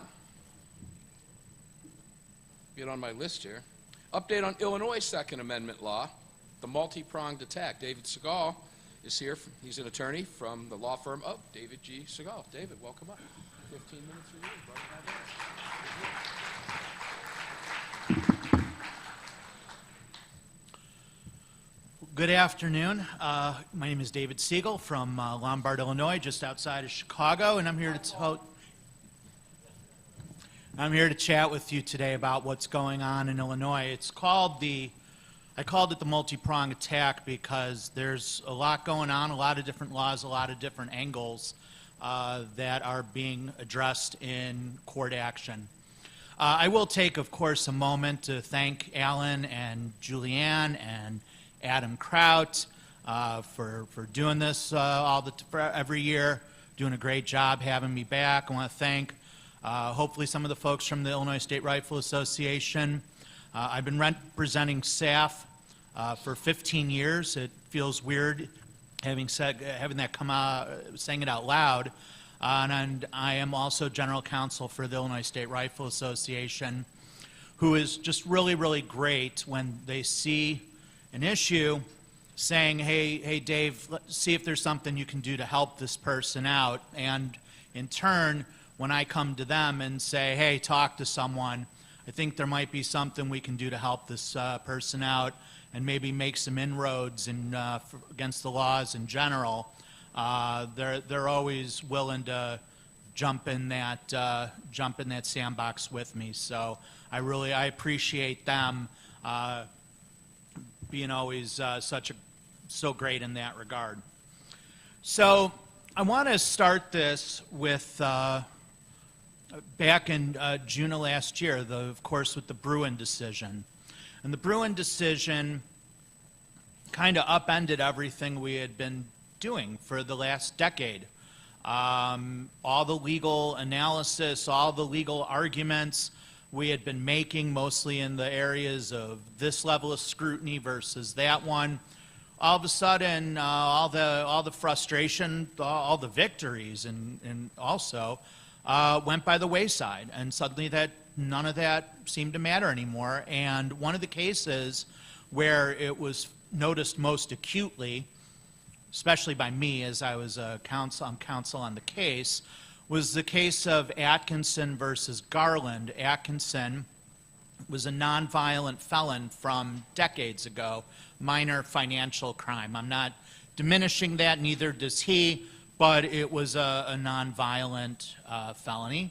And over many decades, he certainly proved his redemption as a citizen, as a moral, law-abiding person.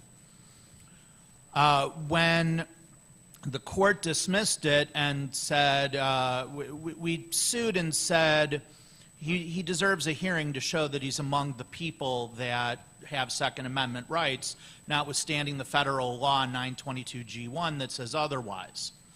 The court dismissed it and said, under levels of scrutiny where I, the district judge, am going to uphold this. But while the case was on appeal, Bruin came down.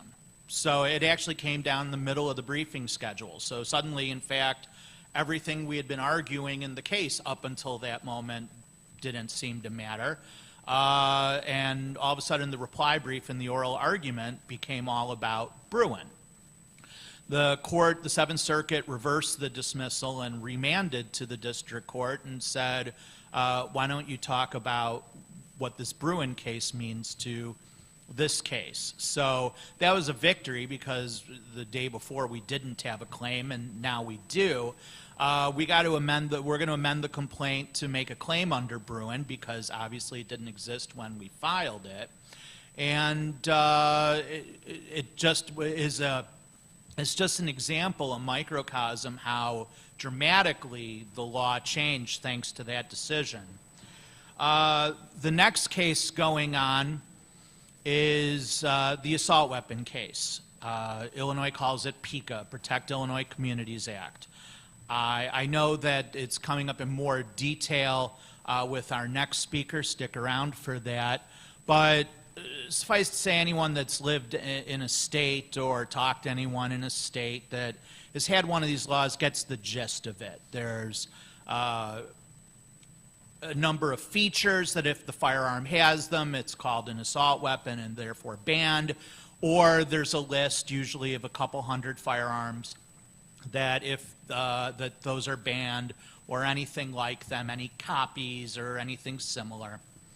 So Illinois passed that, and they said, if you own one as of the date of, and large capacity magazines, I'm sorry, anything over 10 rounds for a rifle or 15 rounds for a handgun is now prohibited. So if you have one prior to the date of the passage of the law, which was this past January 10th, you're allowed to keep it, but you have to register it with the state by next January 1st, so up in a few months. If you didn't have it by then, it's banned, it's prohibited, you're not allowed to have it. So there were a number of legal challenges, some in state court, some in the Southern District of Illinois, some in the Northern District of Illinois. The state court down the southern part of the state issued a temporary restraining order against the law, but it only applied to the 2,000 or so plaintiffs in the case. And I mean that literally, like, there was a petition for, in one case, there was about 4 of them, there was a petition for TRO with literally 900 affidavits attached. It's one, I was really worried when I got it. I'm like, how am I going to read 900? But then when I saw it was all affidavits, I was, okay, I can get through this. So there was that. And then in the Southern District, 4 cases were put together, including the one that I'm counsel on, called the Harrell case. And a judge granted a preliminary injunction against that case, against the law in those cases. There were 2 in the Northern District of Illinois up in Chicago, and the district judge denied a request for injunction. So all of this got appealed where it's in the 7th Circuit right now. The judge, the 7th Circuit reversed the stay, or stayed the injunction, so that injunction was in place for only about a week. And in the state case, the Illinois Supreme Court a few weeks back reversed the TROs and basically threw out those cases. So what we're waiting on now is a decision from the 7th Circuit, and quite possibly, maybe even probably, a trip to the Supreme Court. This is not an issue that is going to be resolved quietly. I suspect this one is going to go the distance. The questions, though, are raised by this. In the meantime, while we're waiting for the 7th Circuit to rule, the Illinois State Police just a few days ago put out emergency rules for registering the firearms. So what happens with that? Does everyone have to register? Assuming they do, what happens if the court overturns the law? What happens to that registry? What happens to all the firearms that were purchased during the week of the federal injunction? What happens to the firearms purchased during the few months by the 2,000 plaintiffs in the state cases? There's a lot of messy issues, a lot of unanswered questions, some of which are probably going to wind up in their own lawsuits because that's just how Illinois seems to work. So ultimately, again, we're going to wind up with a whole bunch of muddy issues, and I think the best way that they're going to wind up being resolved, one way or the other, I guess, is for SCOTUS to ultimately take the case. So first things first, we'll see what the 7th Circuit says. The arguments were back in June, and we'll go from there. The next case that I want to chat about is the Miller case. In some ways, if you've heard me speak before, it sounds like a greatest hits album. But Miller's been kicking around for a while. It's the Illinois foster care and daycare case where the state has disarmed foster parents and daycare home parents pretty much completely. I won't go into all the details, but they basically have made it so you can't, if you have a foster license, not even if you have a foster child in the home, if you have a foster license, you're all but disarmed if someone decides to break in the middle of the night, let's say. And daycare home, if someone comes in, you're disarmed totally. This is another one. It was pending on appeal. Bruin came out, and the 7th Circuit reversed the summary judgment that the court had issued in favor of the state and said, well, Bruin, so let's send it back to the district court to see what the court thinks about, what the district court thinks about it, and we'll go from there. So again, the beat goes on, but we had lost, and now we have a case again. So I think that the state's going to have a lot of trouble justifying the laws that I've been talking about under the Bruin standard. They were under levels of scrutiny. They were able to get away with it, and they might not be able to under Bruin. Am I out, or are you just? Oh, okay. 2 minutes. 2 minutes. All right. Schoenthal versus Raoul. The state bans concealed carry on public transportation.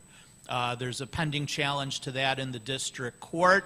It's headed toward the summary judgment filings. Again, I don't know how the state's going to justify that restriction under Bruin. Looking for historical analogs, they just don't really exist. And I think the state's going to have they'll trot out someone to try and argue otherwise, but the evidence just simply isn't there. Anderson and Clark versus Raoul is a Southern Illinois case challenging the state's ban on suppressors.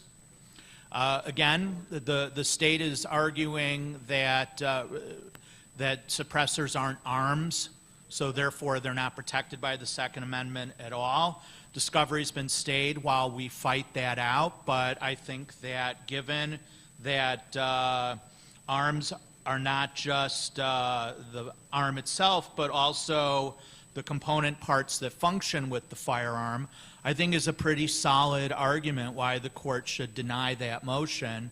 And again, once you go to Bruin, once you look at the standard, I don't see how that possibly holds up. There's a bunch of state cases involving clear and present danger where the state goes and revokes people. You heard a little bit about a similar thing with the red flag law. The state's going through old records and revoking people's licenses, their FOID cards, based on year-old, 2-year, 4-year-old allegations that the state police investigated the first time and found not substantiated. But after the tragedy in Highland Park a year plus ago, they've gone and revoked thousands of people's license. I don't have the exact number, but it's there. It's in that range. They don't tell people why they're revoking, and you practically have to sue to find out. There is a case in the Illinois Supreme Court right now where someone's arguing that they should have the right under FOIA to get that information. We'll see how that pans out, but it seems like a pretty good Fourth Amendment violation when you get your rights stripped away and you can't even find out why. And, well, I think that that's running on, that's going to have to serve as my capsule summary for what's going on in the Prairie State. But there's more, so I guess stick around next year. Thank you, everyone.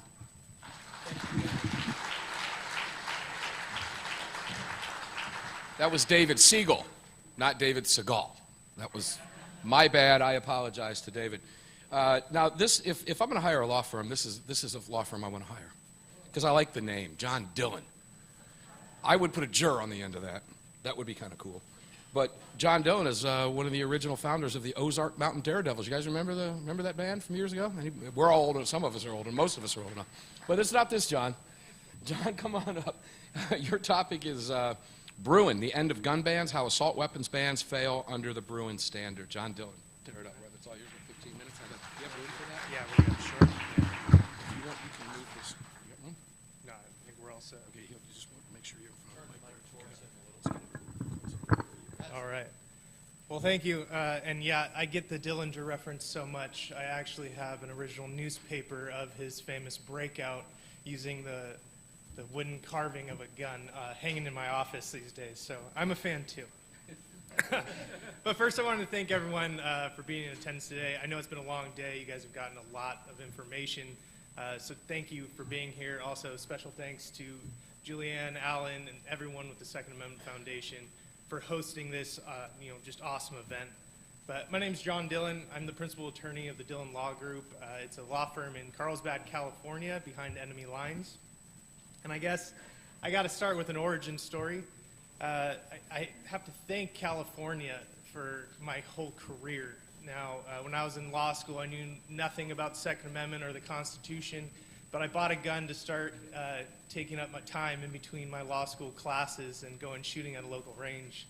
after a while, I changed the barrel of my gun and mistakenly thought that by doing so in California, I committed a felony. So while running to the law school library to research my own criminal defense, knowing all the while that the ATF was about to knock down my door and shoot my dog, I started learning about the California gun laws and all of the absurd regulations. And that research turned into an obsession, which turned into a law firm that's focused on Second Amendment litigation. So, as they say, tyrants make their own enemies, and California's to blame for theirs. In that time, I've had the distinct pleasure of working with the Second Amendment Foundation and many other gun control organizations in all sorts of different challenges to various gun control laws. I've had the pleasure of working with a lot of the lawyers that you've heard from today.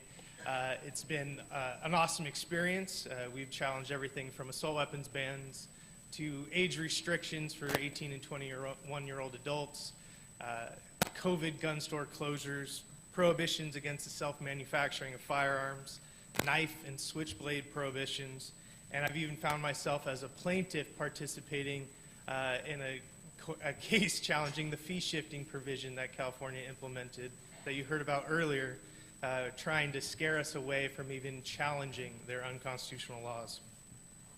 So all in all, it's been a busy few years. We've had a great deal of discussion regarding the Supreme Court decision in Bruin. I really can't stress the significance of that case. You know, large segments of the public and the media really focused on the concealed carry aspect of the Bruin decision and its effect on public carry. That was fantastic, but the real meat of that decision and the superb judicial work we got on that was addressing the new standard of review and rejecting the concocted means and interest balancing approach that the Ninth Circuit and many other lower courts were implementing since Heller to justify nearly every single gun control mechanism that you can possibly think of. So since the Bruin decision, we've seen a massive shift in the playing field in Second Amendment litigation. Courts, even what I would call hostile courts, have been forced to start applying a constitutional standard that is much more difficult to weasel their way out of through convoluted policy arguments or asserted government justifications that have no supporting evidence. So much so, I was recently successful working with knife rights and getting the city of Philadelphia to admit that their outright ban on carrying knives was unconstitutional, getting a Rule 68 judgment in our favor immediately after filing a complaint.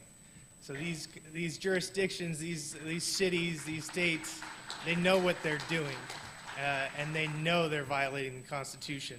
So now it's time to hold their feet to the fire.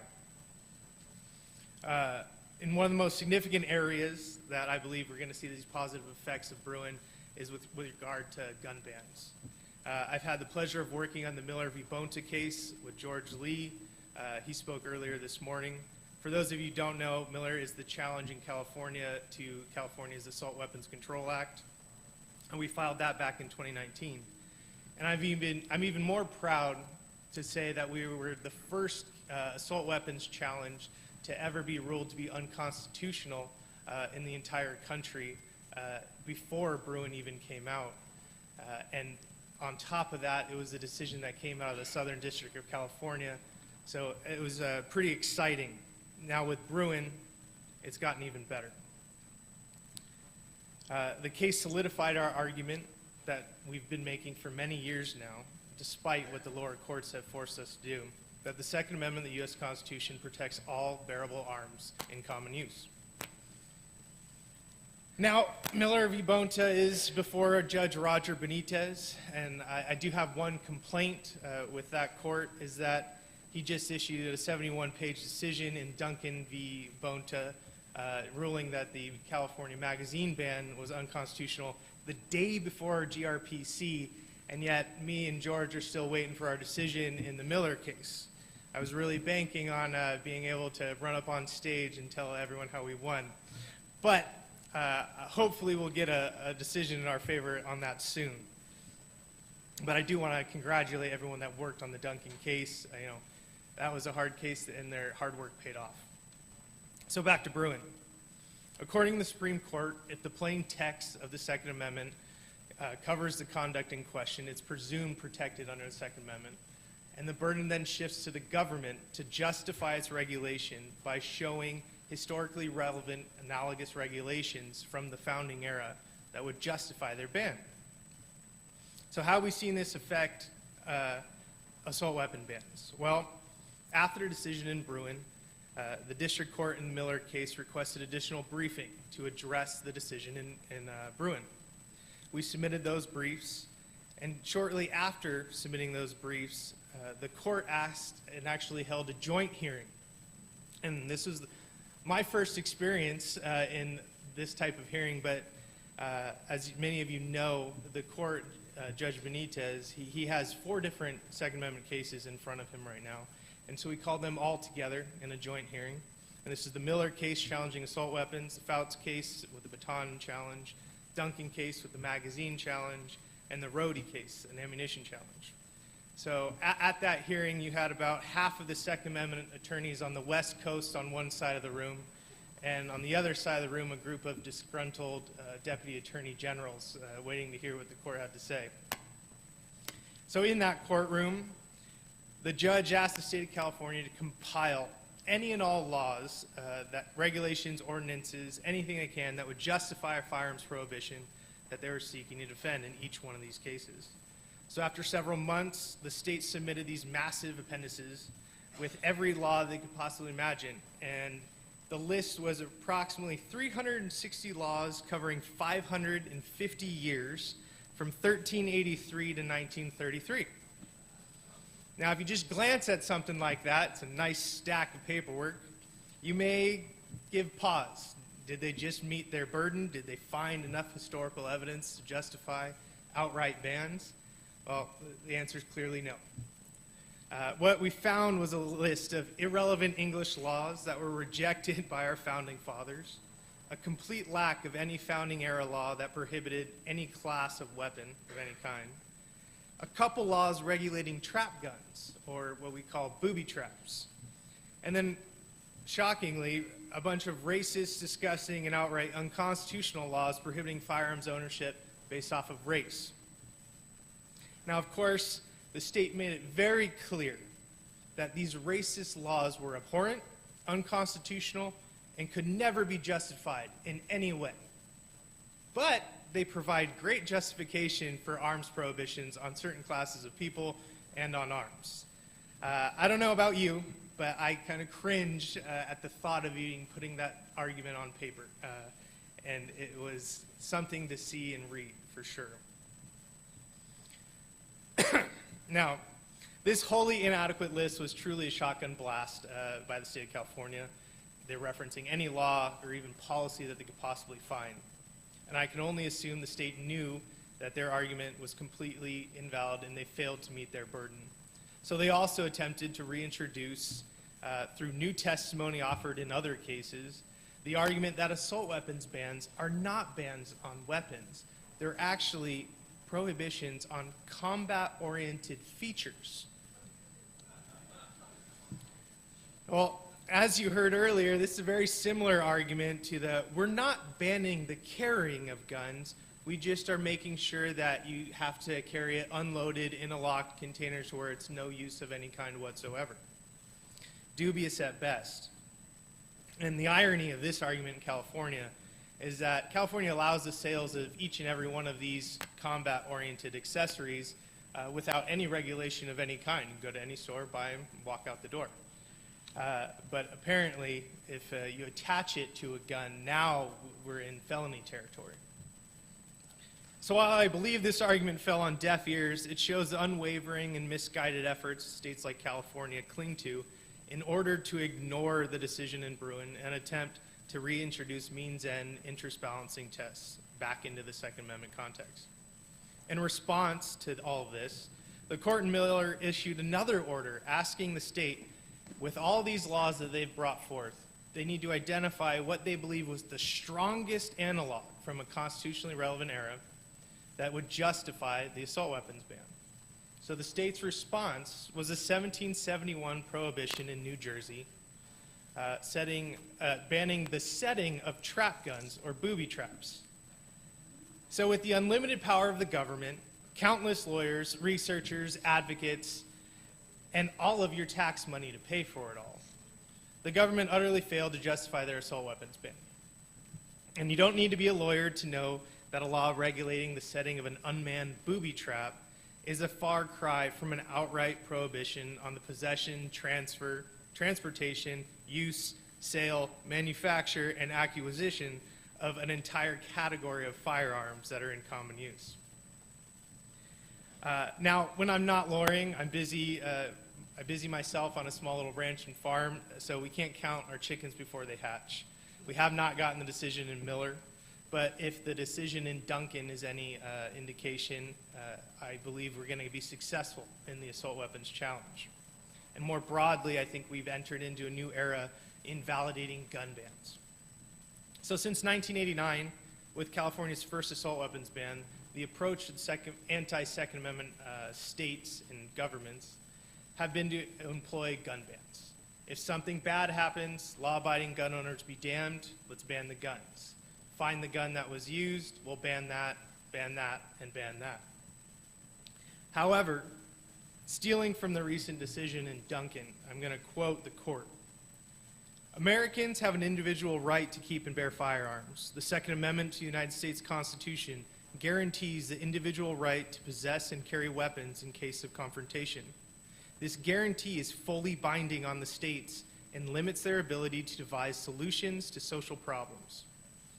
And the guarantee protects the possession of weapons that are in common use or arms that are typically possessed by law-abiding citizens for lawful purposes. These are the decisions this court is bound to apply.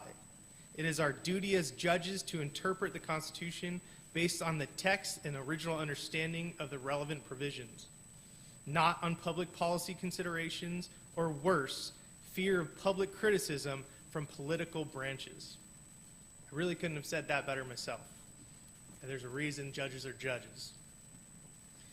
So with the Bruin decision, the simple fact is that there is no historical justification for arms bans. Instead of blatant violations of your rights, states and local governments are being forced to come up with more nuanced approaches in how to best regulate your right to keep and bear arms.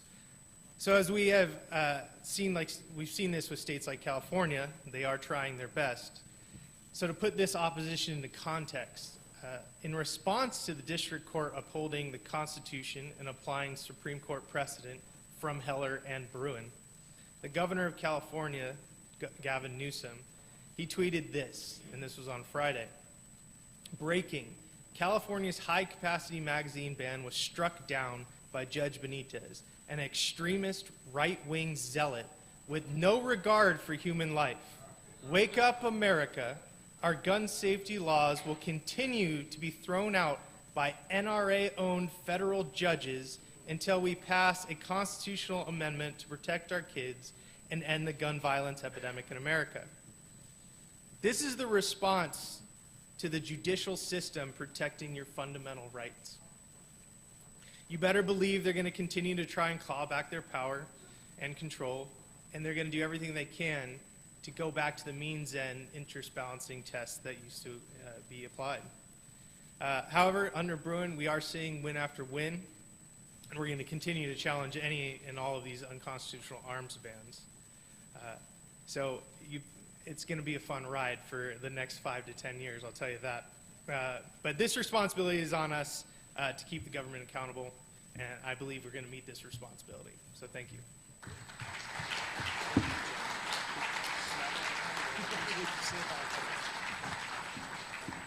Okay, guys, coming to a close. We've got two more panels. We have these two here, Jim Irvine and Cheryl. I'll introduce them in a second, followed by Dr. John Lott. And I want to take this opportunity right now because I know everybody here is going to stay on time. This is the first time in many years I can remember every single speaker stayed on time. And we are literally, and I want to thank every speaker here for making what is a really difficult job. It might not look like it, but it really is. Really simple today. I'm jinxing you, and if you go over, you're taken from John Lott, and I'll be out of here anyway. So, Cheryl Todd, Cheryl Todd is the founder and producer and co-host of Gun Freedom Radio. You've known her a long time. She's a very dear friend of mine as well. And Jim Irvine fits the same bill. He's a very, very close friend of mine.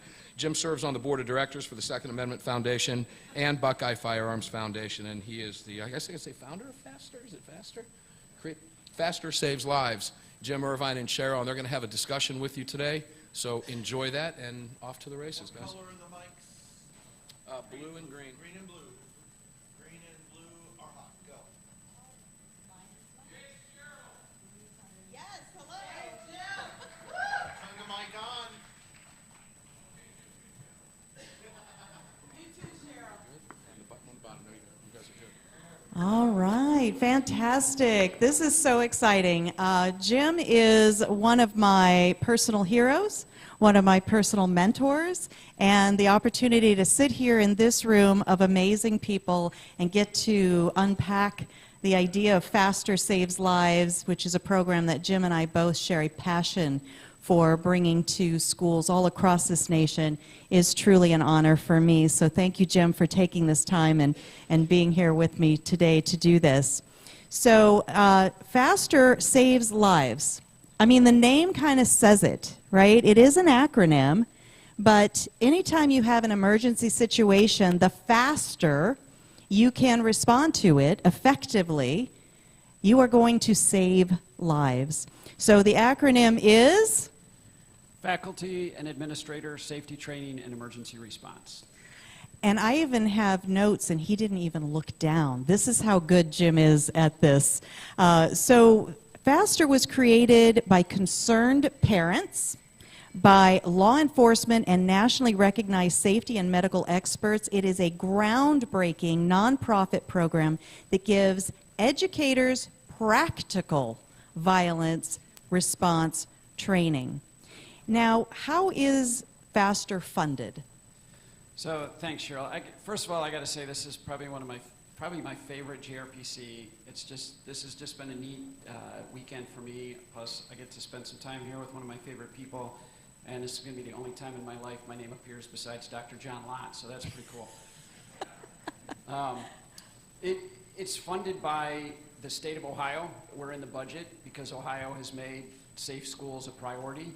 But it's also greatly funded. Before we ever got a dime out of the state, we raised over $1 million that we spent training the state's employees, our school teachers and law enforcement officers, and working with our schools. And it came from private donations, just like the people sitting here. And we've had people hand us donations here this weekend. Wow.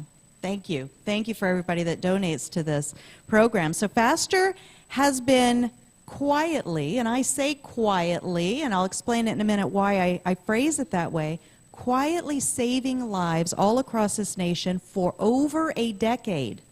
It has trained over 3,000 people in 300 districts in 22 states with 0 derogatory incidents in all of that time. And that's what I mean by quietly, because if there had ever been an incident, right, where one of the trainees had maybe left their firearm on a toilet seat or something, like even law enforcement has done in certain cases, right?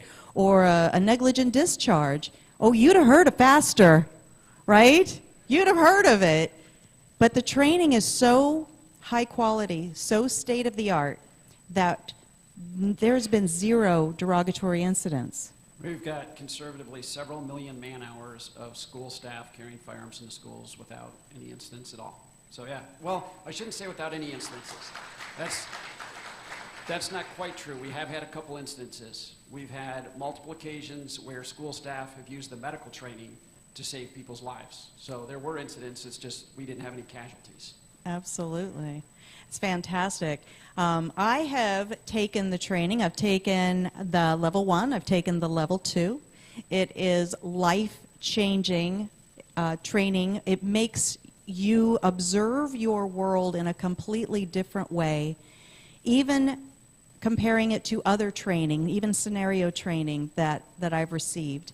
And I just feel that, you know, even if schools are not allowing all 3 segments of the training, I say still get the training, because there is the before, the during, and the after. It's the way I describe it to the schools that we sit and talk to here in Arizona. The before is the situational awareness, better communication with your local law enforcement and fire department. The during is you've got somebody in your midst who is murdering people, putting holes in them, whether it's with a knife, whether it's with a bomb, whether it's with a gun. What are you going to do to stop that? We train for that. And the after is, okay, we have mitigated the threat. We've stopped the threat. And now we need to patch up those holes. How many people have died, Jim? I mean, not that you have the number, but how many people have died because somebody just didn't even understand you can grab a cord out of a wall and put a tourniquet on, or God forbid, actually have the actual tourniquet in each classroom, which should be our goal. At least get the medical piece of it. Yeah, we have, I don't know that every state, but most states require an AED in the schools because you cannot get medical services in the school fast enough to save somebody's life if their heart stops. It's just, that's the reality of it. They also have epinephrine because you can't save an anaphylactic shock patient if you don't have it right there. There's not enough time to get them in there. Last year I played a 911 call where a little boy named Jacob Hall bleeds out and dies. Somebody commented to me today saying that moved me to get this program into our state.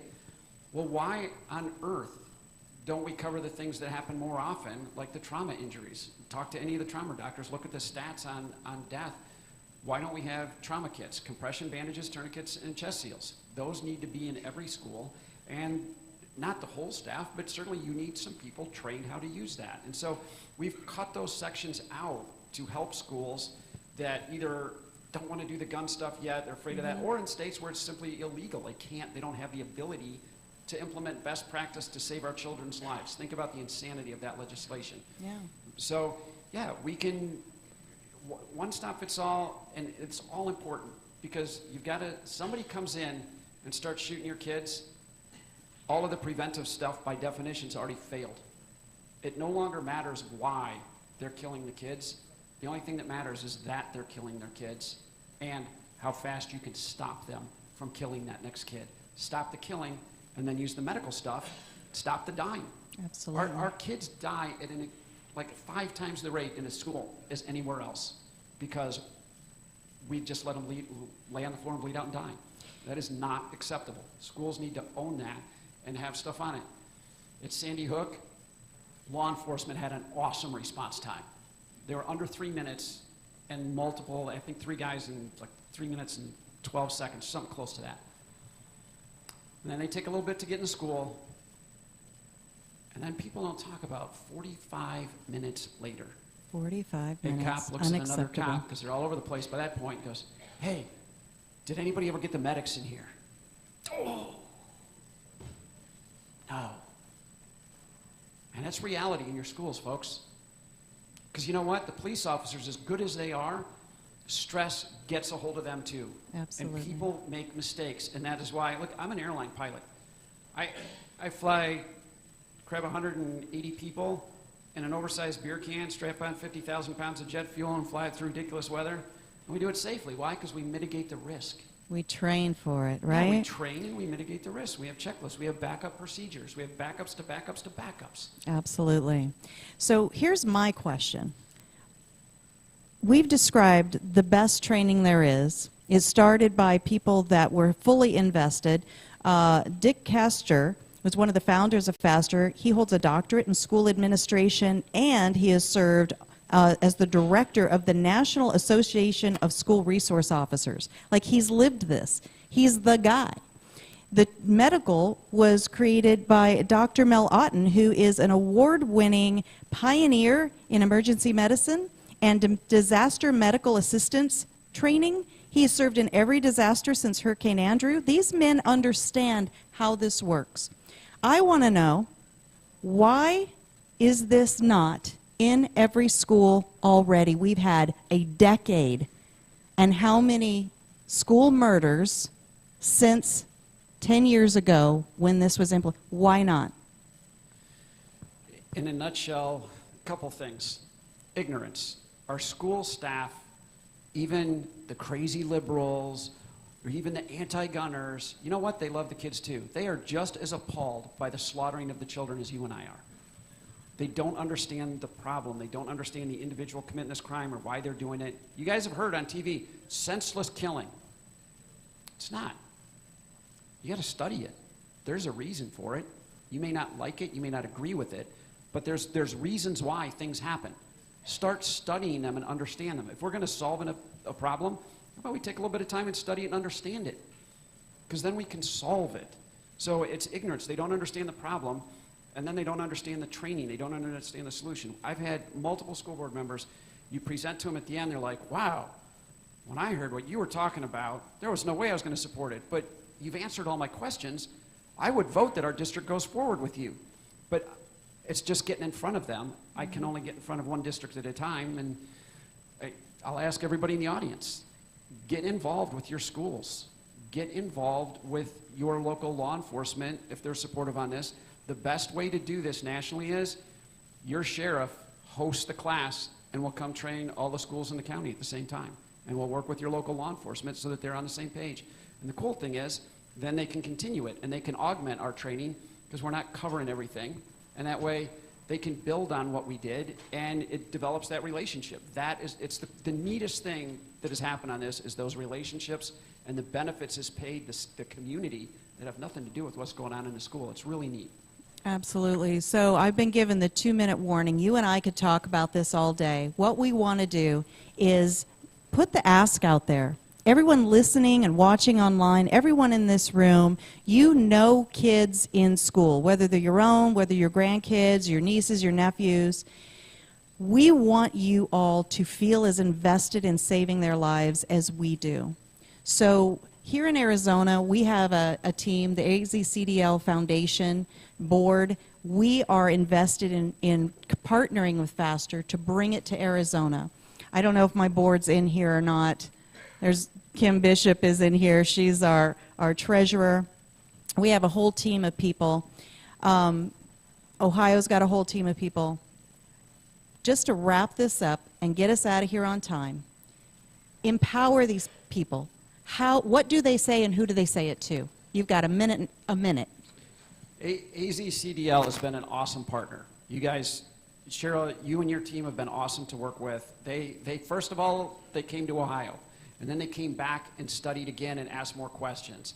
And then they had us come out here and do stuff. So it's a relationship over years that's gone on this.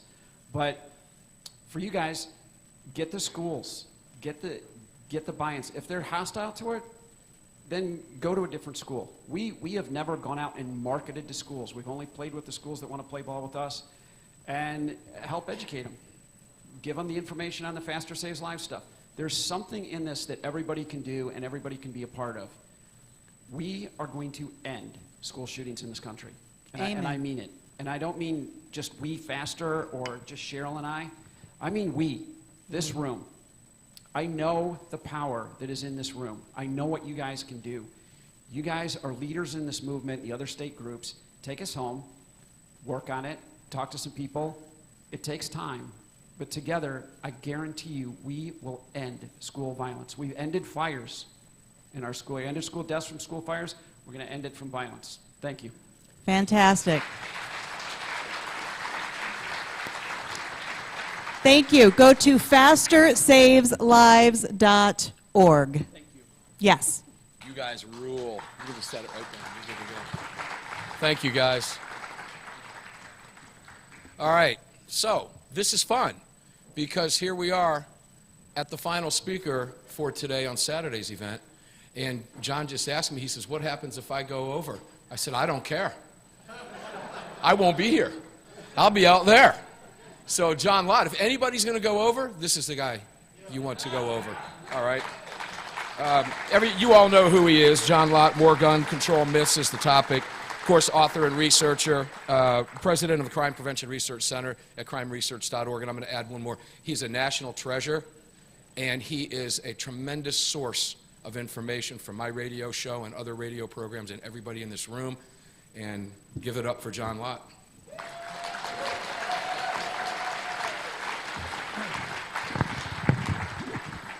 the check's in the mail for that. I appreciate it. Just like, since Jim was just talking, I just want to say we've done some work on school shootings, and if you look from 2000 on, there are 20 states that have different numbers of schools that have armed teachers, but you're talking about literally thousands of schools.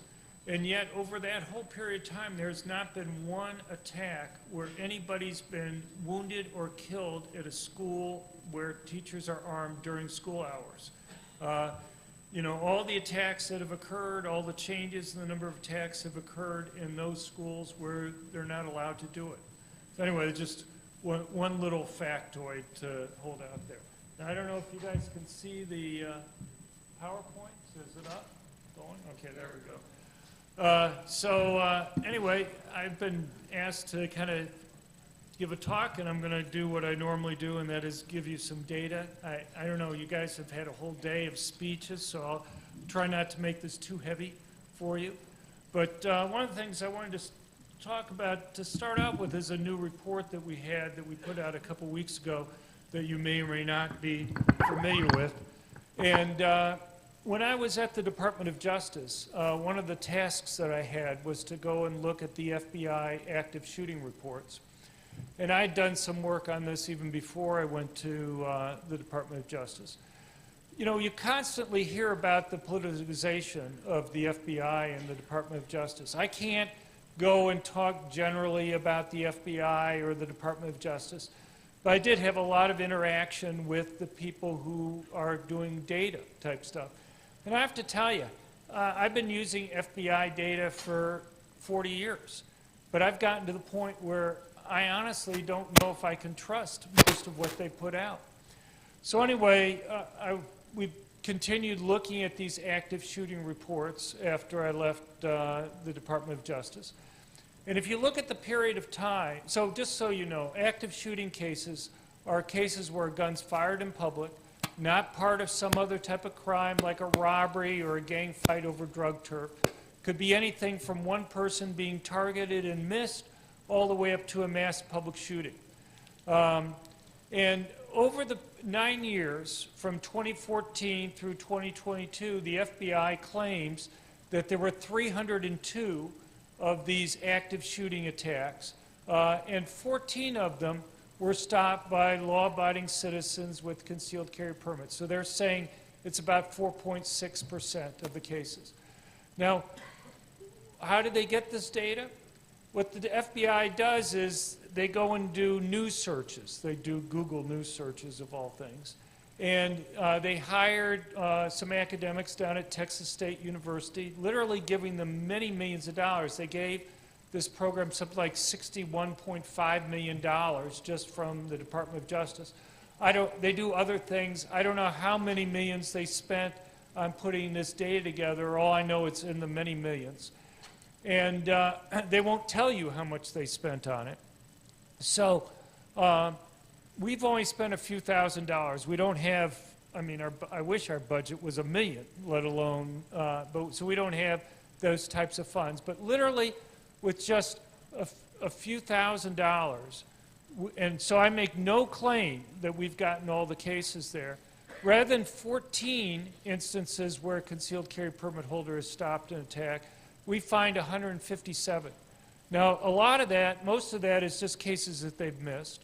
Some of it are cases that they've misclassified. So, for example, you have the December 2019 shooting at the White Settlement Church near Fort Worth, Texas, where a man came into a church, started shooting up, killed 2 people, and a permit holder fatally shot the attacker, ending the attack. They classified the individual as a security guard. When I was at the Department of Justice, I actually talked to him. He said, look, the minister just made anybody who had a concealed carry permit automatically an honorary security guard, but they didn't get paid. There was no extra training required. They don't even keep track of who had permits that day. In fact, they could only tell me that they guessed there was maybe about 18 to 20 of the parishioners that had permits. So this guy definitely picked the wrong church to go into at the time. But, you know, so anyway, so rather than 4.6% of the cases. I'd argue you're talking about 40% of the active shooting cases are stopped by somebody who's legally carrying a gun. That's a pretty huge difference that's there.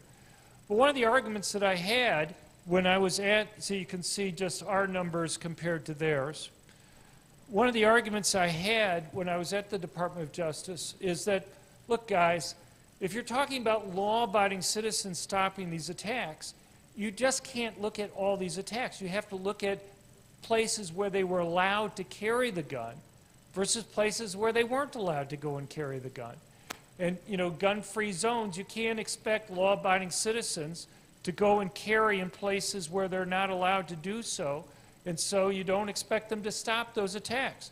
So if you just look at the numbers for 2022, and I believe we have a more complete set of cases in the later years than the earlier years that are there.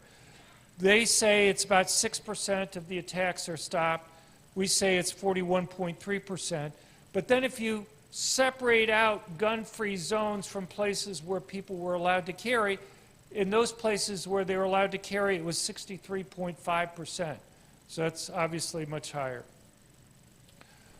So there are lots of stuff that people have said about the New Mexico ban on concealed carry. I just want to kind of deal with one part that I'm kind of an expert in, and that's kind of the data. You know, the amazing thing is if you read Grisham's statement, she's saying, you know, we got to protect people. Having more guns causes more danger out there. And she mentions 3 cases where young kids have been killed in road rage incidents, which are horrible cases. The thing is that none of the attacks that she talked about had anything to do with permit holders, the people that she's banning from being able to go and get guns. And I'll just give you one simple fact here, and that is, if you look at the 3 years from 2019 to 2021, they have about 45,000 concealed carry permit holders in New Mexico. It's relatively difficult to get a permit, costly to get a permit in New Mexico. The number of revocations that they had over those entire 3 years, they had 1 revocation. And, you know, you listen to even the Democratic police chief of Albuquerque or the Democratic sheriff for the largest county, they're saying this isn't going to go and reduce crime because these guys aren't committing any crimes. And the interesting thing is I can actually point to several cases within the last month where concealed carry permit holders have stopped active shooting cases involving road rage. So, you know, you can't point to any problems. You can point to benefits from them doing it. And it just kind of gets to the bottom line of why you'd even want to think about banning these things. Now, one of the things that you just see constantly, in fact, Biden and Kamala Harris were just making comments on this Friday when they were instituting their new executive office for gun violence, is the claim that guns are the leading cause of death of children. And that's false in many different ways. You know, a lot of people concentrate on 18, 19 years old people. Let me just go through a couple of numbers really quickly. What I think are the most important things. If you define a child as somebody under age 18, and you look at motor vehicle deaths or firearms deaths, but firearms deaths, if you're counting homicides, suicides, and accidental deaths, so that's kind of the burnt orange line there, you can see that motor vehicle deaths are higher in each of these years, 2019, 2020, and 2021. Suffocations are actually even higher. The thing, there's lots of problems I want to go into, but one problem is, I don't know if you realize this, I know I've talked about this in past years, but there's a difference between homicides and murders. Homicides are murders plus justifiable homicides. It's not clear to me why you want to lump together, let's say, a woman who defends herself against a serial rapist who breaks into her home at 2 a.m. in the morning versus a robber who goes and murders somebody in the course of a robbery that's there. They don't have the data, unfortunately, for 2021, but you can see if you were to go and have murders rather than homicides, how that reduces it even further. But there's a more important problem that's here. Why do they push this? The reason why they push this is they want you to believe that if we can just get rid of guns, we can save all these kids' lives that are there. But, okay, well, we've tried this in places around the world. We've tried it in the United States. So one thing is, how about reducing murders? Well, we tried banning handguns in Washington, D.C. and Chicago. What happened to murders? They went up, okay? They've tried it. Anybody who's read my books knows that every place in the world that's tried to ban either all guns or all handguns, every single time murder rates have gone up. You'd think out of randomness, once or twice, if guns really on net were bad, you'd see it go down or at least stay the same. And yet every single time it goes up. And so, and there's a simple reason for that, and that is when you go and you ban guns, it's going to be the most law-abiding, good citizens who turn in their guns, not the criminals. And to the extent, you may take a few guns away from the criminals, but if you're primarily taking guns away from law-abiding, good citizens relative to criminals, you're making it relatively easier for criminals to go and commit their crimes. Well, how about suicides? Well, again, you can look at the same data. What happened to suicides when they banned handguns in Washington, D.C. and Chicago? Well, was there a drop in firearm suicides? Yeah, there was some drop in firearm suicides, and that's what the public health people look at all the time. I look at total suicides, and what you find is that total suicides just didn't change. Again, you know, people have read like the 3rd edition of More Guns, Less Crime or whatever. You already know all this stuff that's there. But, you know, the thing is, you can look at other countries where they banned all guns, and you just don't see any change in total suicides.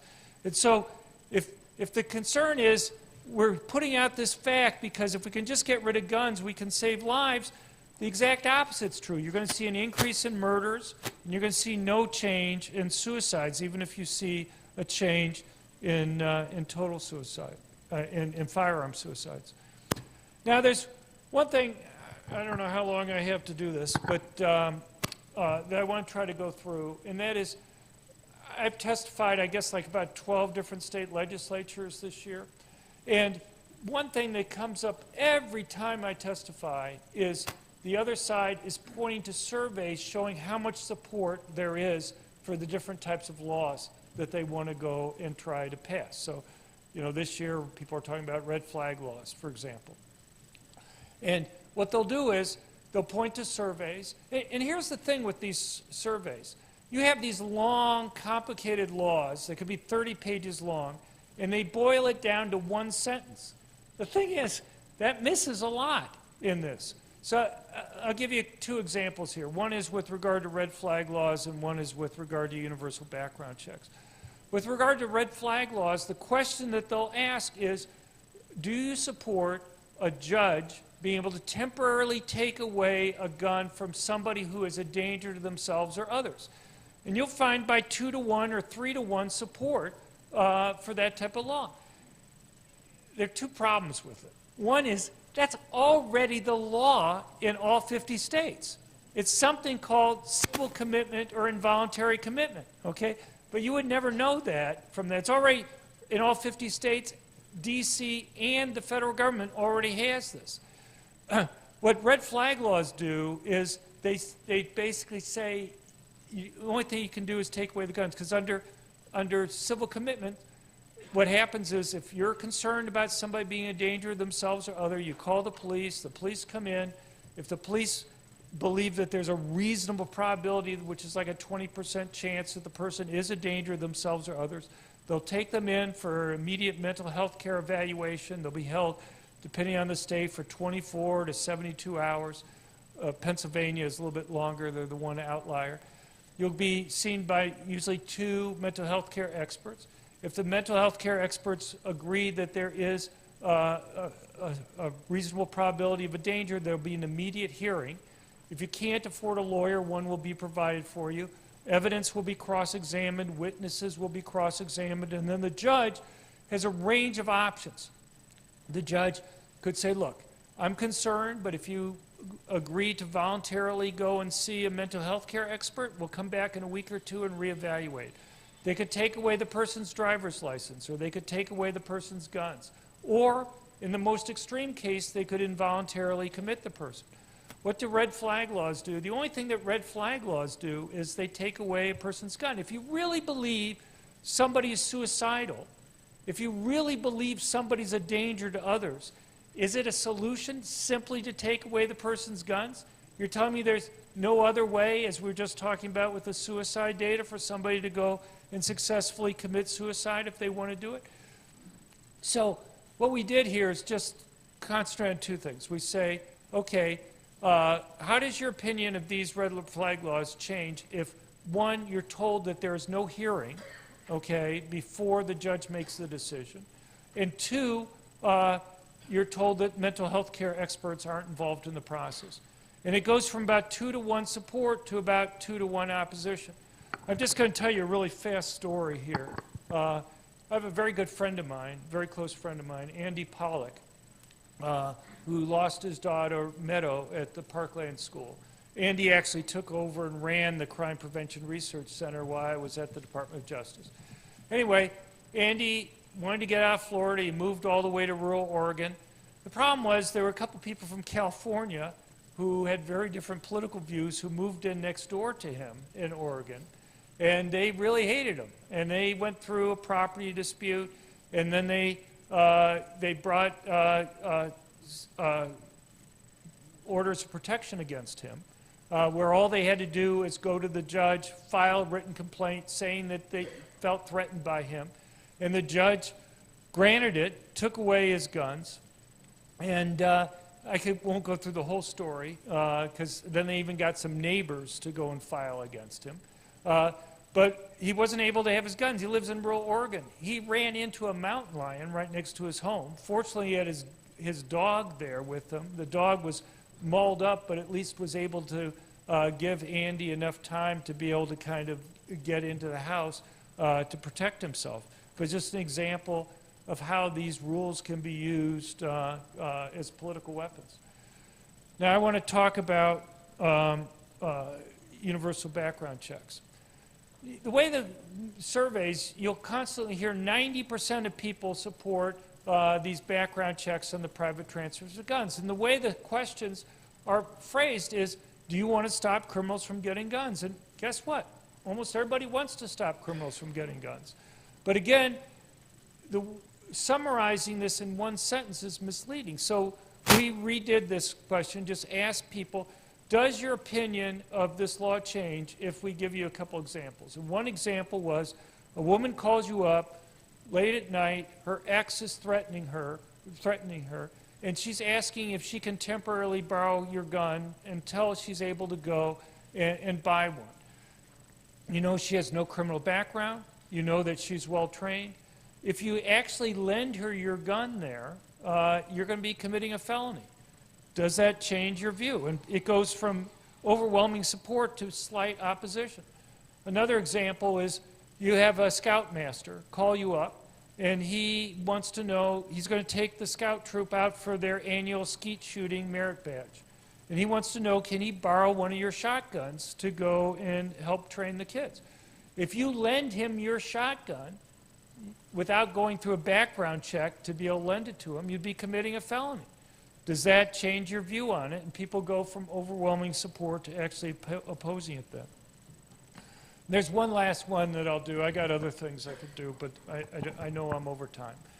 So NPR and PBS had a survey recently where they were asking people, do you support gun rights or do you support gun safety rules? And I don't know. And by 2-to-1, people support making people safer over gun rights. You know, I was just talking to people out there, you know, you look at the DC project, they say protecting gun rights. I think that's a mistake. So what we tried to do is to ask people, try to rephrase the question to make it clear that people on both sides want to claim that there's safety. I know the media wants to go and say gun safety advocates versus gun rights advocates. Look, you know me, I don't make Second Amendment arguments. I leave that to Alan, Gottlieb, and others to go and make those types of arguments that are there, and there's a role for them doing it. It's not what I do. To me, I look at the data, I try to figure out what makes people safer. I'm not interested in guns per se. I'm interested in what they can do in order to try to make people safer that's there. That's what motivates me in the research that I try to do. And so if you change that, you actually get things that are statistically tied there in terms of it. Now, I just want to say one last thing. I hope you guys will sign up for our email list. How many people get our emails that we send out? Well, it's most people. Keep your hands up if you think it's beneficial. There? Okay, everybody pretty much the same. So you guys who don't, look, we try to go and do this research, but it doesn't do us any good to go and put out the data and the research that I'm talking about here if you guys don't know what it is. So if you guys could sign up for it, it doesn't cost you anything. You don't have to pay anything for it. You get it for free. But you can go to our website at crimeresearch.org, or you can sign up at our booth out there, and we'll put you on the list that's there.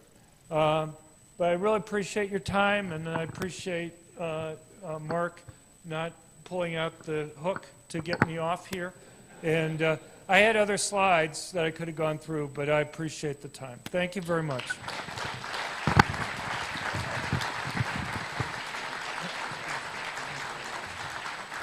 Okay, so, you know, I said I wasn't going to be here, right, before we go? I went to sit down, and Alan said, will you close out? I said, sure. So that's what we're doing. The reception is right across here. It starts in exactly 6 minutes. And you know those little silica gel packs we've been talking about? The do not eat? You're going to see one of those when you get home in something, and you're going to crack up. And when you do, if we could make you smile one time, mission accomplished. Thanks for being here, everybody. You guys have a great day. Remember, don't eat them.